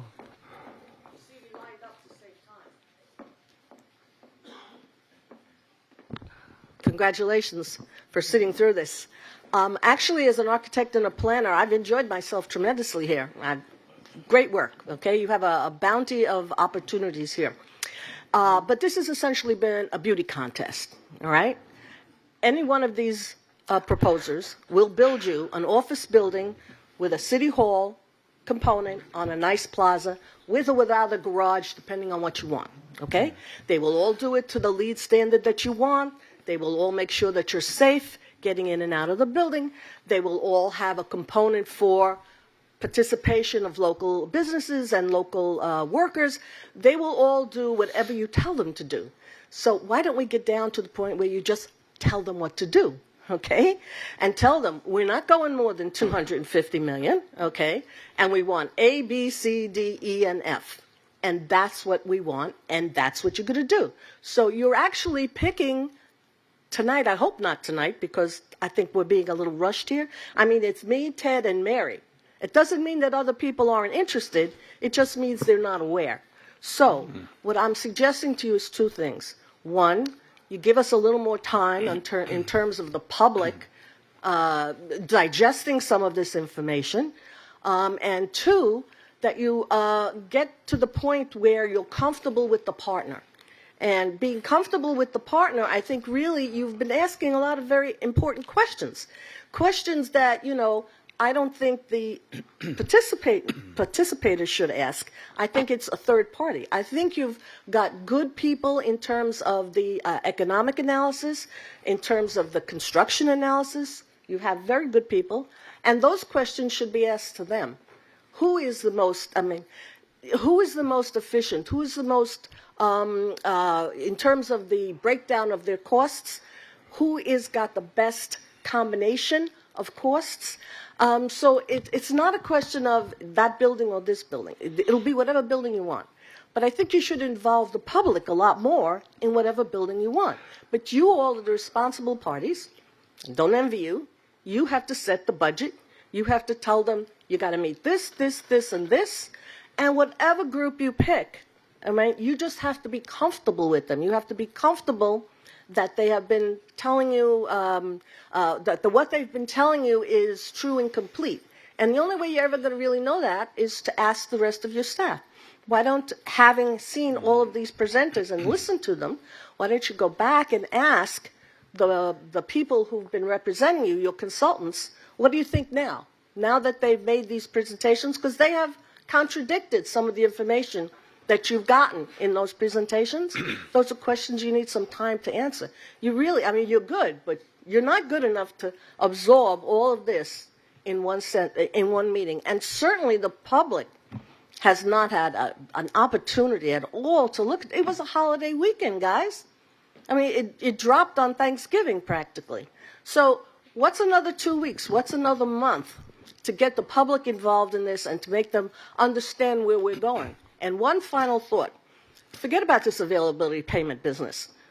Figure it out. After 30 years, what is this going to cost? That's the number that's going to shock the sensibility of the general public, and that's the number they're going to be crazy about. So let's take a little bit more time and make sure that we're getting the best deal, the most effective and the most economical deal, and so that when you get down to 30 years and you see what that number is, people are going to be a little more comfortable with it if they've had more time to digest it. I mean, just let me give you an example, and I don't want to take up too much more time. The availability payment that includes the M&O, all right? That's a 30-year warranty. It's the same deal we did with the water treatment plant, okay? And if people don't have an opportunity to absorb that and understand that that number 30 years down the line, that's including a 30-year warranty. So, you know, there's a lot of education that will go into this to bring the public along to make them feel that that number is, you know, it's a big number, but it's a number that we would have had to spend anyway if we were operating and maintaining it. So there's a lot of education, I think, that needs to go on. And any one of these groups who talked about community participation in the next phase in the interim agreement, I think you should pay attention to that. I think that's very important. Okay. It's also very important to talk about how people have, how these groups have actually performed, all right? So groups that have performed well, credit is credit, give credit where credit is due. You want a group that has performed very well in the city. Thank you very much. You're very welcome. All right. Thank you. Bye-bye. Thank you, Marilyn. And Marilyn, just tonight, so you know, stay tuned for the bathing suit portion of the beauty contest. It's really incredible. I always like the part where they incredible. ask them, you know, what is your goal in life, and it's always world peace. World peace. World peace. Just get ready for the bathing suit contest. You look like Bert Parks. Hi, Mary. Hi. Good afternoon. The idea of rebuilding City Hall is one that's been around for a while, even before the flooding that resulted in vacating the building and eventually knocking it down. And initially, it appeared that there would be a community-based process. Unfortunately, though it began that way, it has not ended that way. The last public meeting was April 20th, 2024. That's over a year and a half ago. Last Wednesday, sometime after 3:30 in the afternoon, the agenda for this special meeting was released with 14 exhibits totaling nearly 2,000 pages. It was the day before Thanksgiving. Many of us were out of town or had families and friends from out of town. Many of us were cooking and preparing for the holiday. But even if that was not the case, it would have been difficult to read and absorb all of the exhibits before today. Mayor Trantalis has called this a generational project, and so it will be for the generation that has to pay for it, meet in it, and for the employees who have to work in it. So wouldn't it have been a good idea to have tried maybe a little bit different of a process rather than the one that is anticipated to happen today?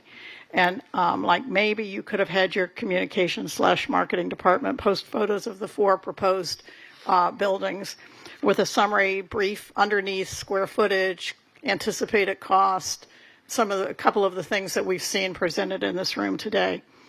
You're getting ready to make a decision where the difference between the price, actually I'm a little confused on that at this point, so I'm going back to reread it, between the highest and lowest bidder could reach, hundreds of millions of dollars. That's a lot of money to most of us, okay?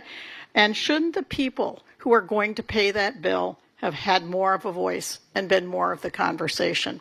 What is the problem with waiting till January or February? From your backup, it looks like leasing is costing far less than the lowest payment for building a new city hall. So waiting and doing the right thing is going to save money on more than one level. And while I'm here, I just have to mention this because this is a P3. It was over 4 years ago, September of 2021, that Lauderdale Tomorrow first requested that the city proceed as quickly as possible with a city-specific P3 ordinance. Still not done, though the project that we were speaking to that day, the one-stop shop, is done and ended up as predicted. Please take your time, involve the public, give us an opportunity to be a part of it, and just what I've seen today has been so exciting. I just think that this is an opportunity to bring a community together and give us some excitement. Take the time, include us in your process, create a city hall we can all be proud of. Thank you. Okay, great. Thank you. Mayor, Is anyone, I just want to... Oh, you want to ask her a question? No, I wanted to ask the city manager just to address something that Mary said, because she said that the last public participation opportunity was April. When I look at the evaluation report, the recommendation report that staff delivered to us on page 4 of 27, Exhibit 1, the timeline and public participation, it looks like there's at least 20 other dates after April. But my question is, all of those documents, it wasn't as if all of the documents were released Thanksgiving weekend. Weren't many of those documents released for every step of the way when we did meet as a commission? And was that not in the backup? Was that not part of when we had the process to narrow down the 6 to 4 presenters? In other words, was April really the last time that the public saw any documents or had a chance to participate in this process? And just to be clear, if I can, I wasn't talking about seeing documents, though I did not sit and compare every document that's previously been released with the nearly 2,000 that were released on Thursday. I'm speaking of the reimagining meetings. I'm on page 4 also. April 20th, 2024, the 5th and last reimagining City Hall workshop is what I was speaking to. That was an opportunity for the public's input on reimagining City Hall. So and you and I are on the same document, by the way. So we had 5 reimagining city halls. Did we not also have the Infrastructure Task Force presenting a workshop? Did we not have the Urban Land Institute presenting a workshop as well? Okay, so we'll take it up to July 2024, and we're still at almost 18 months, but okay.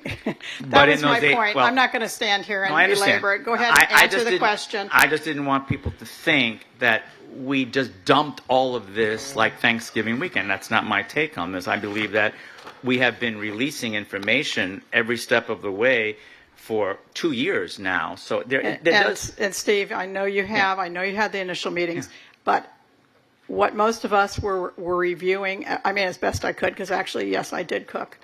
As best I could see, it was incumbent upon us to look at what you released, and we gave it a good faith effort, but much of that information was new, and it was not released until after 3:30. At some point, I'm sure we can get the exact time. The point is, there was not enough time to do a sufficient review. Your point is well taken, but before you go away, Mary, let me just ask the city manager. On October 7th of 2025, the commission approved staff's recommendation to shortlist 4 development teams, which we heard today. Now, we were given packets from all these development teams at that time, and that's how we made those choices. So what we saw today, to me, was a rerun of what we had already been presented. I just want to make sure that we didn't just dump all this on the public at the 11th hour before the holiday weekend. This was back October 7th, which was 2 months ago.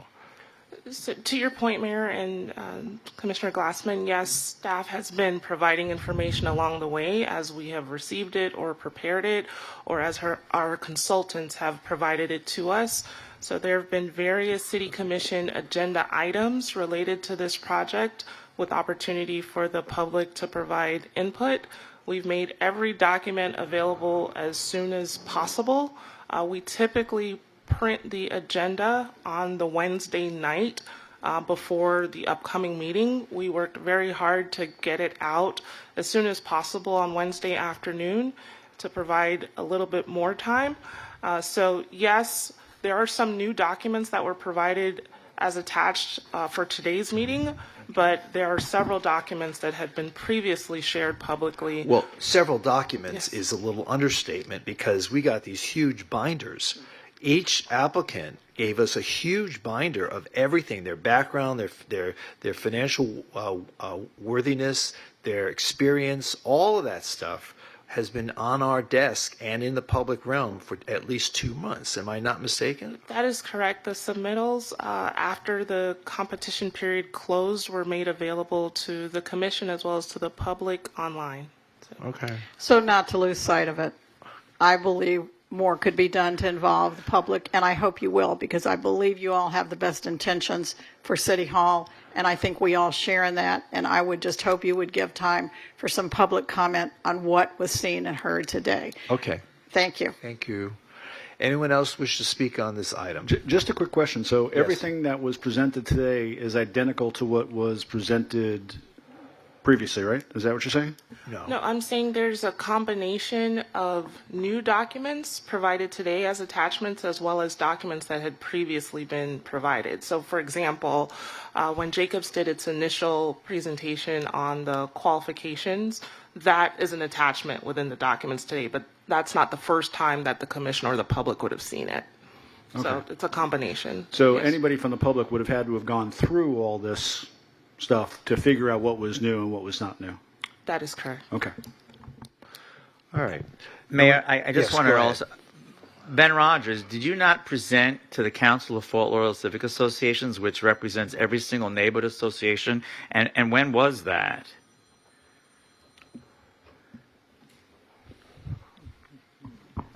Yes, Commissioner Glassman, I did present to the council at their last meeting. I'd have to pull the date up, but it was at the last meeting, I believe. November?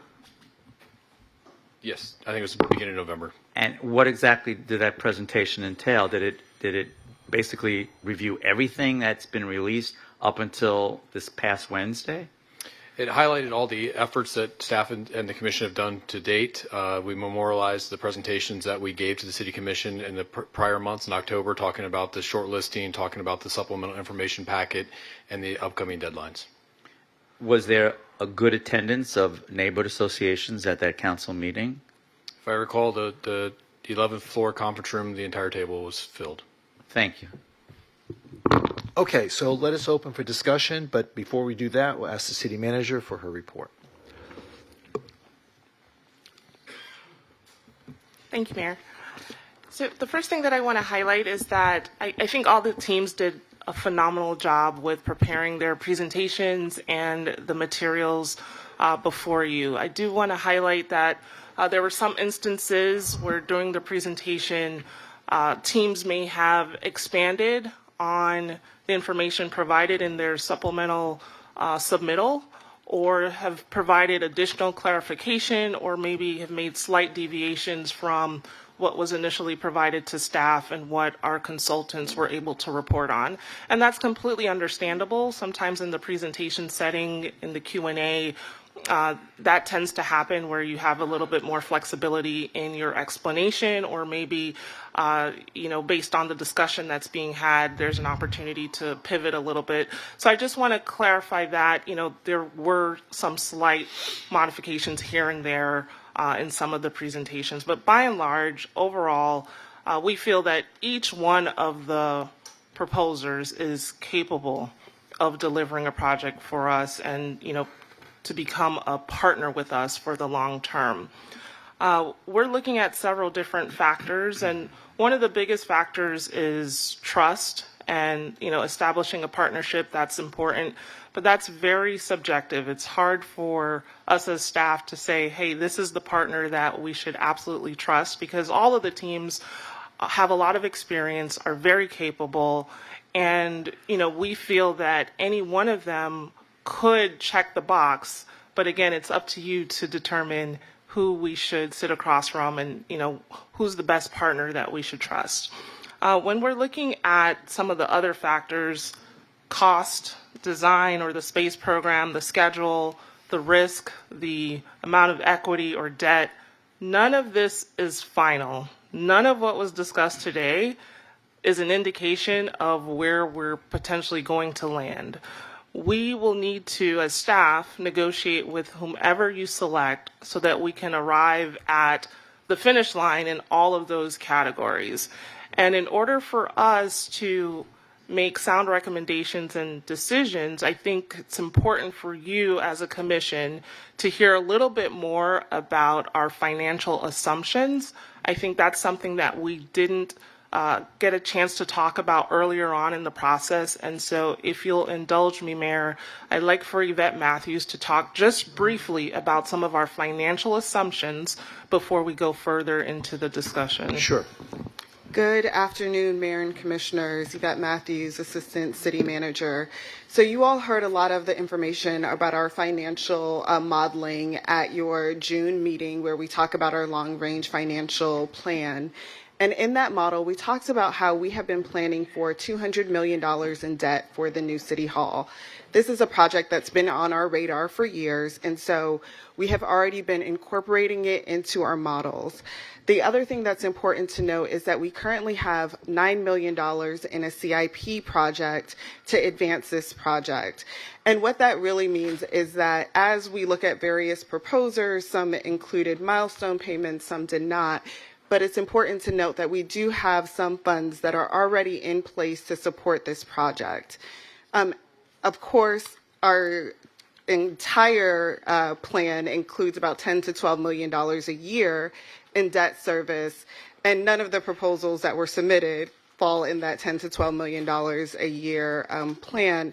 So anything that goes above and beyond that, we will have to make sure that we're making concessions in future budget planning to support that amount.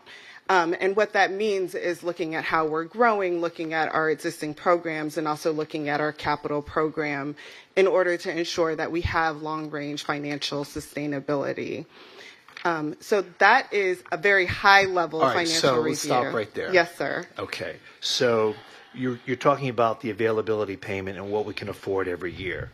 And each of the proponents, they range from 18 million to 36 million, and we've factored in 10. What did you say? 10 to 11 million? About 10 to 12 million. 10 to 12 million. Mm-hmm. Okay. So these are substantially higher than what we had originally budgeted for, right? That is accurate. Okay. So the question is, where's that difference going to come from? Right. And so we would look at our plan each year. We start our budgeting process by looking at where we are financially. We look at new revenues that may have come on board, things like the PFAS settlement, which we did not previously have in our plan. But we also look at new expenses that come on board, and we start pulling different levers. So whether or not we continue to expand programming, whether or not we sunset programs that may not be underperforming, how much we're putting into capital. This year, we made a $33 million investment in capital using a combination of PFAS and fund balance. So that's going to offset some of the capital expenses that we have in future years. But all of those will be factored into our modeling as we're developing the 2027 budget. And so, with the guidance of the commission, we'll determine exactly how much we need to factor in for future programming in order to support this project. Okay, thank you. You're welcome. May I have Ben? a question? Ben, all right, Steve? Oh, okay. Thank you, Mayor. Thank you, Commissioner Age before Sorensen. beauty. Oh, thank you very much. Okay. Well, no, thank you very much. But then maybe you should go first. Okay.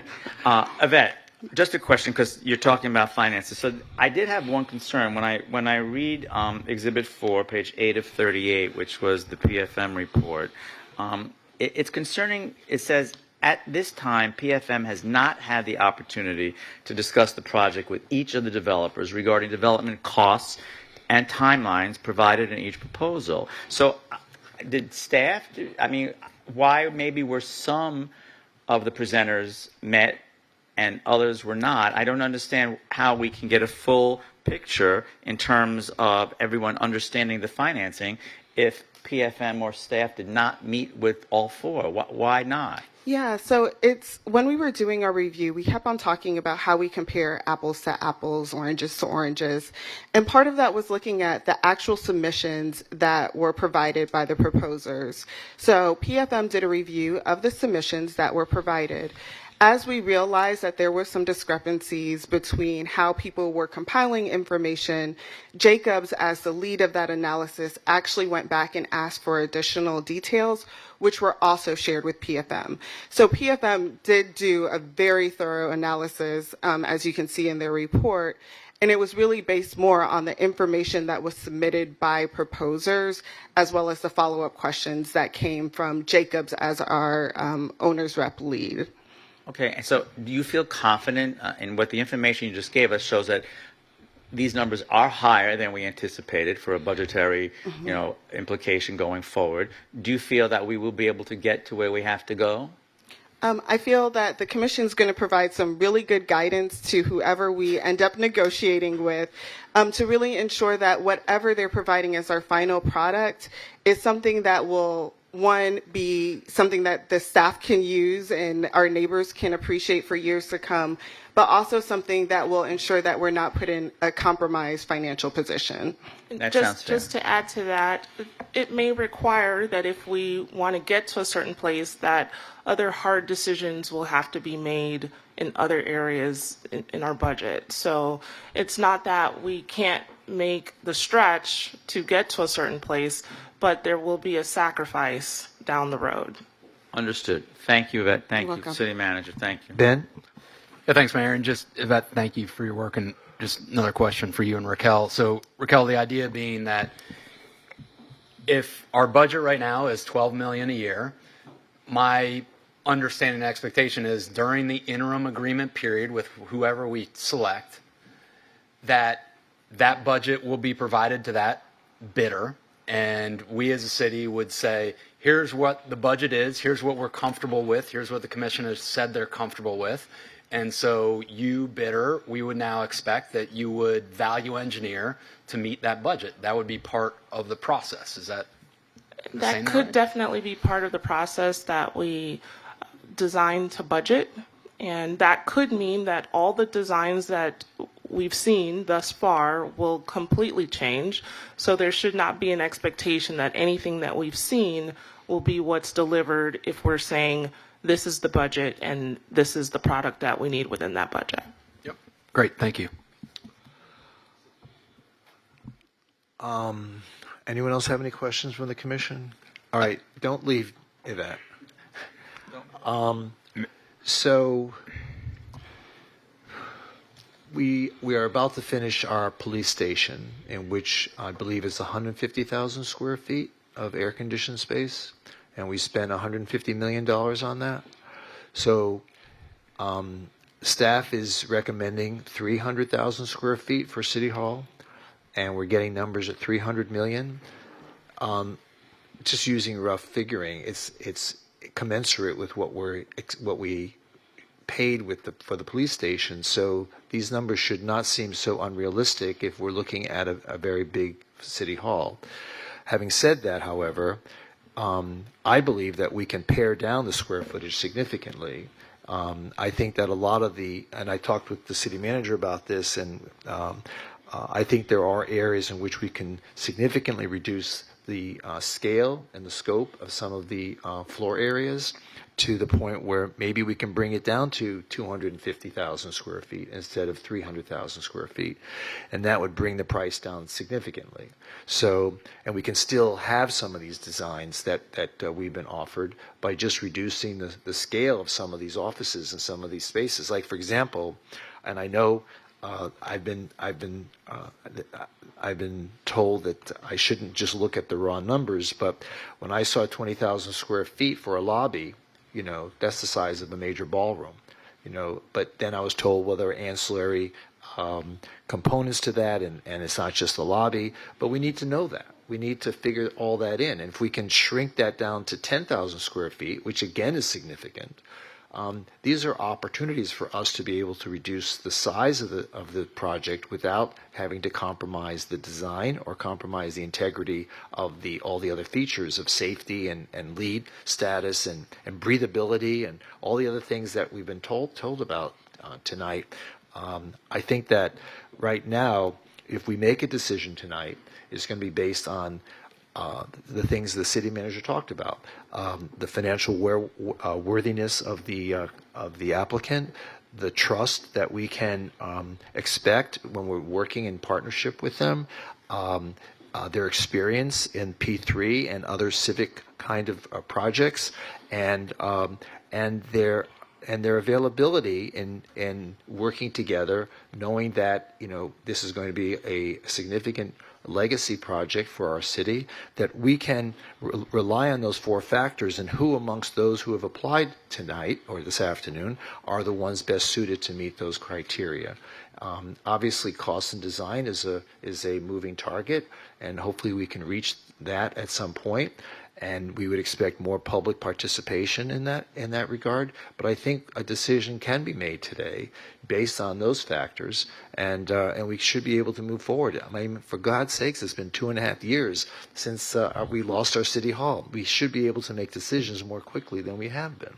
So I put that out to the commission. Mayor, I agree, and how I view it is that this is a ongoing process where the public, I think they've already been engaged, but will be engaged even more going through what exactly, when we think about budget. I'd love to have District 4 meeting talk about what should be our budget. Here's what Yvette is sharing. Do we want to go under that? Do we want to try to put there's just so much we can dialogue, and the important first step is identifying a partner that we think can deliver effective, cost-effective structure, and also knowing, Mayor, that we have the option as we engage with whoever that is, that during this interim period, if it's not working out and we don't feel there's good synergy and cost savings and so forth, we can go in a different direction. So we're not limited here. So I just agree with you, Mayor. And whenever appropriate, Mayor, I'd love to talk with PFM again whenever it's appropriate. Yvette, I think we're good. PFM, can you come up? Are they here? Yeah, he's...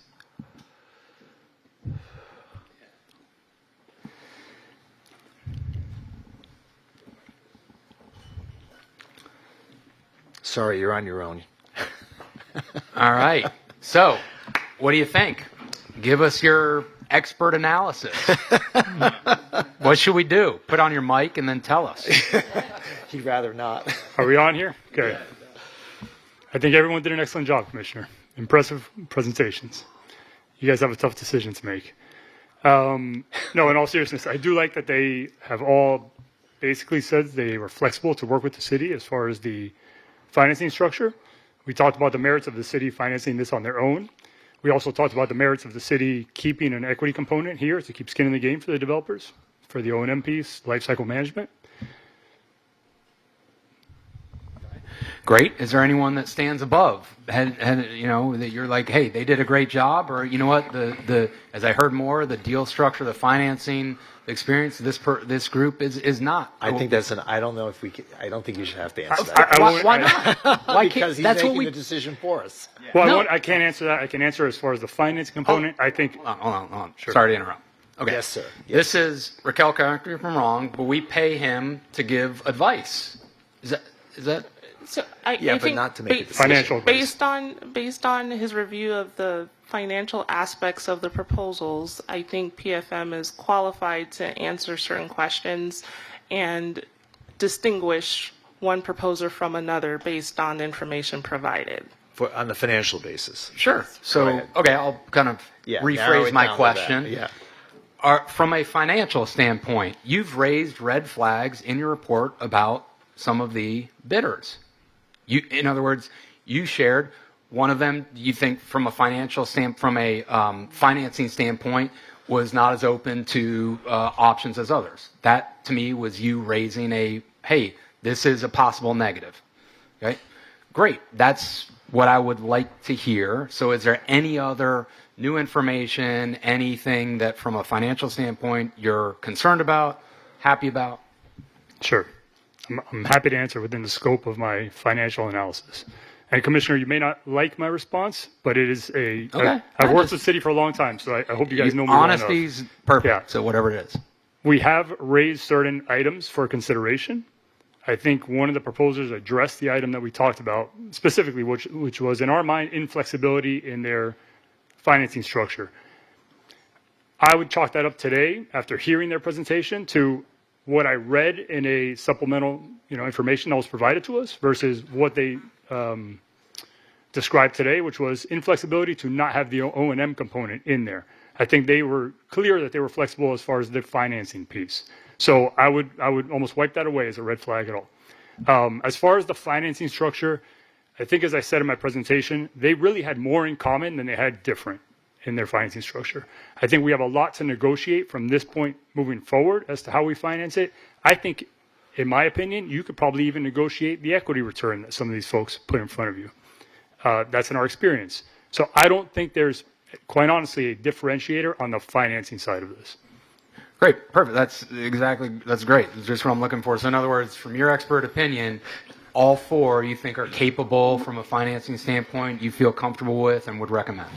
Yes, I feel comfortable that all four can deliver. Okay, Yes. great. Thank you, Mayor. And then I'd love to hear from Jacobs whenever, Mayor, it's appropriate. I just want one question. I'm sorry. So if you look at Exhibit 1, page 9 of 27, when we are looking at all of the supplemental information requests that came back and the criteria by which folks like PFM and Jacobs looked at it, there are five bullets under financial structure and feasibility. I don't need to read them all, but if you're familiar with them, in your opinion, each one of the four meets each one of those 5 bullets without a problem?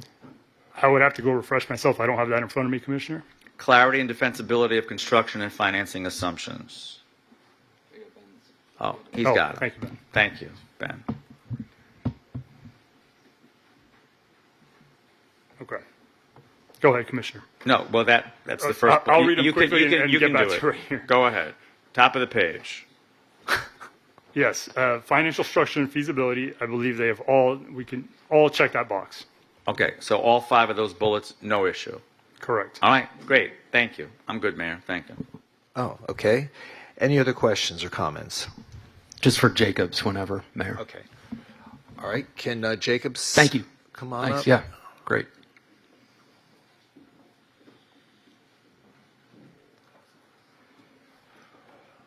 Thank you, Team Jacobs. And if you could give us your, having sat through, any concerns, Could you push the button on your mic? feedback, guidance. Very good. Thank you. Thank you. Sure. Well, I thought they were all very good presentations. I thought they all made very good points. I thought they were all more similar than they were apart, except with the exception for the design.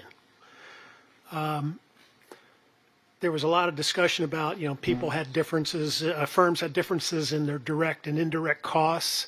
I think that was just what bucket do they have some of those costs? And I don't think overall there were really many differences, except they had them in, some people called direct costs and indirect costs and had it in a different bucket. And I think you're right. I could tell that from looking at their proposals. So I don't think, there's that much difference between them on the cost side. Design is a separate thing. I mean, certainly we saw some designs that really stood out. And that may be where you want to, put some weight in, because some designs just appeared to be, in my opinion, sexier than other designs, or maybe more attractive, or more certain features that might have been more desirable.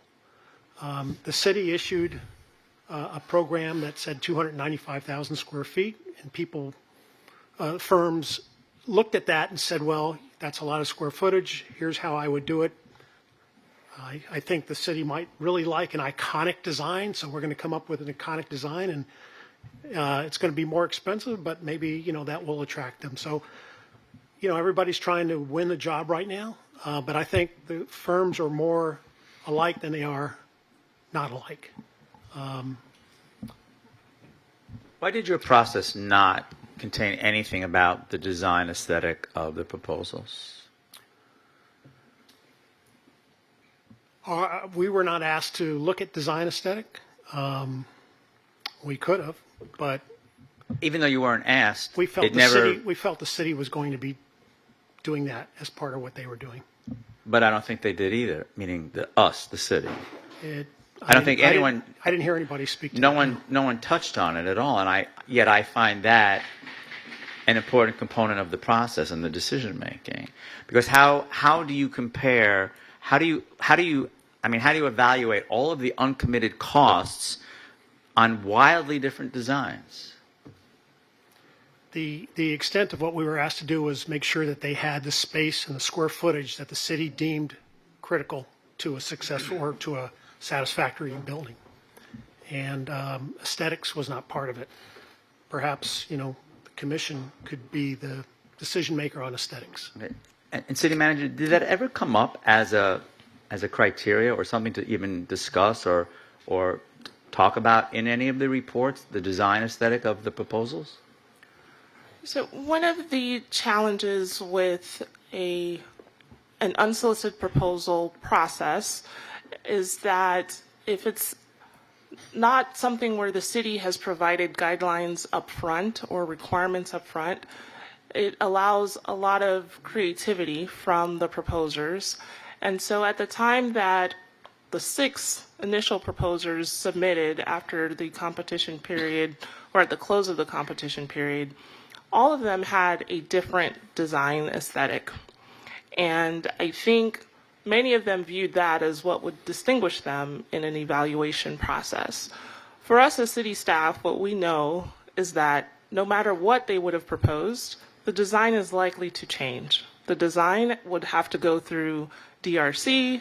We would make modifications. We knew that the space program wasn't final. And so a lot of things would be in flux.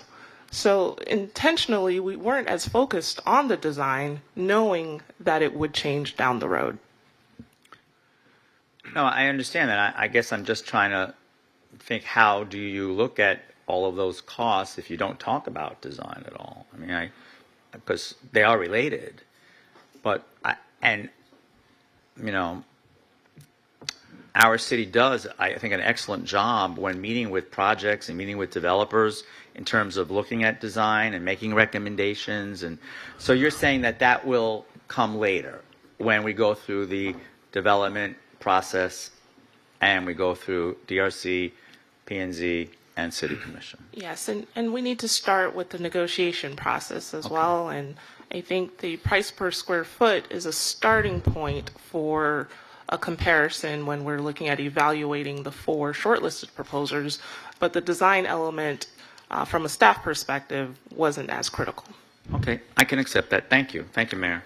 No, another question. Thanks. Thanks again for your work.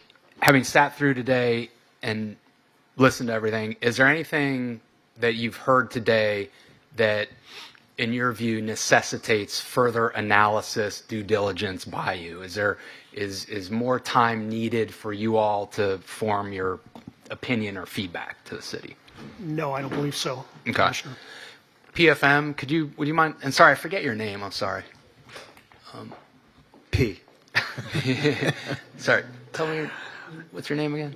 Sergio Mazzarella. Sergio. Sorry, Sergio. No worries. Same question to you. Anything you've sat through today, anything that has happened today that you would say, hey, I need more time and then due diligence to evaluate or make a recommendation? No, I don't think so, Commissioner. Okay. All right. Thank you both. Thank you, Mayor. I mean, I think when we look at design, out of the 4 applicants, 3 basically gave us rectangular towers, and the 1 gave us the other one, which was completely different than the other 3. So the hull of a ship. The hull of a ship. Thank you. Eye of the needle, whatever we're going to call it. So the point is that, and because it's an unusual shape, it's clearly going to cost more money. I don't know how much more this commission is willing to accept or what the community would be agreeable to. But if we wanted something that is, as a breakthrough design such as that, it's a question of the expense, and then we have to calculate what dividend does it provide the city in terms of being recognized as being, architecturally significant, and does that make Fort Lauderdale a city of now or a city of the future? Does this help create a design standard that perhaps other developers could possibly follow? Because we've always been complaining about how plain and uncreative some of the other projects that have been built in our city. I mean, there's all these kinds of intangible questions we can ask ourselves. It doesn't sound like I'm wondering whether we should make the decision as far as ranking tonight at our meeting rather than now, so we have some time to think about it. We can't vote on anything now anyway, so we probably should just wait till the meeting tonight. It's going to be a quick meeting, so don't panic. But I think because it's getting close to 6 o'clock, we need to take a break, and maybe we'll resume at 6:30, and then when the item comes up on the agenda tonight, someone can make a motion as to, I would suggest 1 and 2. And then we can rank 3 and 4 after that. Does that make sense to everybody? Okay, let's do that. City Manager, do you have any comments or questions? No comments or questions. Just wanted to reiterate again that by statute we do have to rank all 4. So I think that's what you're saying. Okay. Yeah. All right. Mayor, just a couple questions. Yeah. One, we have a CRA Yes. agenda. That's what I'm going to do right now. Okay. Oh, we'll do CRA now? Do it right now. Great. And then we'll And we'll reconvene at 6:30. at 6:30 for the regular Yeah. commission meeting. Okay. All right. So the conference meeting will be suspended right now. No, actually, yeah, because we still have commission reports and things like that. So we'll suspend the conference meeting. The item, Mayor, I'd just say let's end the conference meeting. Do we need to do commission reports? You want to do that? we're not going to have enough time because Yeah. we've got we're not going to have enough time. Right. So I let's agree. just go to the CRA meeting. So, and- Mayor, for the benefit of the public, the item will be R4 in the evening's meeting. R4, okay. All right. And it's a very short agenda tonight, folks. So, all right. So let's begin the CRA board meeting. Please call the roll. Vice Chair Herbst. Present. Commissioner Glassman. Here. Commissioner Beasley Pittman. Here. Commissioner Sorensen. Here. Chair Trentalis. Here. M1, motion approving the minutes for November 18, 2025 Community Redevelopment Agency Board meeting. Do I hear a motion to approve the minutes? Second. Moved and seconded. Please call the roll. Commissioner Sorensen. Yes. Vice Chair Herbst. Yes. Commissioner Glassman. Yes. Commissioner Beasley Pittman. Yes. Chair Trentalis. Yes, and M1 is approved. R1, this is a resolution waiving the maximum funding amount and approving a forgivable loan increase of $195,000 under the Property and Business Improvement Program to Regal Development for improvements at 733 Sistrunk Boulevard. Someone like to introduce the resolution? Introduce. It's been introduced. Any questions or comments? There being none, please call the roll. A resolution of the Board of Commissioners of the Fort Lauderdale Community Redevelopment Agency waiving the maximum funding amount under the Fort Lauderdale Community Redevelopment Agency's Property and Business Investment Improvement Program for Regal Development, Inc., approving an increase of the forgivable loan in the amount of $195,000 from the Property and Business Investment Improvement Program, authorizing the Executive Director to execute all related instruments, delegating authority to the Executive Director to take certain actions, and providing for an effective date. Commissioner Sorensen? Yes. Vice Chair Herbst? Yes. Commissioner Glassman? Yes. Commissioner Beasley Pittman? Yes. Chair Trentalis. Yes, and R1 is now approved. R2, this is a resolution approving a $10 million development incentive program forgivable loan dispersed over 5 years to 312 Northwest 7th Street, LLC, and accepting a donation of property from 525 Northwest 7th Terrace, LLC, and 639 Northwest 9th Avenue, LLC. Someone like to introduce the resolution? Introduce. Resolution's been introduced. Does anyone have any questions or comments with regard to this allocation? There being none, please call the roll. A resolution of the Board of Commissioners of the Fort Lauderdale Community Redevelopment Agency approving a development incentive program for forgivable loan in the amount of $10 million to 312 Northwest 7th Street, LLC, under the Development Incentive Program, and accepting a donation of property located at XXX Northwest 8th Avenue, 2 parcels, 529 Northwest 7th Terrace, 525 Northwest 7th 529 Northwest 7th Terrace, 525 Northwest 7th Terrace, and 519 Northwest 7th Terrace, subject to conditions authorizing the Executive Director to execute any and all instruments and documents related hereto, delegating authority to the Executive Director to take certain actions and providing for an effective date. Commissioner Sorensen? Yes. Vice Chair Herbst? Yes. Commissioner Glassman? Yes. Commissioner Beasley Pittman? Yes. Chair Trentalis? Yes. Just a quick question. Clarence, do we have $10 million? Can you come up to the microphone? We're going to take it out of the City Hall fund. Push the button at the bottom of the speaker. Good evening, Mayor and members of the Board of Commissioners. Not in the account right now as it sits, but what we'll do is we'll budget to appropriate each year. Okay. Yeah. All right. Thank you. R3, resolution approving modifications to the Community Redevelopment Agency Residential Facade Landscaping Incentive Program and renaming it the Residential Enhancement Program. Someone like to introduce the resolution? Introduced. It's been introduced. Anyone have any questions? There being none, please call the roll.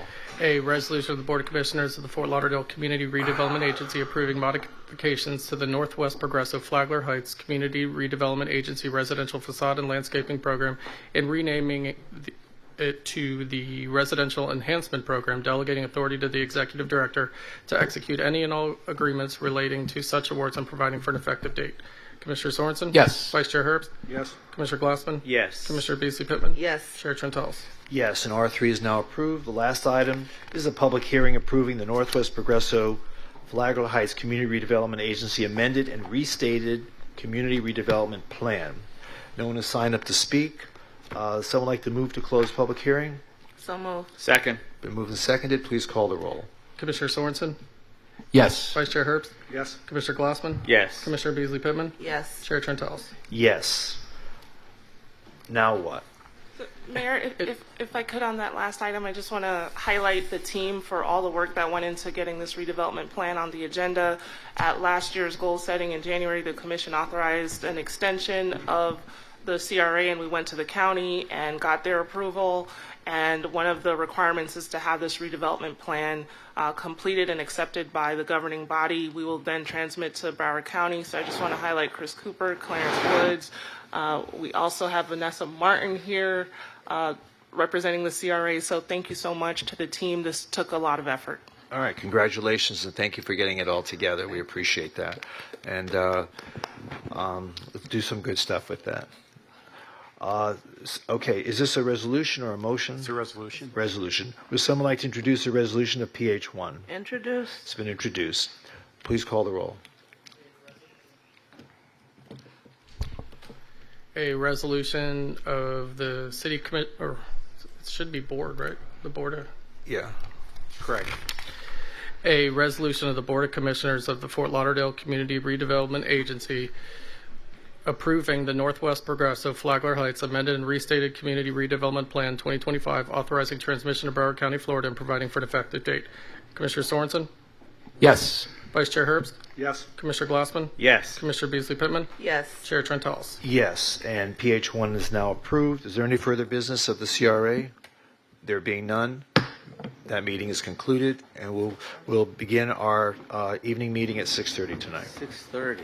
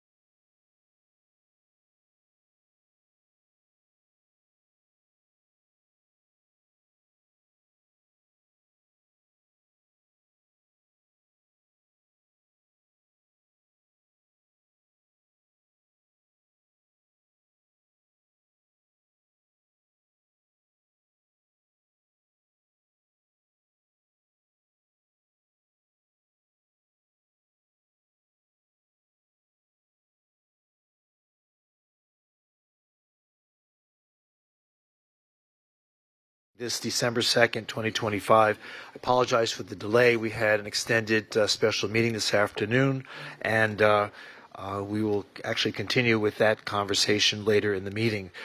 For those of you who are here for the first time, welcome to our commission meeting, and thank you for being here. Every commission meeting, we begin with the Pledge of Allegiance and moment of silence, and then we do go through the agenda. We also have presentations normally, but tonight there will be no presentations.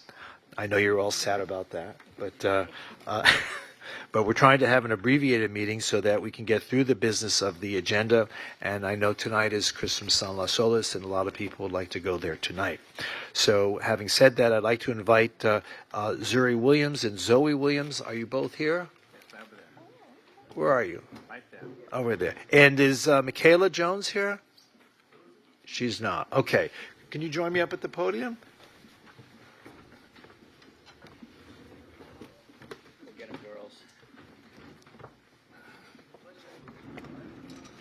Can I ask you all to please stand? Come over here. Put your hand on your heart. Put your hand on your heart. No, that's it, like that. Okay, and go for it. I pledge allegiance to the flag of the United States of America and to the republic which it stands, one nation, under God, indivisible, and liberty and justice for all. Wonderful. Is your mom or your daddy here? Yes, my aunties. Can your family come up here? Raquel, can you see who their family is so they can come up here for a picture? Come on up here. Let me take a picture with you. Is someone from Strategic Communications here? Yes. You want to take our picture? Yes. Mayor, I'm coming at you from District 3. I'm going to come and join us. Walker Elementary. Yes. And Pam, come on, join us.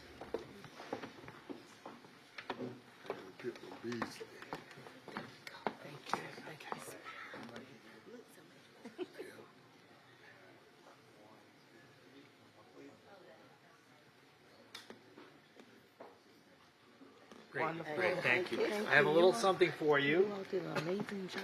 Thank you. Wait a minute, don't go away. I have a little something for each of you. Thank you so much for participating tonight. And Merry Christmas to you.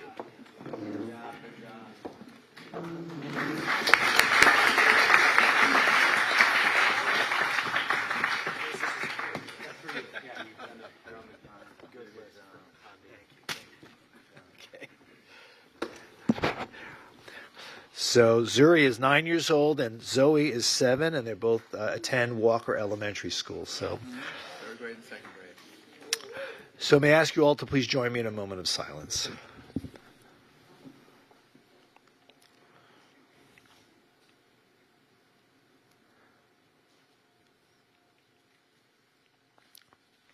Thank you. Mr. Clerk, please call the roll. Vice Mayor Herbst. Commissioner Glassman. Here. Commissioner Beasley Pittman. Here. Commissioner Sorensen. Here. Mayor Trentalis. Here. So we have no agenda announcements. So would someone like to move to approve the agenda and the minutes for tonight's meeting? Moved. Second. Been moved and seconded. Please call the roll. Commissioner Sorensen. Yes. Vice Mayor Herbst. Commissioner Glassman. Yes. Commissioner Beasley Pittman. Mayor Trentalis. Yes, and tonight's agenda and the minutes from the previous meeting are now approved. Now we go to the consent agenda items. This is an opportunity for anyone who wishes to pull any item from the consent agenda. If an item is pulled from the consent agenda, it will be discussed and voted on separately. So I'll ask the Commission, are there any consent agenda items which they'd like to pull? Vice Mayor? Commissioner Beasley Pittman? None. I have none. Commissioner Glassman? None. And Commissioner Sorensen? None. None. So looking at the people who've signed up to speak, and it's just for questions only, Elaine Laurent and Christina Disbrow, just for questions. So, all right. You know, Mayor, I made a mistake. I apologize. I did want to pull CP3. I apologize. Okay, except for CP3, Do I hear a motion to approve the rest of the consent agenda items? So moved. Second. Moved and seconded. Please call the roll. Commissioner Sorensen? Yes. Vice Mayor Herbst? Yes. Commissioner Glassman? Yes. Commissioner Beasley Pittman? Yes. Mayor Trentalis? Yes, and all those items are now approved. So if you hear on any of those consent agenda items, your item has now been approved. You're welcome to stay for the rest of the meeting. If not, all right. So CP3 regarding the Annie Beck House renovations, Commissioner. Yes, thank you, Mayor. First of all, I want to thank city staff and also getting me all of the information that I requested on this. For those of you that might not remember, in 2008, the city was very generous, and we actually moved that house to its current location in Middle River Terrace Park. Mayor, I think you remember when we watched that house make its trip. Because that house is going to be demolished. It's one of the oldest structures in our city, and it really sits very lovingly right now in Middle River Terrace Park. That being said, this is an item to spend $146,000 on repairs that are needed in the house. In 2018, we did another lease on this because we were having a lot of serious issues in Middle River Terrace Park. There was a lot of crime. There was a shooting, a murder. And the area was really needing some sort of a change. And I think the city was very proactive. We took charge of that, and we actually arranged with the Broward Trust for Historic Preservation to put a police officer in the house in the park. And there was a high demand from the police force in terms of folks really wanting to do that. It's really a lovely little house. It needed work. But ever since we did that, and that's been many years now, we've actually had a turnaround in Middle River Terrace Park, in that neighborhood and in the adjacent areas. It's been really, really positive. That being said, I wanted to ask the city attorney, because I know that we're able to revisit and look at this lease, and we are obligated to have it as a residence for law enforcement, but I don't think it necessarily addresses all of the continued maintenance over the years. Now, the city has been very generous, and I think it's been needed and it's been terrific, but I'm just wondering if the trust should have a little bit more skin in the game in terms of some of the ongoing maintenance, some of the care, just so that there's a little bit of, as I said, some skin in the game, now that they're not as in dire straits as they were back in the day when we actually moved a police officer in. And I'm wondering if maybe we should just look at that restated lease, that amended lease, and perhaps just have a little bit more equal footing where the city alone is not always responsible for every single repair and every single maintenance need on the structure. That's all I'm asking. Well, that's not really pertinent to the item tonight, and I think it's a good question to ask. So maybe you can have a conversation with the city manager regarding that and going forward. But that's a lengthy discussion. And yes, no, I understand. I just wanted to raise it. I'm going to move that we approve this item, but I would like us to have that conversation. I'd like us to look at the lease. And I would like, now that it's been, I guess it's been 7 years, right, that we've been doing all of the maintenance and we've been doing everything that's been needed, and we do not own the house, correct? So we can definitely explore amending the lease to somewhat equalize the maintenance obligations or to offset the existing city obligations for maintenance on the property. Who would take up the slack?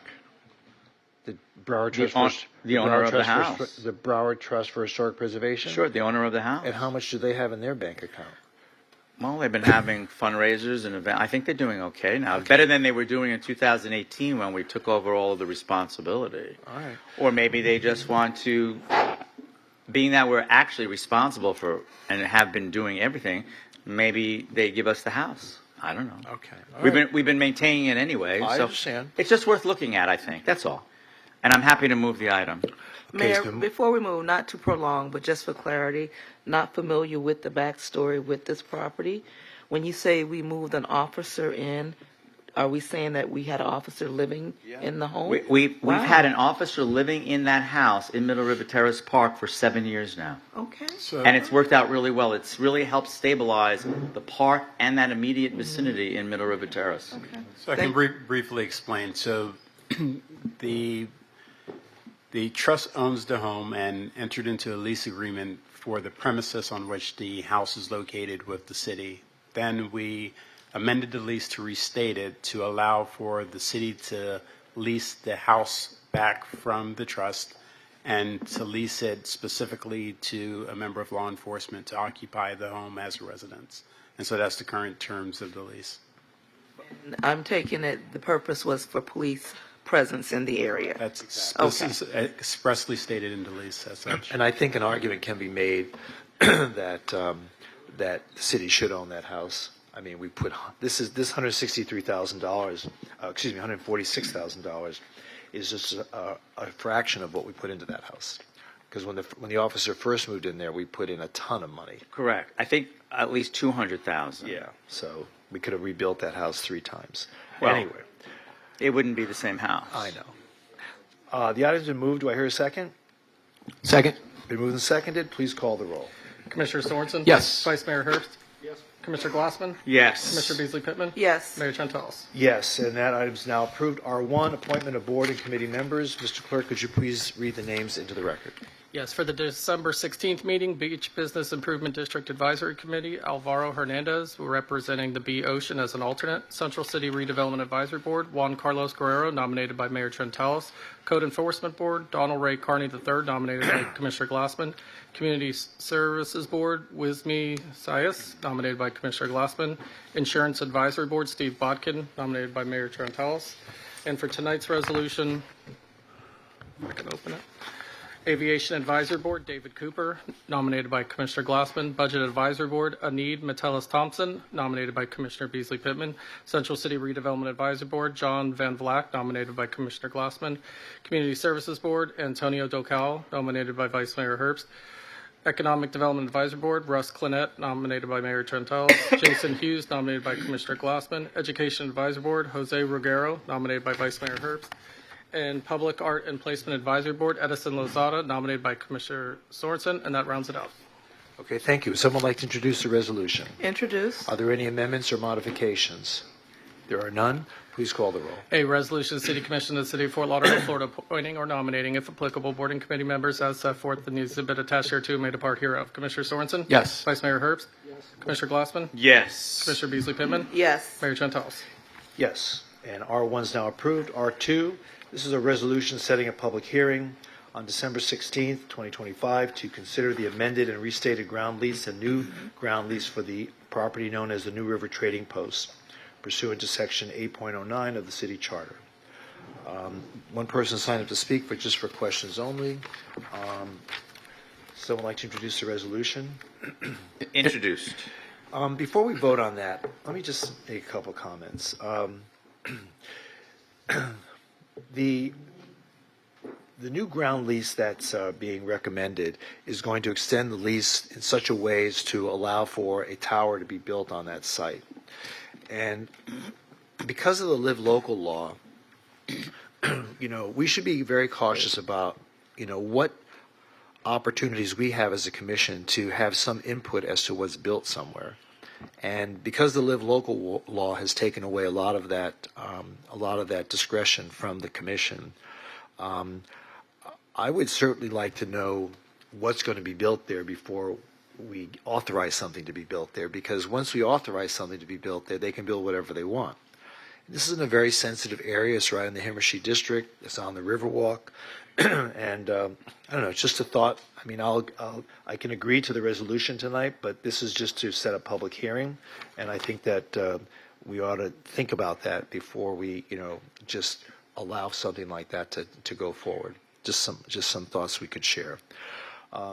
So the resolution has been introduced. Anyone else have any comments or questions? I do, Mayor, and I did bring this up yesterday at my pre-agenda meeting with staff, and I want to just reiterate this because, and I agree with what you're saying, but what really caught me off guard was I read this and I realized that I really had no clue that this was actually even coming. But I agree with you, and I'm just asking staff that I please be informed of plans that are coming forward. This is in my district, and yet I shouldn't have to just read about it for the first time when I get an agenda. I know that we, as a commission, approved this as a commission in June of 2024. So obviously, the city felt that we needed to to do better than what we had already voted on. And hence, we see all of these categories, key highlights of the amended and restated lease and the new long-term lease. I'm fine with that, but obviously, this didn't just happen yesterday, because we as a commission approved this in June of 2024. This has been prolonged. This has been taking quite a while now, because that's a year and a half ago. So I actually thought that when we did this a year and a half ago, that we might have seen something happen fast.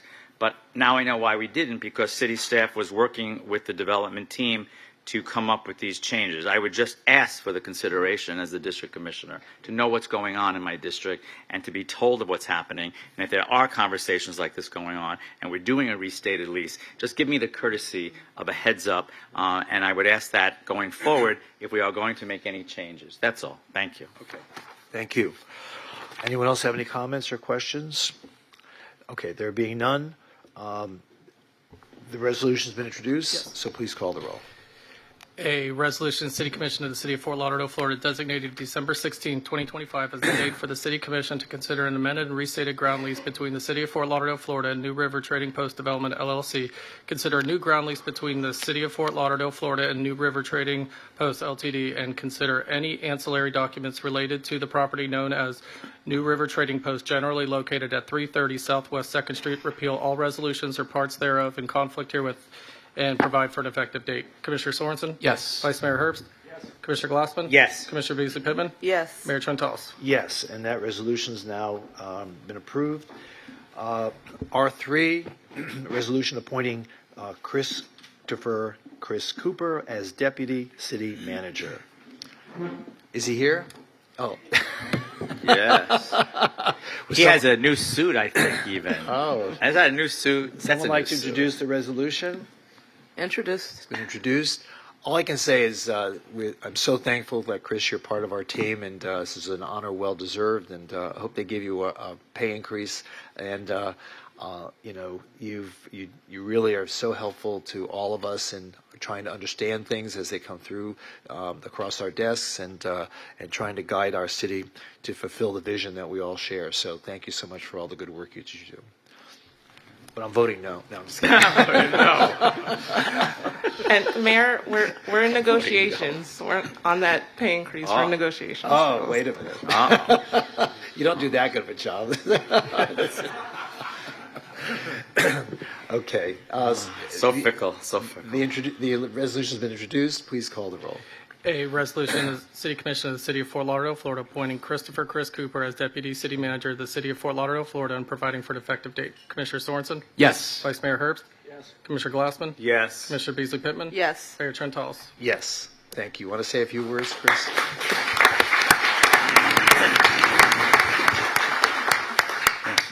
Thank you, Mayor and Commission. I'm truly honored to accept this position and be your Deputy City Manager. I really want to thank the City Manager for selecting me for this role and recommending appointment from you to serve again as Deputy City Manager. I'm very fortunate to be part of a great leadership team here with the City of Fort Lauderdale. It's truly a pleasure to serve alongside them and do the work that we do on behalf of our neighbors throughout the community. And again, I just really appreciate your support and for appointing me this evening. Thank you. Great. Congratulations. Okay, R4, resolution providing notice of the final ranking of the 4 shortlisted unsolicited proposals for the design, development, financing, construction, operation, and maintenance of a new City Hall facility. Decision to proceed with and the acceptance of the unsolicited proposal from the highest ranked proposer, authorizing negotiations of a proposed interim and or a comprehensive agreement starting with the highest ranked proposer of the final ranking in accordance with section 255.065 of the Florida statutes. I would recommend that if someone wishes to introduce a resolution, that the resolution identify number 1 and number 2, and then after that we can proceed with number 3 and number 4. Mayor, Yes. I think that makes sense. I'd love to have your guidance on what your suggestion would be on this. I think that matters as mayor of the city, given a signature kind of project. So Mayor, before you give your guidance on that, we have one resolution that will have all 4 ranked individuals incorporated into the resolution. Your resolution attached to this item has fill in the blanks. You can entertain motions in terms of the names that you want to place in the resolution, and then we can adopt the resolution at the end of this process. Okay. So do we want to do it in two resolutions? No, one resolution, but I mean, if you wanted to divide up, I would like to. I think we should divide it. It'd be easier. We can entertain motions for that, all right. and then adopt a resolution at the conclusion. All right. So, in my opinion, I'm looking to see how we're going to be able to come up with a building that I think befits what we're trying to create here in the city of Fort Lauderdale.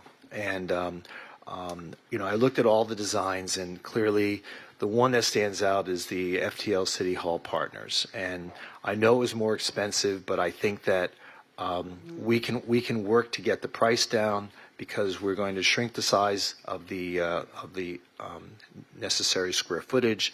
And I know that there can be some value engineering in some of the aspects of the building. But come on, let's do something that's going to last through the ages, something that we can be identified with and that people will respect and say, wow, look what Fort Lauderdale has done again.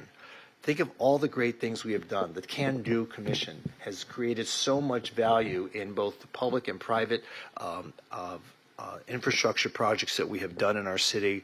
When you go around the country and people ask, I can't believe that Fort Lauderdale is able to build such, great facilities, and we stand out amongst other cities around the country as being a forward-thinking and proactive city, and a symbol of that would be the type of design that FTL City Hall Partners has proposed. And I think that, yes, it may cost a little bit more money, but I really feel that it's the right thing to do. It sets the tone for what future development should look like in Fort Lauderdale. And I think people take pride in knowing that they have such a beautiful, iconic legacy structure that they can look to every day and say, well, I'm part of the city. So my first choice is FTL City Hall Partners, and my second choice would be Balfour Beatty. Those are my two recommendations. I can't introduce the resolution, so someone have to introduce that resolution. Okay, I'll introduce that.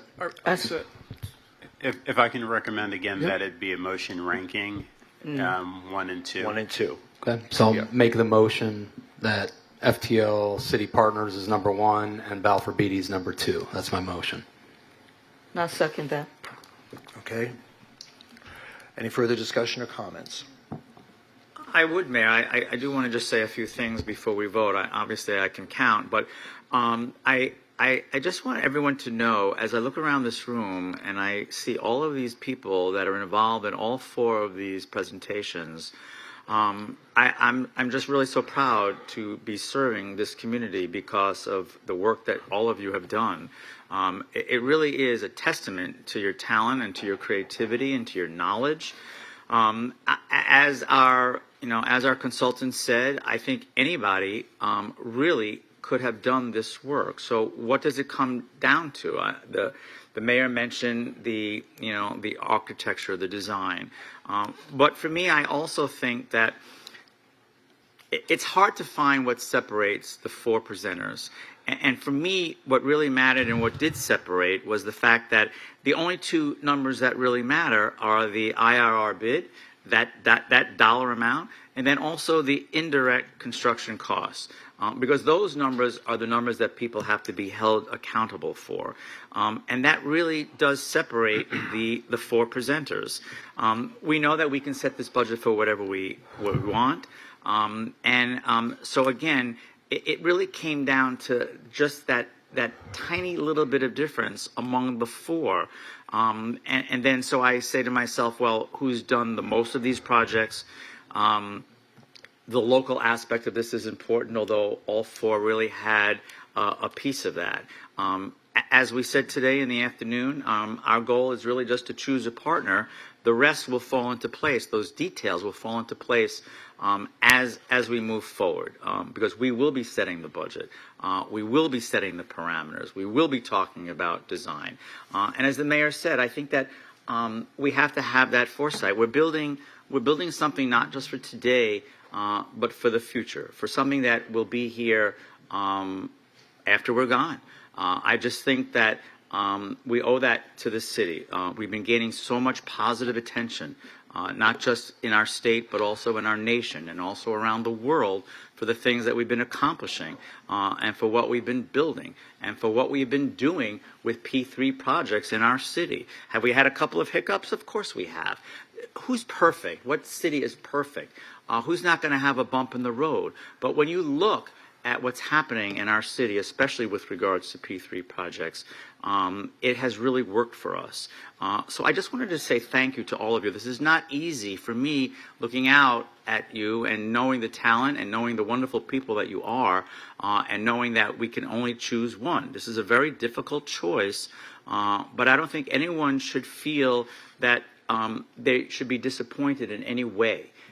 Because as I said, this is really a tremendous representation of what we have in our city with all of you that did those presentations, that basically gave us every piece of information that was asked for, the questions that were asked by each team, all of the supplemental information. This has really been going on technically with all of the workshops and all of the charrettes and the ULI and the Infrastructure Task Force and all of those 25 plus public meetings. This has been going on for almost 2.5 years. So I really just want to say thank you. I just am very proud of what I saw today.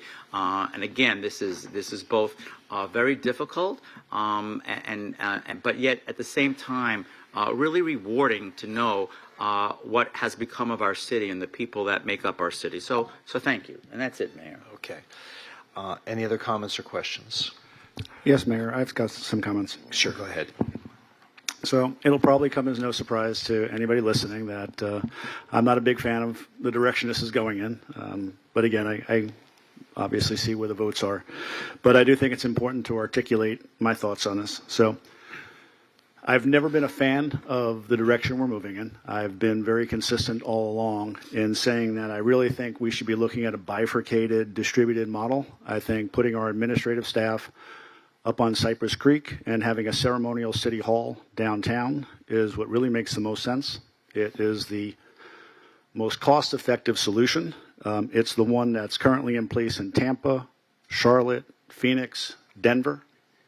It would be better for us from a resiliency perspective. It would allow for continuity of operations if we had another event like we had in the past, where you have the ability to continue to operate out of multiple locations. Barring that, the second choice I would say would have been to build a new city hall adjacent to our police station and create a true government campus. I think the location is not the right location for it. The third thing I'll add to that is I don't think the P3 model makes any sense for City Hall. P3 models are nothing more than delivery model, and they're typically utilized when you've got a complex structure. This is not. This is a very straightforward office building. They're utilized by cities that don't have access to funding. We have plenty of access to funding. We've got a AAA bond rating. We've got low debt capacity per capita. We've got better access to funding than almost anybody else has. We own the dirt. There's no significant risk transfer taking place here. The O&M that's been discussed, we could simply contract for O&M on this building for any one of the folks that are going to be providing the O&M component for any one of these contracts. So everything we're talking about here for a P3 makes no sense. This is a straight design build with a CM at risk with a GMP. We could do this all day long. P3s work in certain circumstances. This is not one. It's going to be more costly because P3s by their very nature are more costly. The developers take a higher profit on these because they're typically more complex. And that's why the P3 model is utilized For example, when we did the water plant, it's a complex project. For a straightforward office building, it makes no sense. We do these all day long. Cities around the country, around the world do these all day long. And they generally don't do them as a P3 delivery model because it doesn't lend itself to that. So my recommendation would be to reject all these, go out to bid for a design build with a GMP.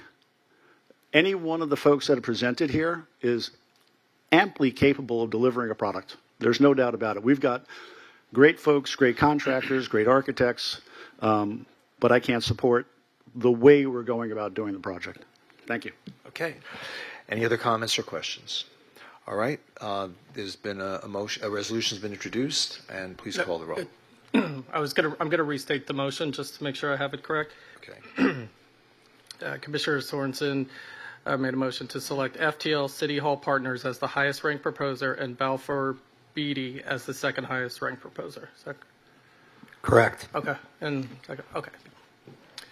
Commissioner Sorensen, Yes. Vice Mayor Herbst, No.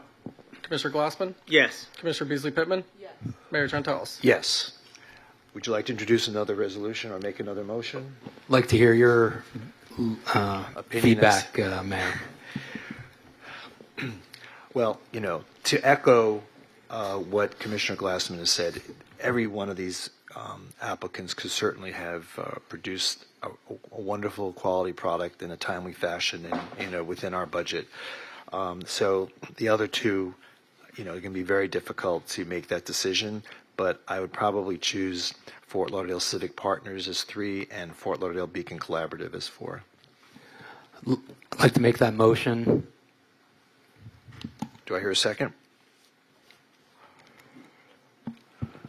Second. It's been moved and seconded. Commissioner Sorensen, Yes. Vice Mayor Herbst, no. Commissioner Glassman, Yes. Commissioner Beasley Pittman, Yes. Mayor Trentalis. Yes. Congratulations. So at this time, Mayor, if you would entertain introduction of the resolution. I can't hear you. If you would entertain the introduction of the resolution at this time. What do you mean entertain the introduction of the resolution? You want me to recite it again? No. So you have ranked all 4, but now I'd ask that the commission adopt the resolution that's attached to the item with the blanks filled in as stated by the prior resolution. So the resolution providing notice of the final ranking of the 4 unsolicited proposals are ranked as follows. FTL City Hall Partners is 1, Balfour Beatty is 2, Fort Lauderdale Civic Partners is 3, and FTL Beacon Collaborative is 4.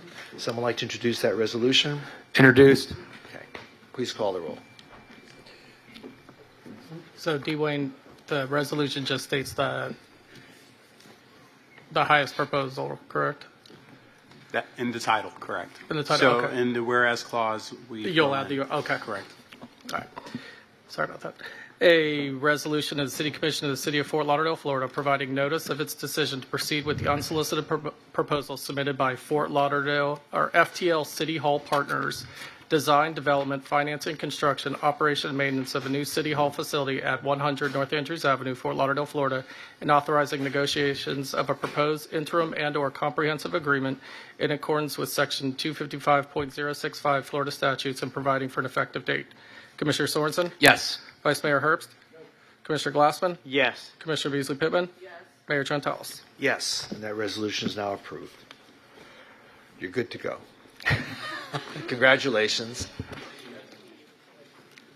Now comes the hard part. Mayor, I'd just like to again, Raquel, thank city staff and just for all their work on this. And their continued work. And their continued work. This is going to be a big effort. So thank you to everyone's involved. But I appreciate you bringing it to this point. Yeah, I mean, you're new to our city, but you've done a really great job at marshaling all of our opinions and assets and talents and bringing it to this point, because it's been more than 2.5 years since we lost our city hall, and we really needed to do something and move forward on it. So thank you, Mayor and Commissioners. Thank you, everybody. We appreciate your support. Thank you to Jacobs and PFM and to Beacon Advisory Partners. Thank you, everyone. All of them. Yep. And Mayor and Commissioners, just know that as we go into negotiations, we are committed to trying to get us as close to the financial assumptions that we've had in place as possible. And we will ensure that we keep the commission apprised along the way, provide opportunities for public engagement, and negotiate when in the people best came interest. out and said, there's not enough public, there's plenty of time between now and when we get to the next level of this that we will always include people. But at the same time, it was a hollow echo as far as I was concerned to say that we didn't engage the public enough. The public has been engaged for the last 2 years in trying to put together, ideas. In fact, the Infrastructure Task Force even recommended the P3 as the best approach to trying to procure the City Hall. So, it's not like this just came about last week over the Thanksgiving weekend. So, and we'll continue to engage the public and get feedback. And I think that our staff is well suited and well trained to knowing how to do that. So.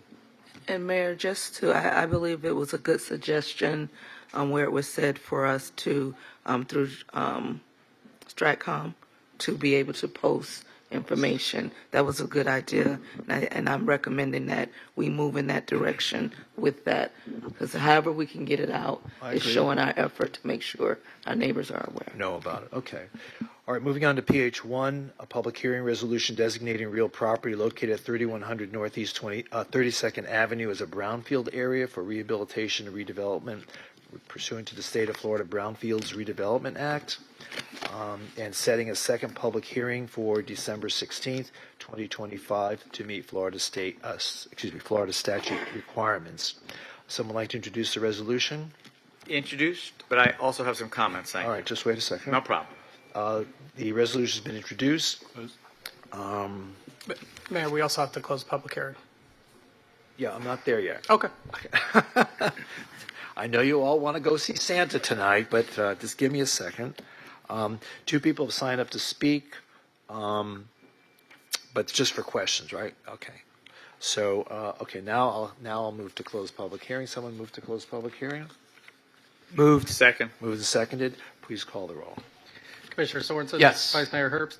Commissioner Glassman? Yes. Commissioner Beasley-Pittman? Mayor Trentalis? Yes, the public hearing on PH1 is now closed. Would someone like to introduce the resolution? Introduced. I think I already did. Yeah. Oh, sorry. Oh, I'm sorry. Yeah, that's okay. I wasn't listening to you. That's all right.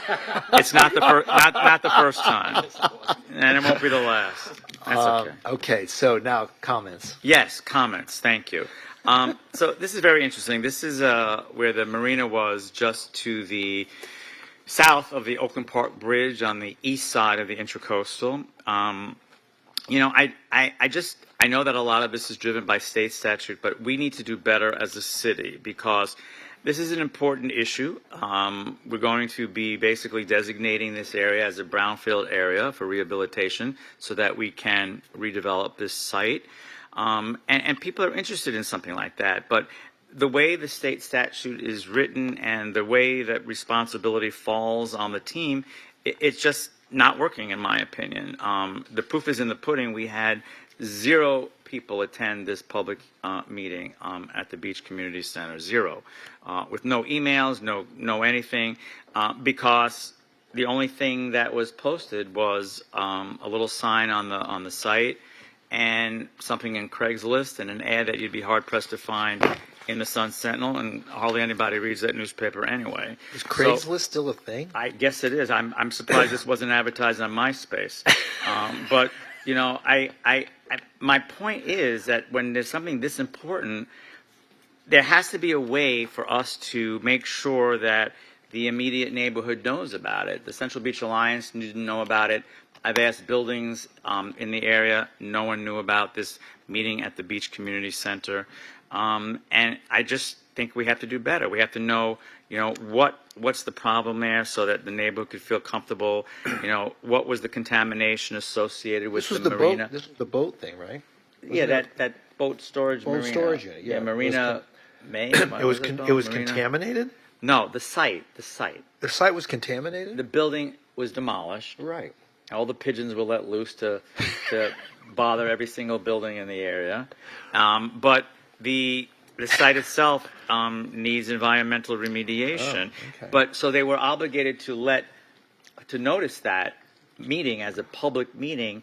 Almost like a public participation meeting, like typically we would do in a city. We'd send a notice out to people within 300 feet of a site. So none of that happened. And what I'm just saying is that I just think we need to do better. Well, okay, but we have a public hearing set for in 2 weeks, so the notice can go out a little bit better than what we did the first time. No, I'm not talking about this public notice. I'm not talking about this is a reading and then we'll do it again in 2 weeks. But I mean the actual public participation. If you look at the backup, it's the community meeting to let the neighborhood know of what's happening and why this is necessary in terms of the environmental matters. And the fact that no one attended the meeting is proof of the fact that no one knew about the meeting. That's All right. Any other comments or questions? There being none. Comment, Mayor. Is this an opportunity as well to use STRATCOM for notification? Does that fall under notice of a meeting? Because I know it What used is to have the to be procedure then? Yeah, I mean, we need to make the public more aware of what's going on here. So I can't speak to the costs associated with it, but they did comply, the applicant did comply with Brownfield statute in terms of providing notice and the Sun Sentinel and the posting on the site.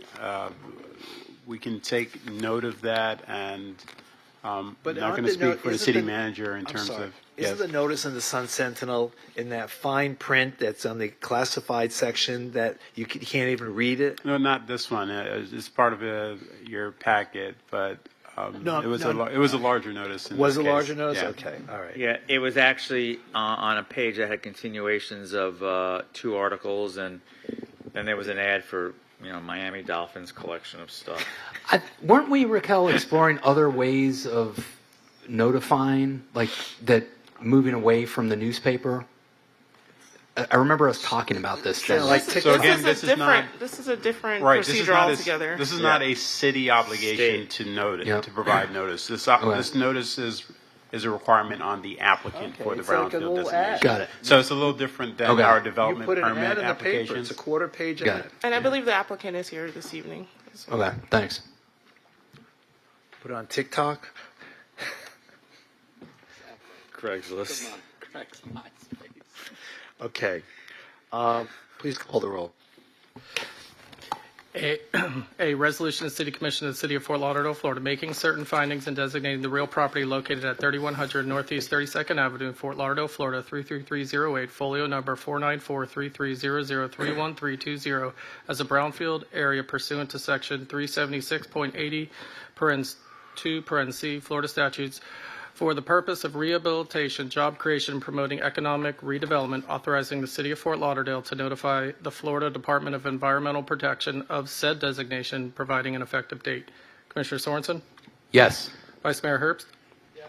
Commissioner Glassman? Yes. Commissioner Beasley Pittman? Yes. Mayor Trentalis? Yes, and PH1 is now approved. PH2, public hearing approving the Northwest Progresso Flagler Heights Community Redevelopment Agency amended and restated community redevelopment plan. No one to sign up to speak. Someone like to move to close public hearing? Second. Do I hear a second? Moved and seconded. Please call the roll on closing public hearing. Commissioner Sorensen? Yes. Vice Mayor Herbst? Yes. Commissioner Glassman? Yes. Commissioner Beasley Pittman? Yes. Mayor Trentalis? Yes, the public hearing on PH2 is now closed. Someone like to move, what would that be? Is it a motion or a resolution? It's a resolution. Resolution. Introduced. Resolution's been introduced. Please call the roll. A resolution of the City Commission of the City of Fort Lauderdale, Florida, approving the Northwest Progresso Flagler Heights amended and restated Community Redevelopment Plan 2025, authorizing transmission to Broward County, Florida, and providing for an effective date. Commissioner Sorensen? Yes. Vice Mayor Herbst? Yes. Commissioner Glassman? Yes. Commissioner Beasley Pittman? Yes. Mayor Trentalis? Yes, and PH2 is now approved. PH3, public hearing approving the issuance of a certificate of public convenience and necessity for IOV Ventures LLC to operate one vehicle for hire service within the city of Fort Lauderdale. No one is signed to speak. Someone like to move to close public hearing? Moved. Second. Moved and seconded. Please call the roll. Commissioner Sorensen? Yes. Vice Mayor Herbst? Commissioner Glassman? Yes. Commissioner Beasley Pittman? Yes. Mayor Trentalis? Yes. Public hearing is now closed on PH3. Someone like to introduce a resolution? It's just a question from the city manager. What kind of vehicle is this? Mercedes-Benz Maybach. Oh, okay. Thank you. Just checking. Thank you. What? It's a rental vehicle chauffeur or sightseeing. That's not bad. You're getting $200 an hour, man. That's pretty good. Do you have any further comments? No, I don't. This is a motion. Someone like to move Moved. this item? Someone Second. Been moved and seconded. Please call the roll. He's getting punchy, so Commissioner gotta Sorensen? get him out of here Vice Mayor real Herbst? quick. Commissioner Glassman? Yes. Commissioner Beasley Pittman? Yes. Mayor Trentalis? Yes. And PH3, that was for the item, right? Not, Yes. Yeah. Moving on to OSR. These are ordinances of second reading. Second OSR 1, second reading ordinance amending the City of Fort Lauderdale Unified Land Development Regulations. I'm not going to read the whole thing. I'll let you do that. Someone like to introduce the ordinance? On second reading? Introduced. Please call the roll. In ordinance to the City of Fort Lauderdale, Florida, amending the Unified Land Development Regulations of the City of Fort Lauderdale, Florida, amending Section 47-13.20 entitled Downtown RAC Review Process and Special Regulations, amending Section 47-13.30 entitled Table of Dimensional Requirements for the SRAC District, amending Article 12 entitled Transfer of Development Rights, Section 47-36.1 entitled Transfer of Development Rights, and amending Section 47-37B.5 entitled Tables of Dimensional Requirements for the Uptown Urban Village Zoning District to provide additional density for receiving sites utilizing the TDR program, extending the expiration date for certificates of eligibility, providing a calculation for available dwelling units at sending sites, incorporating ability to retransfer TDR units or floor area, providing for correction of Scrivener's errors, severability, repeal of conflicting ordinance provisions, and an effective date. Commissioner Sorensen? Yes. Vice Mayor Herbst? Yes. Commissioner Glassman? Yes. Commissioner Beasley Pittman? Yes. Mayor Trentalis? Yes, and OSR 1 is now approved on second reading. OSR 2, second reading, quasi-judicial ordinance approving a rezoning from residential single-family and duplex medium-density RD15 district to residential multifamily low-rise medium-density RM15 district. This is on 1000 Southwest 26th Street. Anyone wishing to speak must be sworn in, and the Commission will announce any site visits, communications, or expert opinions received and make them a part of the record. Vice Mayor, do you have any disclosures? What is this again? Commissioner Beasley Pittman? No new disclosures. I met with Heidi and her client, Commissioner Glassman. Nothing new. Nothing new. This is second reading, right? Yeah. Yeah, nothing new. Okay. Commissioner Sorensen. Meeting with Heidi. Meeting with Heidi. Thank you. Okay, so no one has signed up to speak. Someone like to move to close public hearing? Moved. Do I hear a second? Second. Been moved and seconded. Please call the roll. Commissioner Sorensen? Yes. Vice Mayor Herbst? Yes. Commissioner Glassman? Yes. Commissioner Beasley Pittman? Yes. Mayor Trentalis? Yes. So public hearing is now closed on OSR 2. Would someone like to introduce the ordinance? Introduced. The ordinance has been introduced. Please call the roll. In ordinance amending Section 47-1.6.b of the City of Fort Lauderdale, Florida Unified Land Development Regulations through the revision of the official zoning map of the City of Fort Lauderdale and Schedule A revised compilation attached thereto and by reference made a part thereof so as to rezone from residential single-family and duplex medium-density district to residential multifamily low-rise medium-density district. The north 5 acres of the southwest quarter of the northeast quarter of Section 21, Township 50 South, Range 42 East, located north of Southwest 28th Street, west of Southwest 9th Avenue, east of Southwest 12th Terrace, and south of Southwest 26th Street, all said lands being the City of Fort Lauderdale, Broward County, Florida. Commissioner Sorensen? Yes. Vice Mayor Herbst? Yes. Commissioner Glassman? Yes. Commissioner Beasley Pittman? Yes. Mayor Trentalis? Yes, and OSR 2 is now approved on second reading. Is there any further business of the commission? No, I just wanted to take a moment to congratulate Chris Cooper as well. I didn't get a chance earlier. Congratulations, Chris. Well deserved. I'm looking forward to you serving as deputy city manager and all that comes with that responsibility. All right. Okay, we still have a conference meeting to continue with, so, all right, this meeting is now adjourned. We resume our conference meeting. I think we go to commission reports now. Vice Mayor, do you have any commission reports? Commissioner Beasley Pittman? Just going to share that, as it was said last meeting, I did attend National League of Cities in Utah, Salt Lake City. It was a wonderful opportunity. The things that I gleaned and I'm bringing back, I'm going to share with City Manager. So if there's some things I think we could implement and look into to see if it would be a fit for our city. Thank you to all of those nonprofits that gave turkey drives within District 3. We were truly, truly blessed with a lot of turkey drives. So I thank everybody. A lot of turkeys in District 3? Yes, a lot of turkeys were given out in District 3. Thank you for the time, and that's all I'm reporting tonight. Okay. Commissioner Glassman. Yes, thank you, Mayor. Wanted to thank everybody who helped from Parks and Rec and other staff for the light up on the beach at the Las Olas Oceanside Park. That probably was the largest number of people I've ever seen for that event.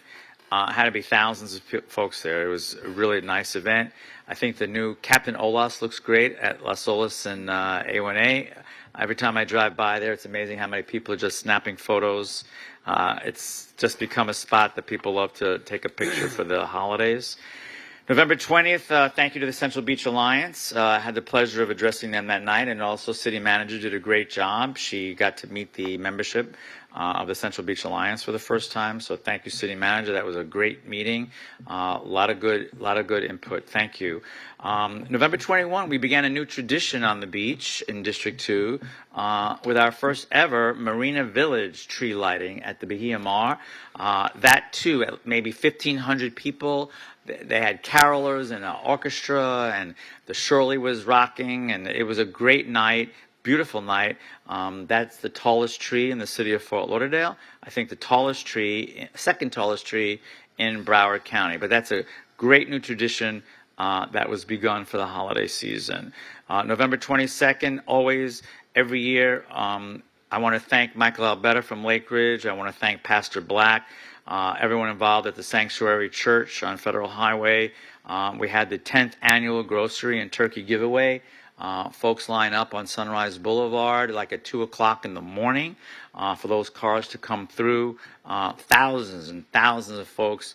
And it really is an amazing community event when you see how many businesses donate everything from not just the turkeys, but also fresh produce, baked goods, you name it, and people just pop their trunk and away they go with everything they need for the holiday. It's a really great reminder of how blessed we are and how fortunate we are, and how not everyone is as fortunate or as blessed. So to see the community come out and help those that need that help, it's really a beautiful day right before Thanksgiving every year. November 25th, we cut the ribbon on our second Cameron Mitchell restaurant in District 2 in our city. They've already done Ocean Prime at the Las Olas Marina, and now they have the Del Mar restaurant at the Auberge Beach Residence, and that's a beautiful spot if you can get there. It's just so pretty to be there, and they really did a really good job in that restaurant. Tomorrow night, we have the Victoria Park Civic Association meeting, and congratulations. They will be celebrating tomorrow night their 100th anniversary as a neighborhood. Really nice, the Victoria Park. December 4th, the events and the parties continue, the holiday gatherings in our district. We'll have two on December 4th. We'll have the Lake Ridge Civic Association's Taste of Italy at Cafe Vico, and the Central Beach Alliance will have its holiday party at Thassos Greek Restaurant.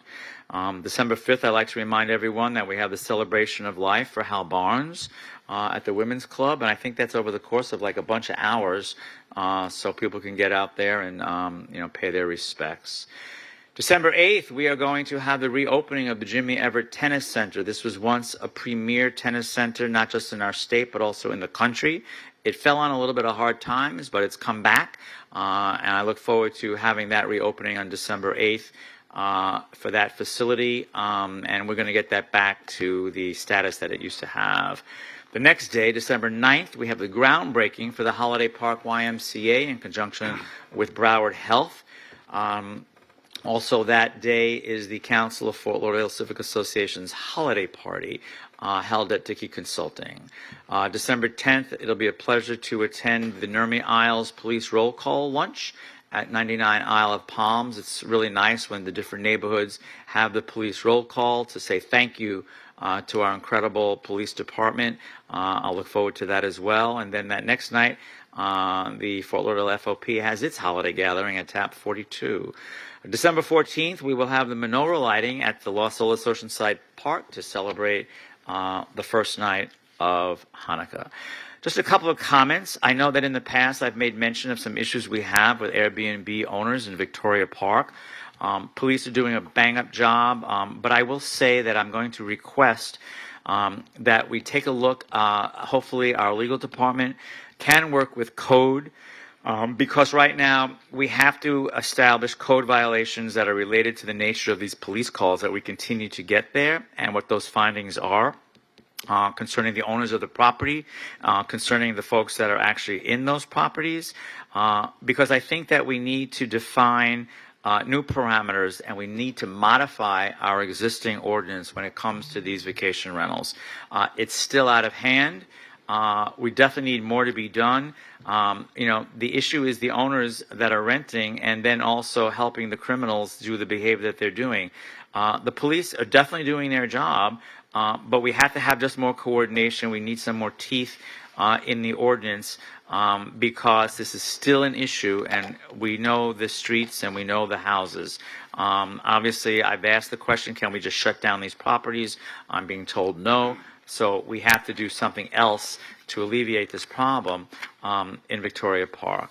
Also in that neighborhood and along Las Olas Boulevard as well, in Holiday Park, we've been having some issues with e-bike gangs of young kids that are definitely abusing neighbors. We've had several calls and emails from Victoria Park, people that just want to enjoy Holiday Park by Northeast 14th Avenue and also around the area of the baseball fields. But we're just seeing more of an uptick in bad behavior. So we have to just be able to pay attention to that. Also receiving from the Lake Ridge area, especially from the Villa Medici townhomes, disturbing reports about the conditions in and around that Burger King on off of Sunrise Boulevard. I'm asking that we please just step up that enforcement. There's just a lot of trash, a lot of just large pieces of just debris, mattresses, you name it. Also some very bad behavior has been noticed in that area in terms of drug behavior and selling. We have to do a better job there because right now we're getting a lot of emails from the Lake Ridge Civic Association and, as I mentioned, the Villa Medici board as well. Last, I want to say congratulations. I don't know if people are paying attention, but Inter Miami is going to the MLS Finals. That's a great accomplishment. This would be the first time that they win that cup. I guess from what I'm reading, the team will relocate to Miami in April.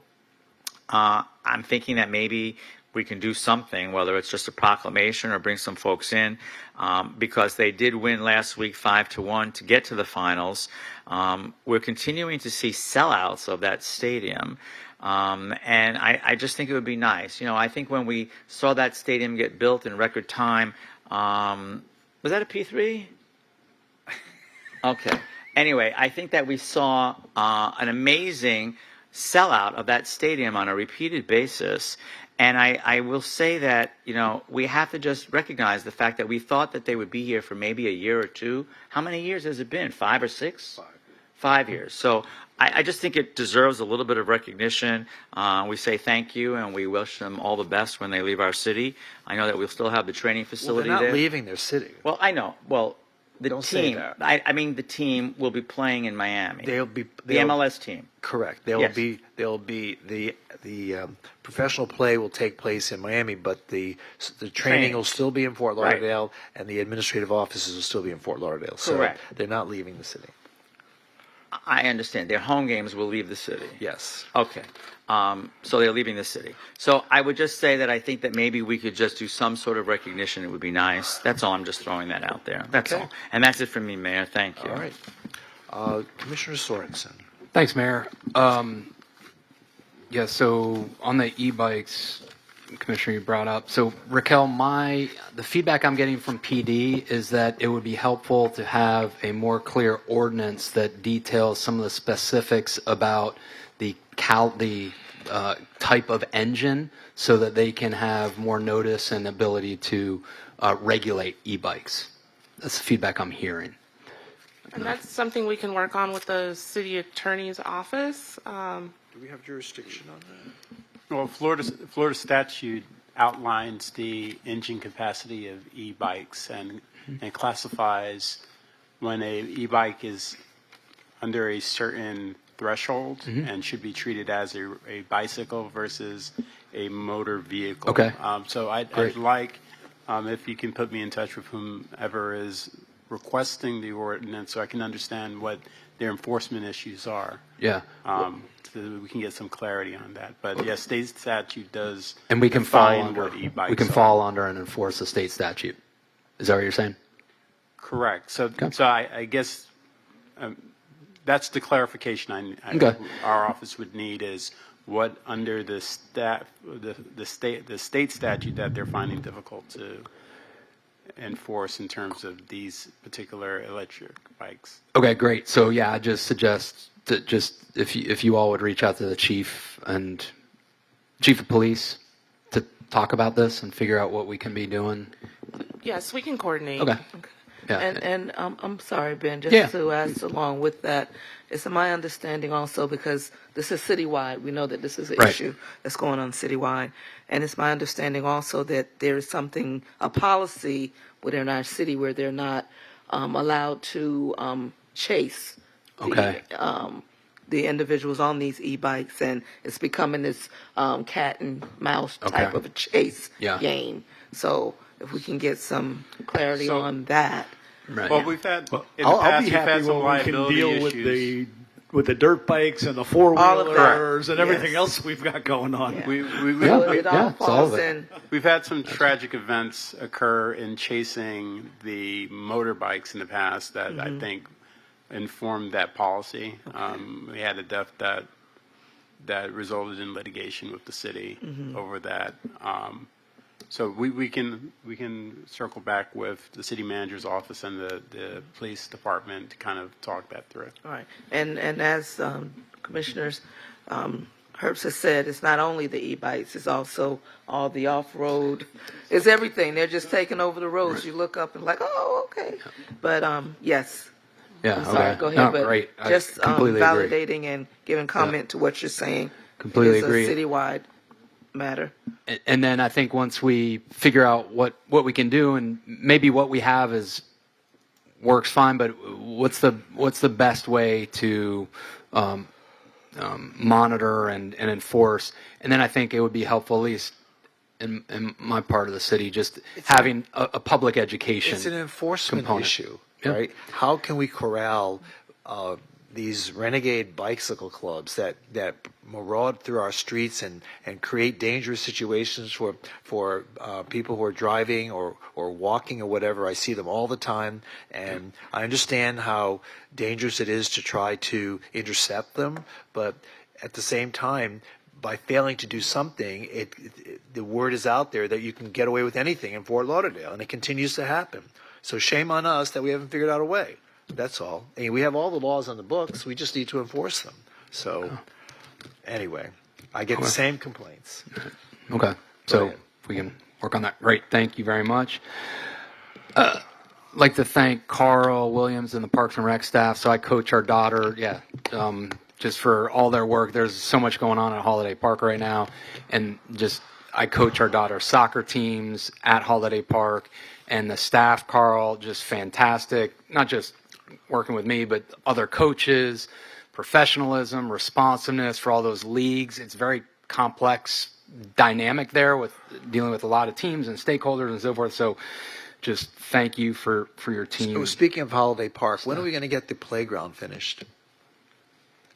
You know, the kids' playground? I'm sick and tired of hearing complaints from parents.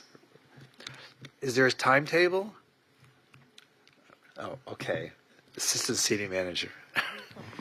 Yes, Mayor. So the solicitation for Phase 2 was closed and received, I believe, earlier this month or in November. It's going through the evaluation process now, and we plan to bring that back to Commission for award in probably February. And at that point, just to set the table, there will be lead times and things like that before the equipment gets delivered. So it's still a ways away for the playground elements. Okay. All right, thank you. Sorry, Ben, I didn't mean to interrupt you. No, that's all good. Yeah. Go ahead, Commissioner. No, Okay. Great. And then the hurricane season ended November 30th, and as we all know, thankfully we were spared this hurricane season. And I want to thank PD and fire because I know how much work they go into disaster preparedness, being ready, training on it, practicing, having the plan in place, all those good things. And so thankfully we didn't have to utilize all those plans this hurricane season. I'm just very thankful for y'all's continued work on that and keeping us safe. That's it. Thanks, Mayor. All right, thank you. I just want to hit a couple of high points here. First of all, you mentioned Hal Barnes' Celebration of Life. What date did you have for that? I have December 10th. I apologize. What did I say? Should be the fifth Friday. Am I wrong? I have December 5th. Yes. From 3 to 8 p.m. 3 to 8. Okay, okay. So my notes are incorrect. Okay. December 5th, All right. 3 to 8 p.m. Okay. Okay, very good. Thank you. Women's Club. Okay, thank you. So also that night we have Light Up Sistrunk, and what time does that start? 6 o'clock, I believe? 5 o'clock. 5 o'clock. And December 6th is the Winterfest Ball. Did the city buy a table to that? I believe we did, right? And do we have, is that, I'm sorry, when you're finished, let me know. I'm sorry, Mayor. It's okay. Have all the seats been spoken for the Winterfest Ball, the table? The city bought a table. I'm not sure, but we can check on that. Could you find out? Yes. And then we have to make sure they're going to show up? I'm being told no from the sidelines. No what? Ashley's coming. Seats are available? Don't forget, there are some people that aren't allowed to do that anymore because they have not been showing up at other past That's events. the point. I want to know who's going to be there and are they confirmed We to have be some there. attendance violations. Ashley had, yeah, exactly. Yes, thank you, Mayor. Yes, we do have 2 open seats at the table, which I was going to offer to the city manager and the executive team first, and then other city staff. Okay. But yes, we only have 2 seats available at this moment. Okay. Yes. All right. So did the city manager even know that there were? No, I don't believe so, because all of that was happening during this meeting, and she was very busy. So. Well. What's the date? Saturday night. Saturday night, yes. You need a gown. Yes.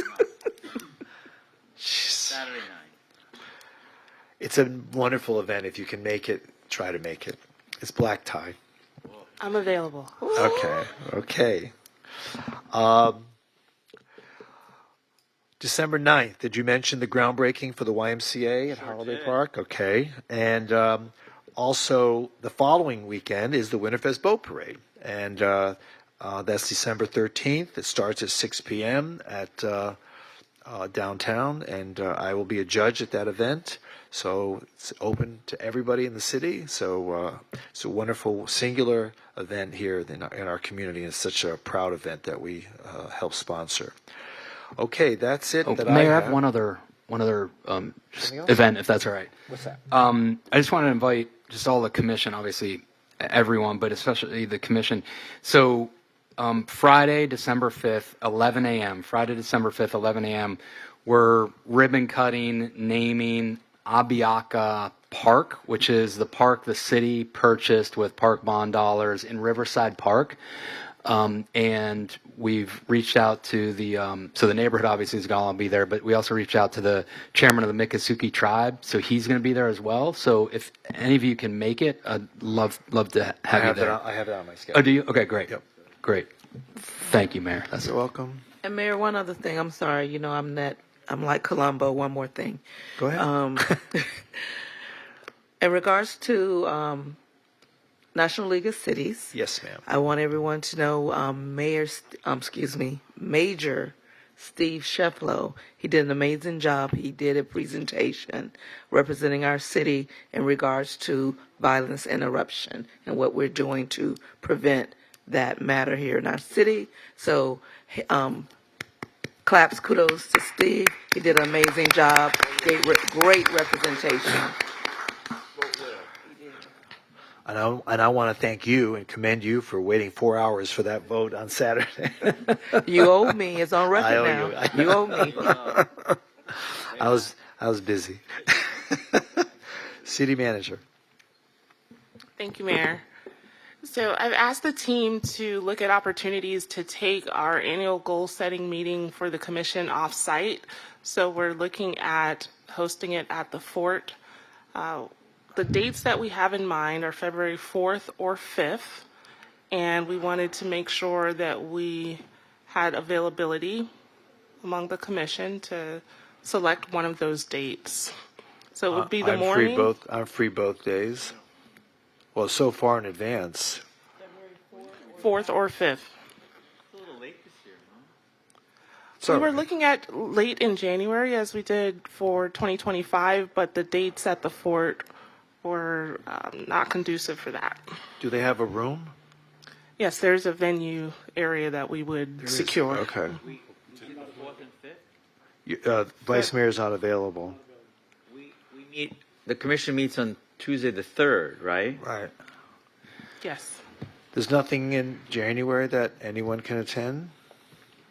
Could we do it on a commission day, like in the morning? Like February 3rd? We can ask the fort if there's availability on that date. We didn't imagine that you wanted to have a whole day, but We did it today. We can. We used to have it. We used to take 3 days. Yeah. Let's keep it shorter. Didn't we get it down to a half a day? We got it down to Remember like, we said 3 days? 2 or 3 hours. Is it half a day now? Yeah. so we looked at several dates in January and we didn't have the consensus among the commission. I think we had reached out, and so we looked at those dates. But Commissioner, Nobody since asked you're me. not Vice Mayor, since you're not available, we will go back to the drawing board and try to identify another date. Well, What dates were you throwing out in January? Because I don't remember hearing that. 4th? Oh, well, whatever they are, we couldn't get it. Oh. But the recommendation, so if we did it on the commission day, that would be 9 o'clock in the morning and ends at noon? Probably noon. Yeah. I just think that's easiest from a scheduling standpoint because most of us. So the Tuesday the 3rd works for you? God. Tuesday's fine, yeah. I'll just be leaving on Wednesday after that. Commissioner Beasley Pittman? I will align, but I would prefer another date. It's a long. That's a long day. I would prefer another date. That's a long That's day. a crazy day. I agree. Okay, we'll search for another date and let the 3rd be the fallback date. Okay. Okay. Okay. Please proceed. We have received some informal communication from Inter Miami that they may want to celebrate something in the future, and so I just wanted to put that on the radar. Celebrate their leaving? Something that could happen in the future. So I just wanted to make the commission aware that we've heard of that potentiality, and if there are any actions that we would need to take or desire to take, I will keep you informed as things progress. I too want to thank our emergency management team for getting us through the hurricane season. So not just police and fire, but we also have several staff members who over the course of the last several months have done sandbag distributions, those who have responded to weather events, rain events from our public works team, our stormwater team. So all the work that they do throughout the year doesn't go unnoticed, and we're just so grateful that we didn't experience a major weather event. I also want to commend Utility Services Director Albert Carbon. On Thanksgiving Day, he was dealing with a infrastructure situation. We had several challenges last week, and he finally got to eat his pie at the end of the night, but he was dealing with a lot. So thank you so much, Albert. Thank you, Al. I think that was District 4 that was giving you some trouble. So thank you. Yes, it was District 4. District 4 thanks you. I hope you enjoyed your turkey. And pie. So I know we were very busy today, but we published 6 letters to the commission this morning. So I just wanted to put it on your radar. Lots of information was sent to you. So I'd love for you to review that information once you get an opportunity. Also, a week ago today, I closed on a home in District 4. And Good luck with that, Commissioner. He never answers his phone. Yeah. And I need all the help I can get. Thank you. Unbelievable. Appreciate Those it. constituent services. I know I You made can you be all Deputy aware. Commissioner. I know I made you all aware at the time, but just for the public, I did make a commitment along with my family to fulfill the residency requirement of the position. And I just wanted to put it out there that, I appreciate the support and the patience and the flexibility that you offered with my contract. And I wanted to let you know that officially I will be your new neighbor and looking forward to it. So thank you. We'll try not to call code enforcement on you. And that concludes my report. Okay. And Mr. Spence, this will be your last meeting before the before Sherry McCartney takes her position next meeting. Yes, it will. Oh, Yes, it has been. This will be my last request for an executive closed door. I know we've I alluded to it at the last meeting, but I guess I don't know if we did it correctly. Pursuant to Florida Statute Section 286.0118A, I'm seeking advice on the following matter: Paula Wren versus the City of Fort Lauderdale, case number CACE 25-004231, to be held on December 16th at 4:30 p.m. Does that conclude your remarks? Yes. Thank you, Dwayne, for your service, man. Thank you for being great. Thank you for everything. Thank you. Well, thank you all for the opportunity to serve the city that has poured in to me. I started here back in 2010 as an assistant city attorney 1, and I was able to grow here at the City of Fort Lauderdale. It's a unique story of coming in at the bottom rung of attorneys and being able to come to serve in this capacity as interim city attorney. I really appreciate the opportunity to give back to the city in this way, and appreciate the opportunity you all gave me to do this twice. And hopefully that'll be it. But thank you again for giving me this opportunity, and I appreciate it. Thanks. Thank you. Thank you. Thank you.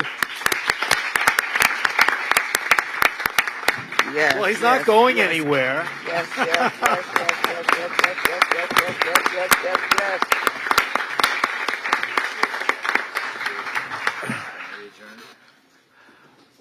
Okay.